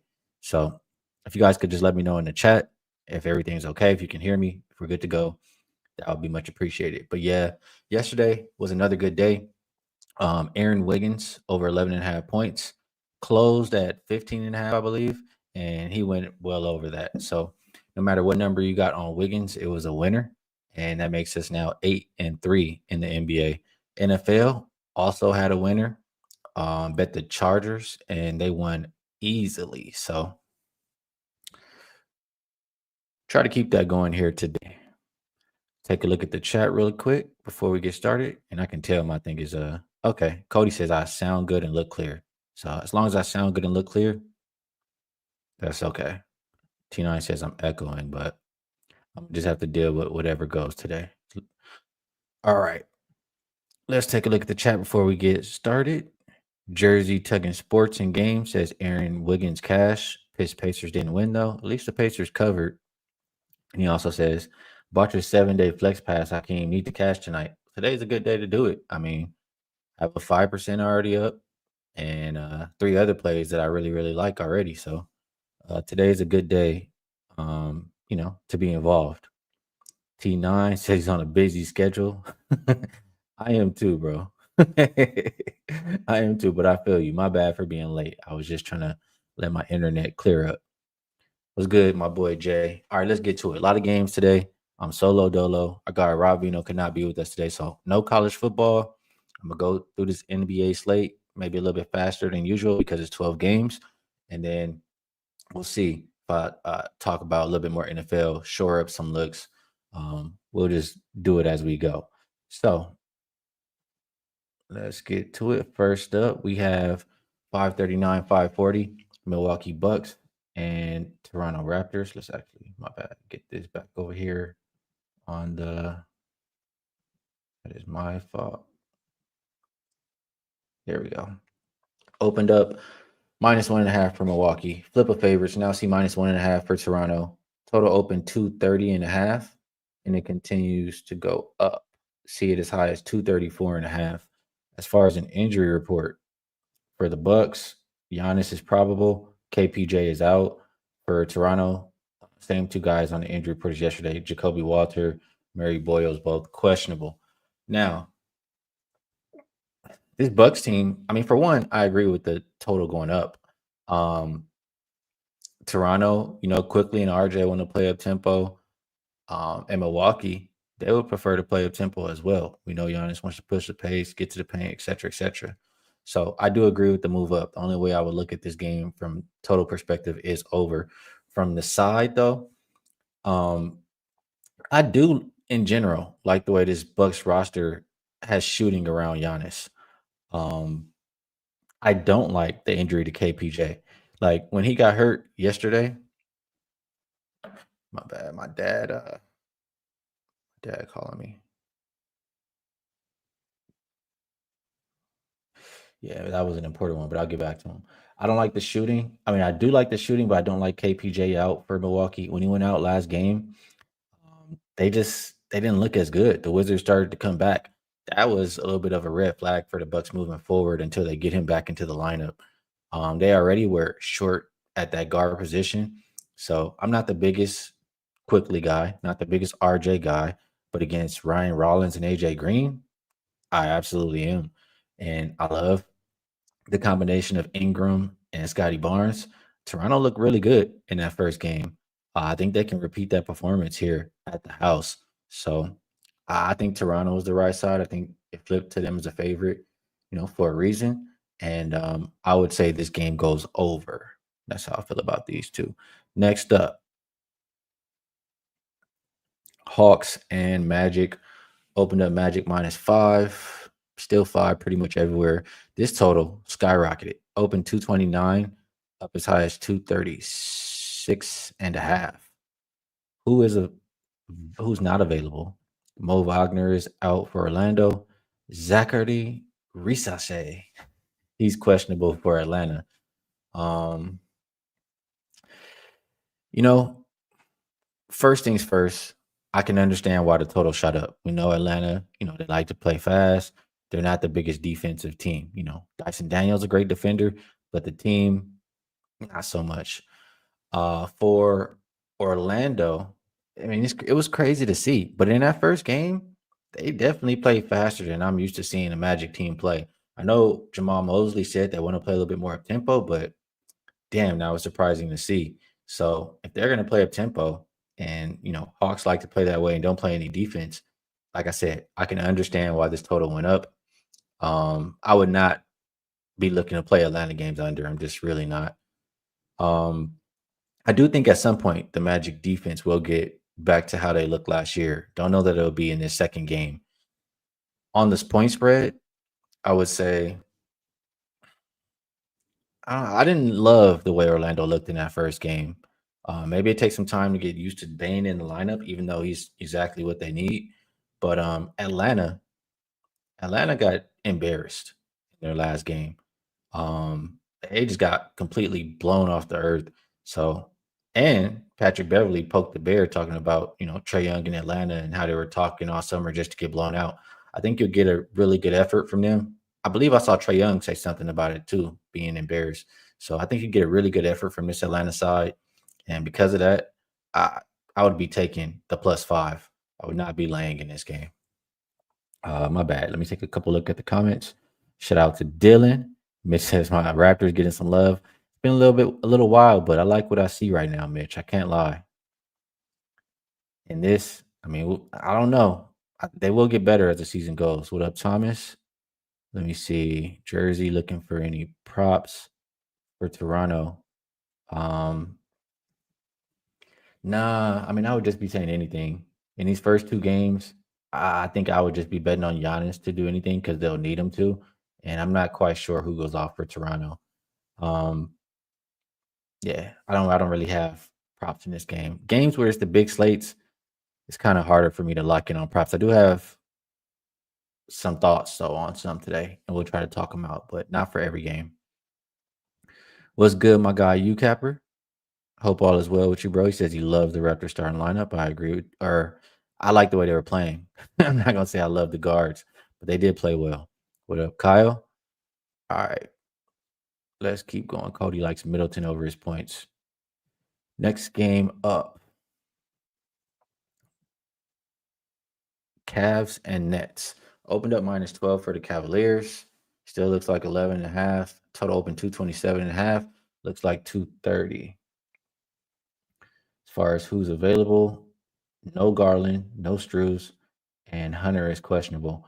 For Brooklyn, Danny Wolf out, the rookie, Powell out, and Highsmith out. So I can agree again with the total going up. I mean, this is a Brooklyn Nets team that plays absolutely zero defense. You do have a couple people who you can trust to get buckets. Cam Thomas probably number one, but if they're going to win games, it's going to be by outscoring. It's not going to be by getting stops. And I understand they're a big dog. I'm just saying that is the Brooklyn Nets. For the Cavaliers, they're fine playing up tempo, and they can score with the best. You are missing some pace and some points with Garland. You're missing some shooting with Strus, but against this Nets defense, I think it's soft enough for them to be able to score however many points they want.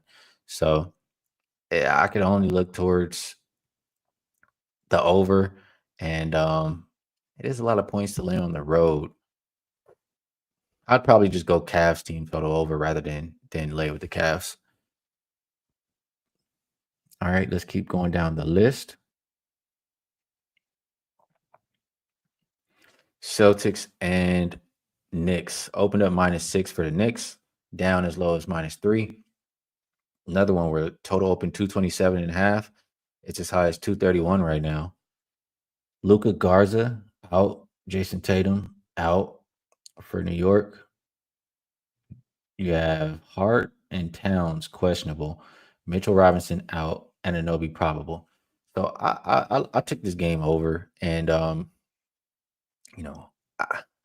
really, you have a Boston coach who wants to play up tempo. I mean, I've talked about before the Jaylen Brown quote where he says he feels like he's playing on more of a track team than a basketball team.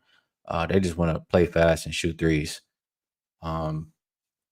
For New York, Mike Brown, he likes his teams to play faster too. And you could just see New York playing a lot faster than we're accustomed to.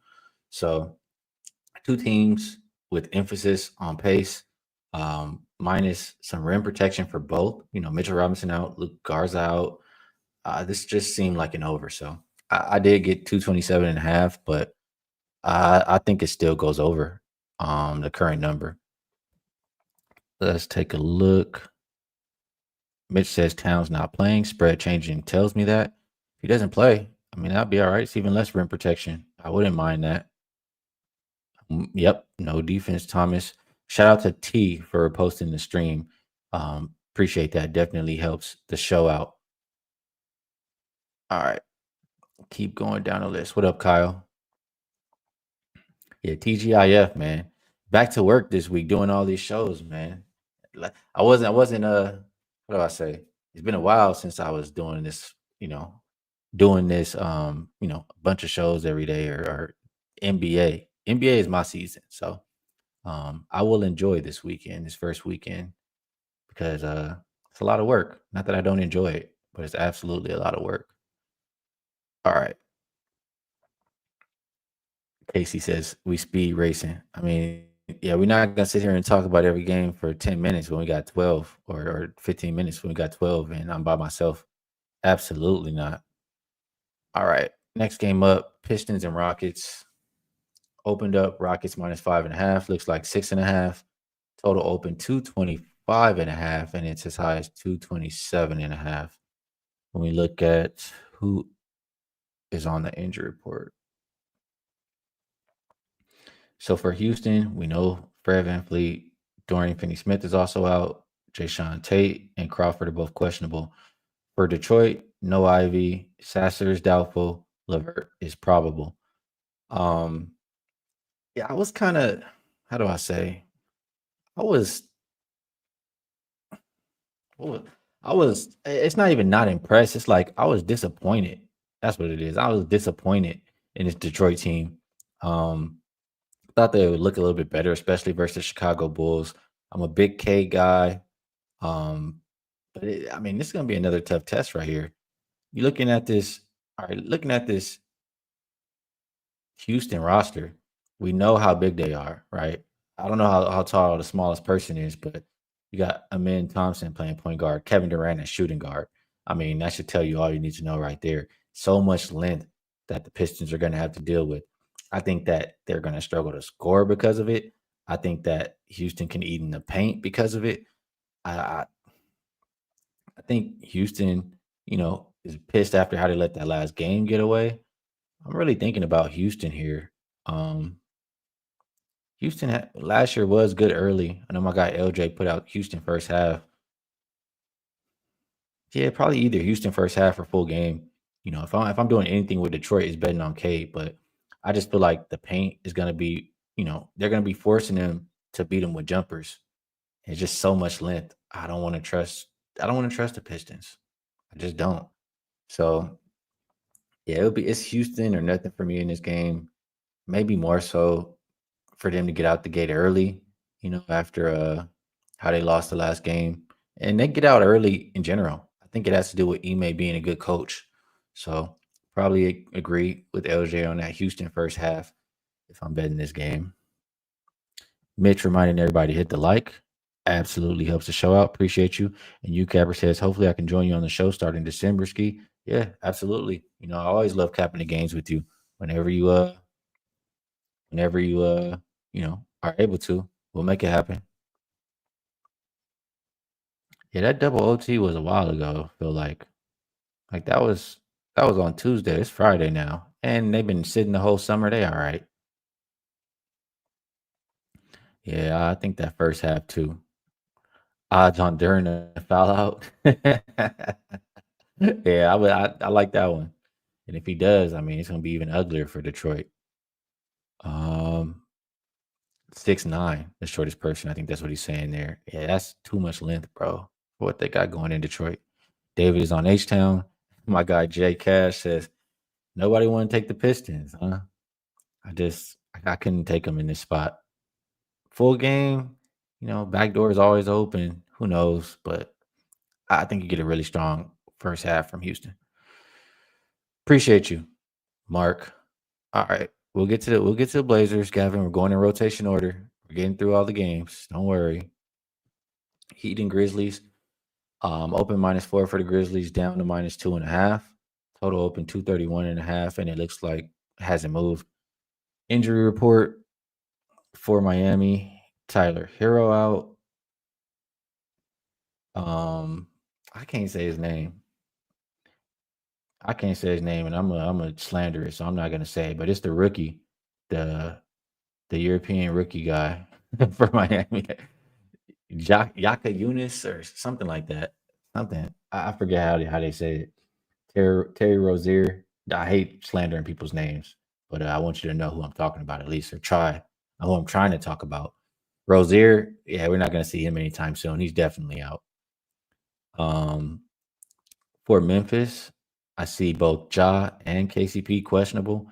They'll continue to be without Brandon Clark, Zach Edey, Ty Jerome, Scottie Pippen Jr., and Vince Williams. Missing all them people, there's no way I could look towards Memphis Lang. Absolutely no way. So just off the strength of that, Miami plus the points. But this is probably the game I feel the least strong about. So I don't want to waste anybody's time.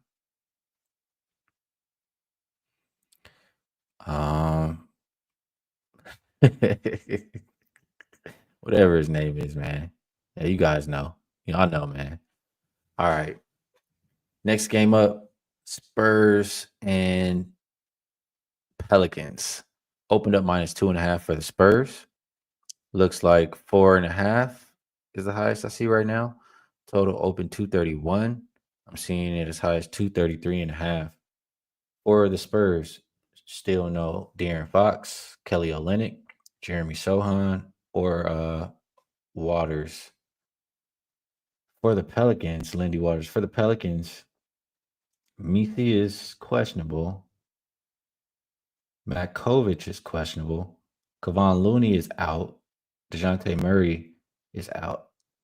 I mean, I get it. If I was a center, seeing Wemby coming, I might be questionable too. Nobody want a piece of Wemby tonight out there in New Orleans. Man, if they don't play, I mean, we just saw what Wemby did to AD, Lively. I don't know why I'm blanking. I can't think if Gaffer was there, but we saw him destroy a good front court. If they don't even have a front court in this team, I mean, I can only imagine what Wemby's going to do tonight. Can't talk anybody off of Wemby's props. He's probably going to have a zillion points, a zillion rebounds. I personally just, I like the Spurs to win earlier. I mean, I still think they'll cover 4.5, but I'm just saying it's Wemby. How is New Orleans going to stop Wemby? I mean, Spurs team is good outside of Wemby, but I don't see it. And Pelicans defense is just soft in general. Yeah, it's just Spurs or stay out the way. Wemby or stay out the way. That's all. I mean, you don't have to say too much on this game. We're just going to be talking just to talk. It's a very simple, 1 + 1 = 2. And UCapper says, oh my God, Wemby's so damn good. David says New Orleans spot. What makes this a New Orleans spot? What makes it a New Orleans spot? Please explain. Because I have a very hard time understanding that.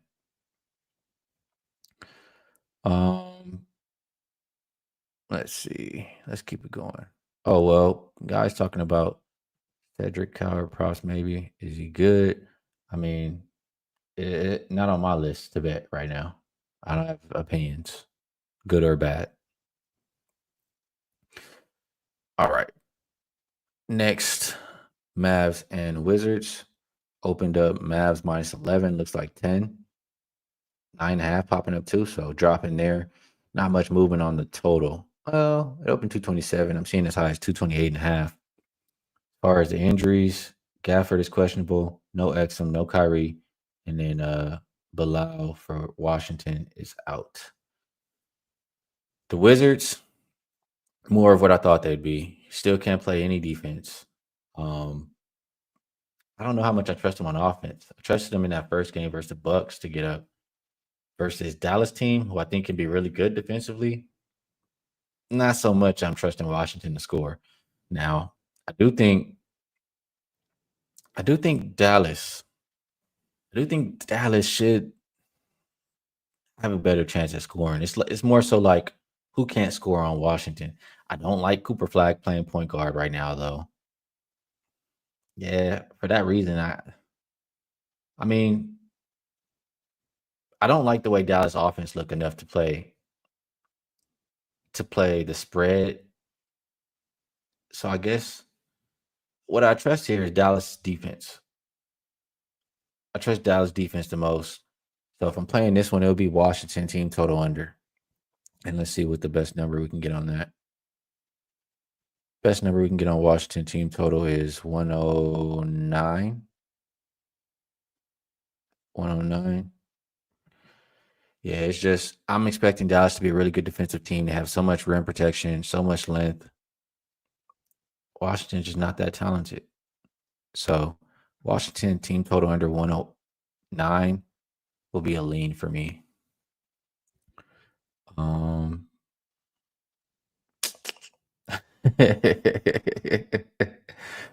The chat, man. Yeah, I'm with you, Capper. Is this just they don't trust D'Lo or what? I mean, yeah, I don't really like him at the point guard. Luis Martinez says the under seems nice. I don't trust Wizards defense. I do trust Mavs defense. Mitch played Trey Johnson to make 2 threes, minus 115. Mark has Cooper Flag over 2.5 assists. Says, hey, man, he's a point guard. Can he at least get 3? What are you talking about? It's not serious, right? He says D'Lo arrested. D'Lo not arrested. I hope not. David says Dallas should look better. I agree. AD is overweight and stuff too. Maybe he'll play himself into shape, but between that, they need to figure out their point guard situation. I think they'll get better as the year goes, but don't really trust their offense right now. Jazz and Kings opened up minus 4.5 for Sacramento. Still looks like 4.5 or 5. Total open 231.5, and that has gone up to 234.5.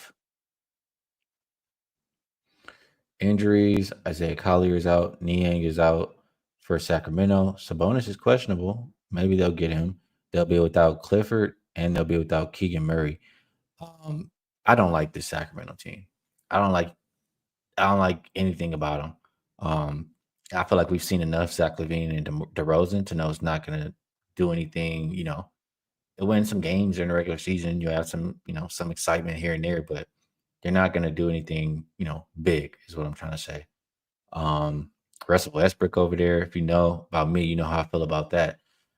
Nothing to like from this Kings team.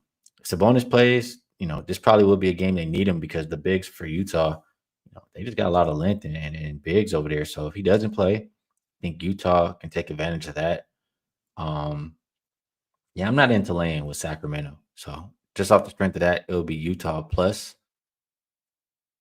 And as far as the total, I don't really trust the Kings to play defense. So the slightest of leans to the over, but did not get involved in that game. Let's see if there is David loves the Jazz. Luis says Kings are ass. Shinley points to anyone give me the Jazz plus 4.5. Start 2-0. Yeah, I'm not into laying with the Kings. Luis says Jazz a buy on team against the spread. I want to play on them more at home. I'll tell you that. But I'm in agreement. And Eddie Cash reminding everybody hit the like. Definitely helps out the show. And I would appreciate it very much. All right. Mark says Westbrook with nonsense already. All right. T-Wolves and Lakers opened up -2 for the Wolves. Still see a 2 or 2.5. Total open 223.5. And it looks like 225.5. Let's Get to the injury report. Nobody on there for Minnesota. For the Lakers, no Thiero, the rookie, no Maxi Kleba, no LeBron James. Then you have Jackson Hayes questionable. I mean, not only that, these guys are not listed, but Luka got a little banged up in that last one. I feel like Reeves got banged up too. I mean, I don't love it for the Lakers.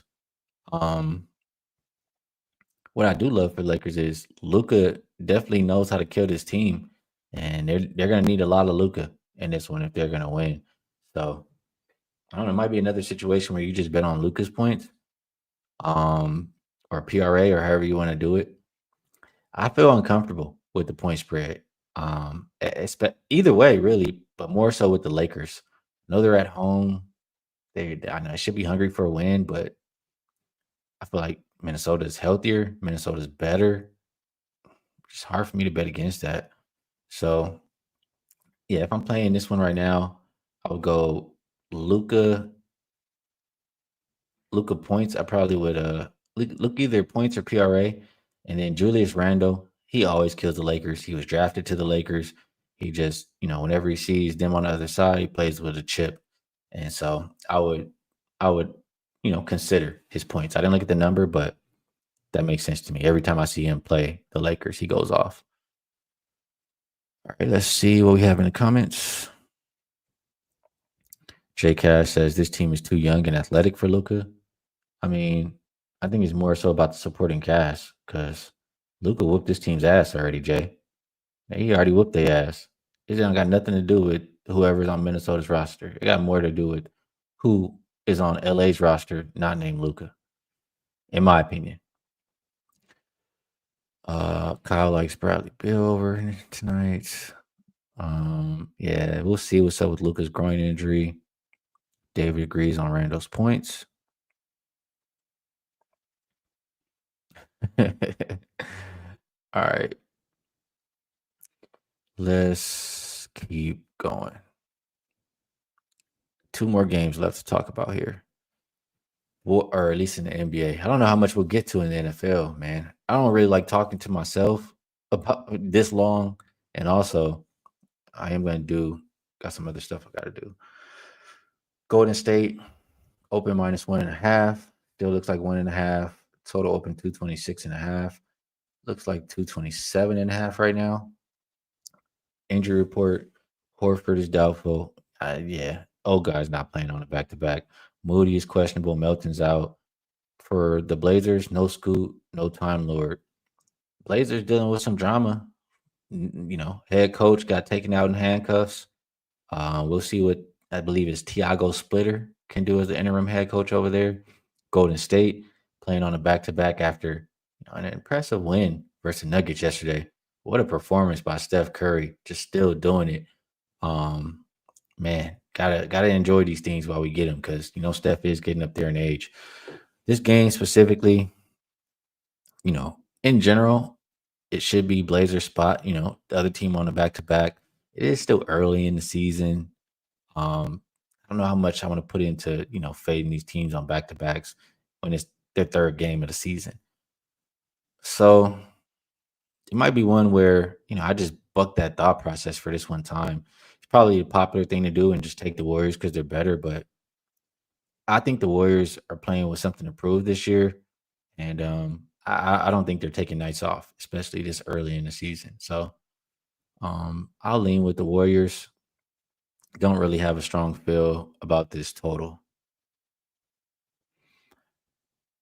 Take a look at the chat. What we got in here in the chat.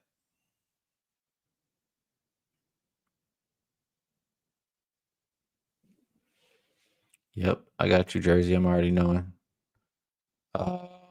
Luis got the Blazers.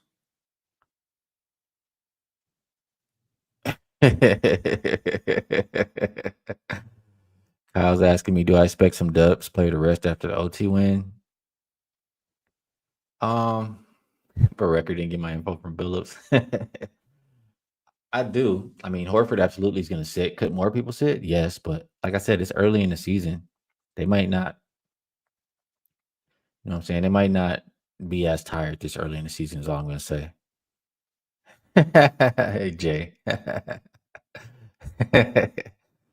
Let's see what else we got here in the chat. What else we got here? Couple guys got the Blazers and then saw the line flip. They were trying to get ahead of it on the front of the back-to-back. It's early in the season. Appreciate you, Capper. Good luck to you too, bro. Mark likes the Blazers first half. Travarius likes Rockets, Timberwolves, Magic. I mean, I talked about what I think, bro. All right, you keep posting it in here. Now I'm getting angry because you just keep posting the same message. Shouldn't even put it on the screen. You don't got to spam your messages, man. And I'm talking about every game. You don't got to ask me what I think. All you got to do is go to where I'm talking about it in the game. That's it. Last game on the slate. Suns and Clippers. Opened up minus 9.5 for the Clippers. Looks like still 9.5 for 10. Total open 225.5. Looks like as low as 223.5. Injury report. Suns will be without Jalen Green. And then for the Clippers, they'll be without Jordan Miller. The Clippers, man, they look like, I mean, I expected it. I said it before the game, but they look like the old guys, like the old guys with the walker with the tennis balls on them. That's what I said. And that's what they looked like coming out in that first half. Jazz were spanking them, and the Clippers were a big favorite. So I know they're embarrassed. I absolutely know they're embarrassed. Ty Lue said, I'll take responsibility for that bullshit. That's what he said after the game. So I think he'll have his team more prepared to play today. The Suns, not that high on them in general. I did bet them in the last game. They were looking bad for most of it, but did find a way to lock in, play some good defense, and come away with the win and cover. But like I said, I'm still not the highest on this roster. I think that the Clippers are much better. And Clippers, like I said, embarrassed. The defense did start to look a little bit better in that second half.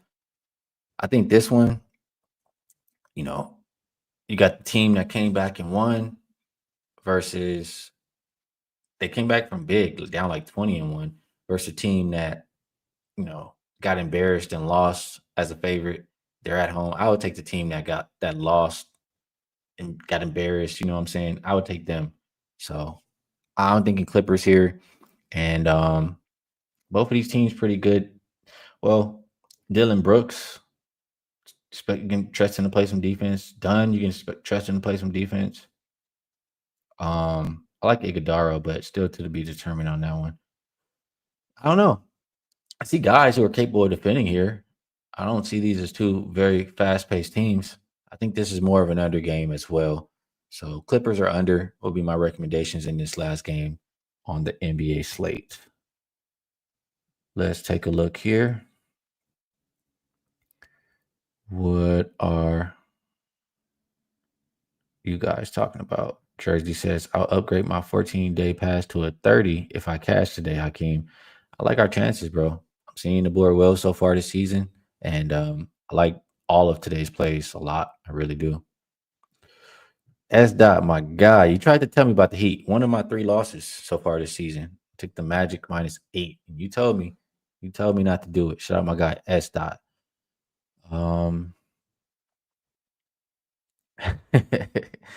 We'll see. I don't know if it'll be on my card, but I definitely am not playing Memphis. S. Dot, definitely. David says Clippers get back today. So does S. Dot. Mitch likes Zubac double-double. I can see him grabbing a lot of rebounds today, and he should be able to get 10 points too. So I think that's a solid play. All right. I don't have a whole lot of time. So I'm going to try to just skip over to football and see if we have anything worth locking in. I know we talked about a little bit yesterday. Anything extra? And honestly, I mean, I still feel the same ways as I did yesterday. So I'll just reiterate the one play that I did give out yesterday. I'll share it again. And Cam Ward over 34.5 pass attempts. You see a 14.5, 15.5 point spread. He should have to throw a lot, right? Indy is a good run defense. Secondary's banged up though. So why would you be running the ball versus a good run defense? Why would you be running the ball if you're down by a big margin? I think Cam Ward's going to have to air it out. So over 34.5 pass attempts. I did bet that one. And I'm liking Denver. I really am. I think this is a teaser week. It's very hard for me to see Atlanta, Philly, and Atlanta, Philly. There was one more. Why am I not seeing it? It's very hard for me to see Atlanta or Philly losing. I think the Ravens. It's a big week for the Ravens as well. I would trust them more than not. Yeah, I don't really have anything else to add. I think I just need more time to get through the NFL card. So much NBA that I'm focused on. I'm gonna spend, after I finish putting in my best today, then I'll continue to lock in the rest of NFL. So this year, at least one. Looking at those teaser legs, looking at Denver, I think the momentum carries over from that comeback, and Dallas defense is terrible. So first half over in that Dallas Denver game, appealing, Denver appealing. Same stuff. So no need to keep going through that. We'll go ahead and get ready to shut the show down. Let me just take a look at the comments before we get to a best bet. Yeah, I'm hungry, Mark. I need something to eat, I gotta go do something else besides be on the screen. All right. Before we go to best bets, let's see what we have to put up here. Weekend Warrior. If you want to be involved with every football play that is released, Saturday, Sunday, and Monday Night Football, you can get them all for $49 with Weekend Warrior. Outside of that, I believe this one is still going here.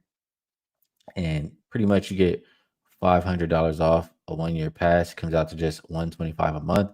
And on top of that, you get a 25% bonus coupon to use on whatever else you like. So I think this is a pretty good deal. $125 a month is about as good as you're going to get. And on that note, last thing I will promote is, like I said, I have a 5% best bet in the NBA today. It's the first one of the season. Season is young, but I love to play. I really, really love it. And if you want to get involved, it's on my page at WagerTalk, best bet for the show. I like to give you guys something, something that you can get the same line as me. And I did give that prop yesterday already. So I also like to give you something different.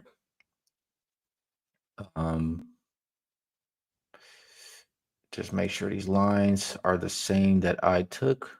A couple of them are not. And so best bet for the show. Okay. We are going to go to the first game that we talked about today. And I'm going to just go with Toronto on the money line. They're -1.5. When it's like that, I mean, I took a -115. Really, I just love what I saw from them in that first game. Playing really good basketball. I love the addition to the roster, like I said, with Ingram next to Barnes. I think that's a lot of length, and it's just a lot you can do with that. For Milwaukee, the only thing to like right now is Giannis. And yeah, they had some shooters around him, but there was already, like I said, it was already iffy on the guard spots. Now KPJ is already hurt, and we saw how bad they looked when he went out in that last game. The Wizards were coming back on them. I think that Toronto at the house can get the dub. So that'll be my best bet for this show. I appreciate everybody for rocking with me. I know it, not the usual show. No Rob Vino here to spit all that good information out. And you guys just have to listen to me talk the whole show. But we'll be back to regular scheduled programming next week. And appreciate everybody in the chat. Good cappers, good people. We all just trying to help each other win.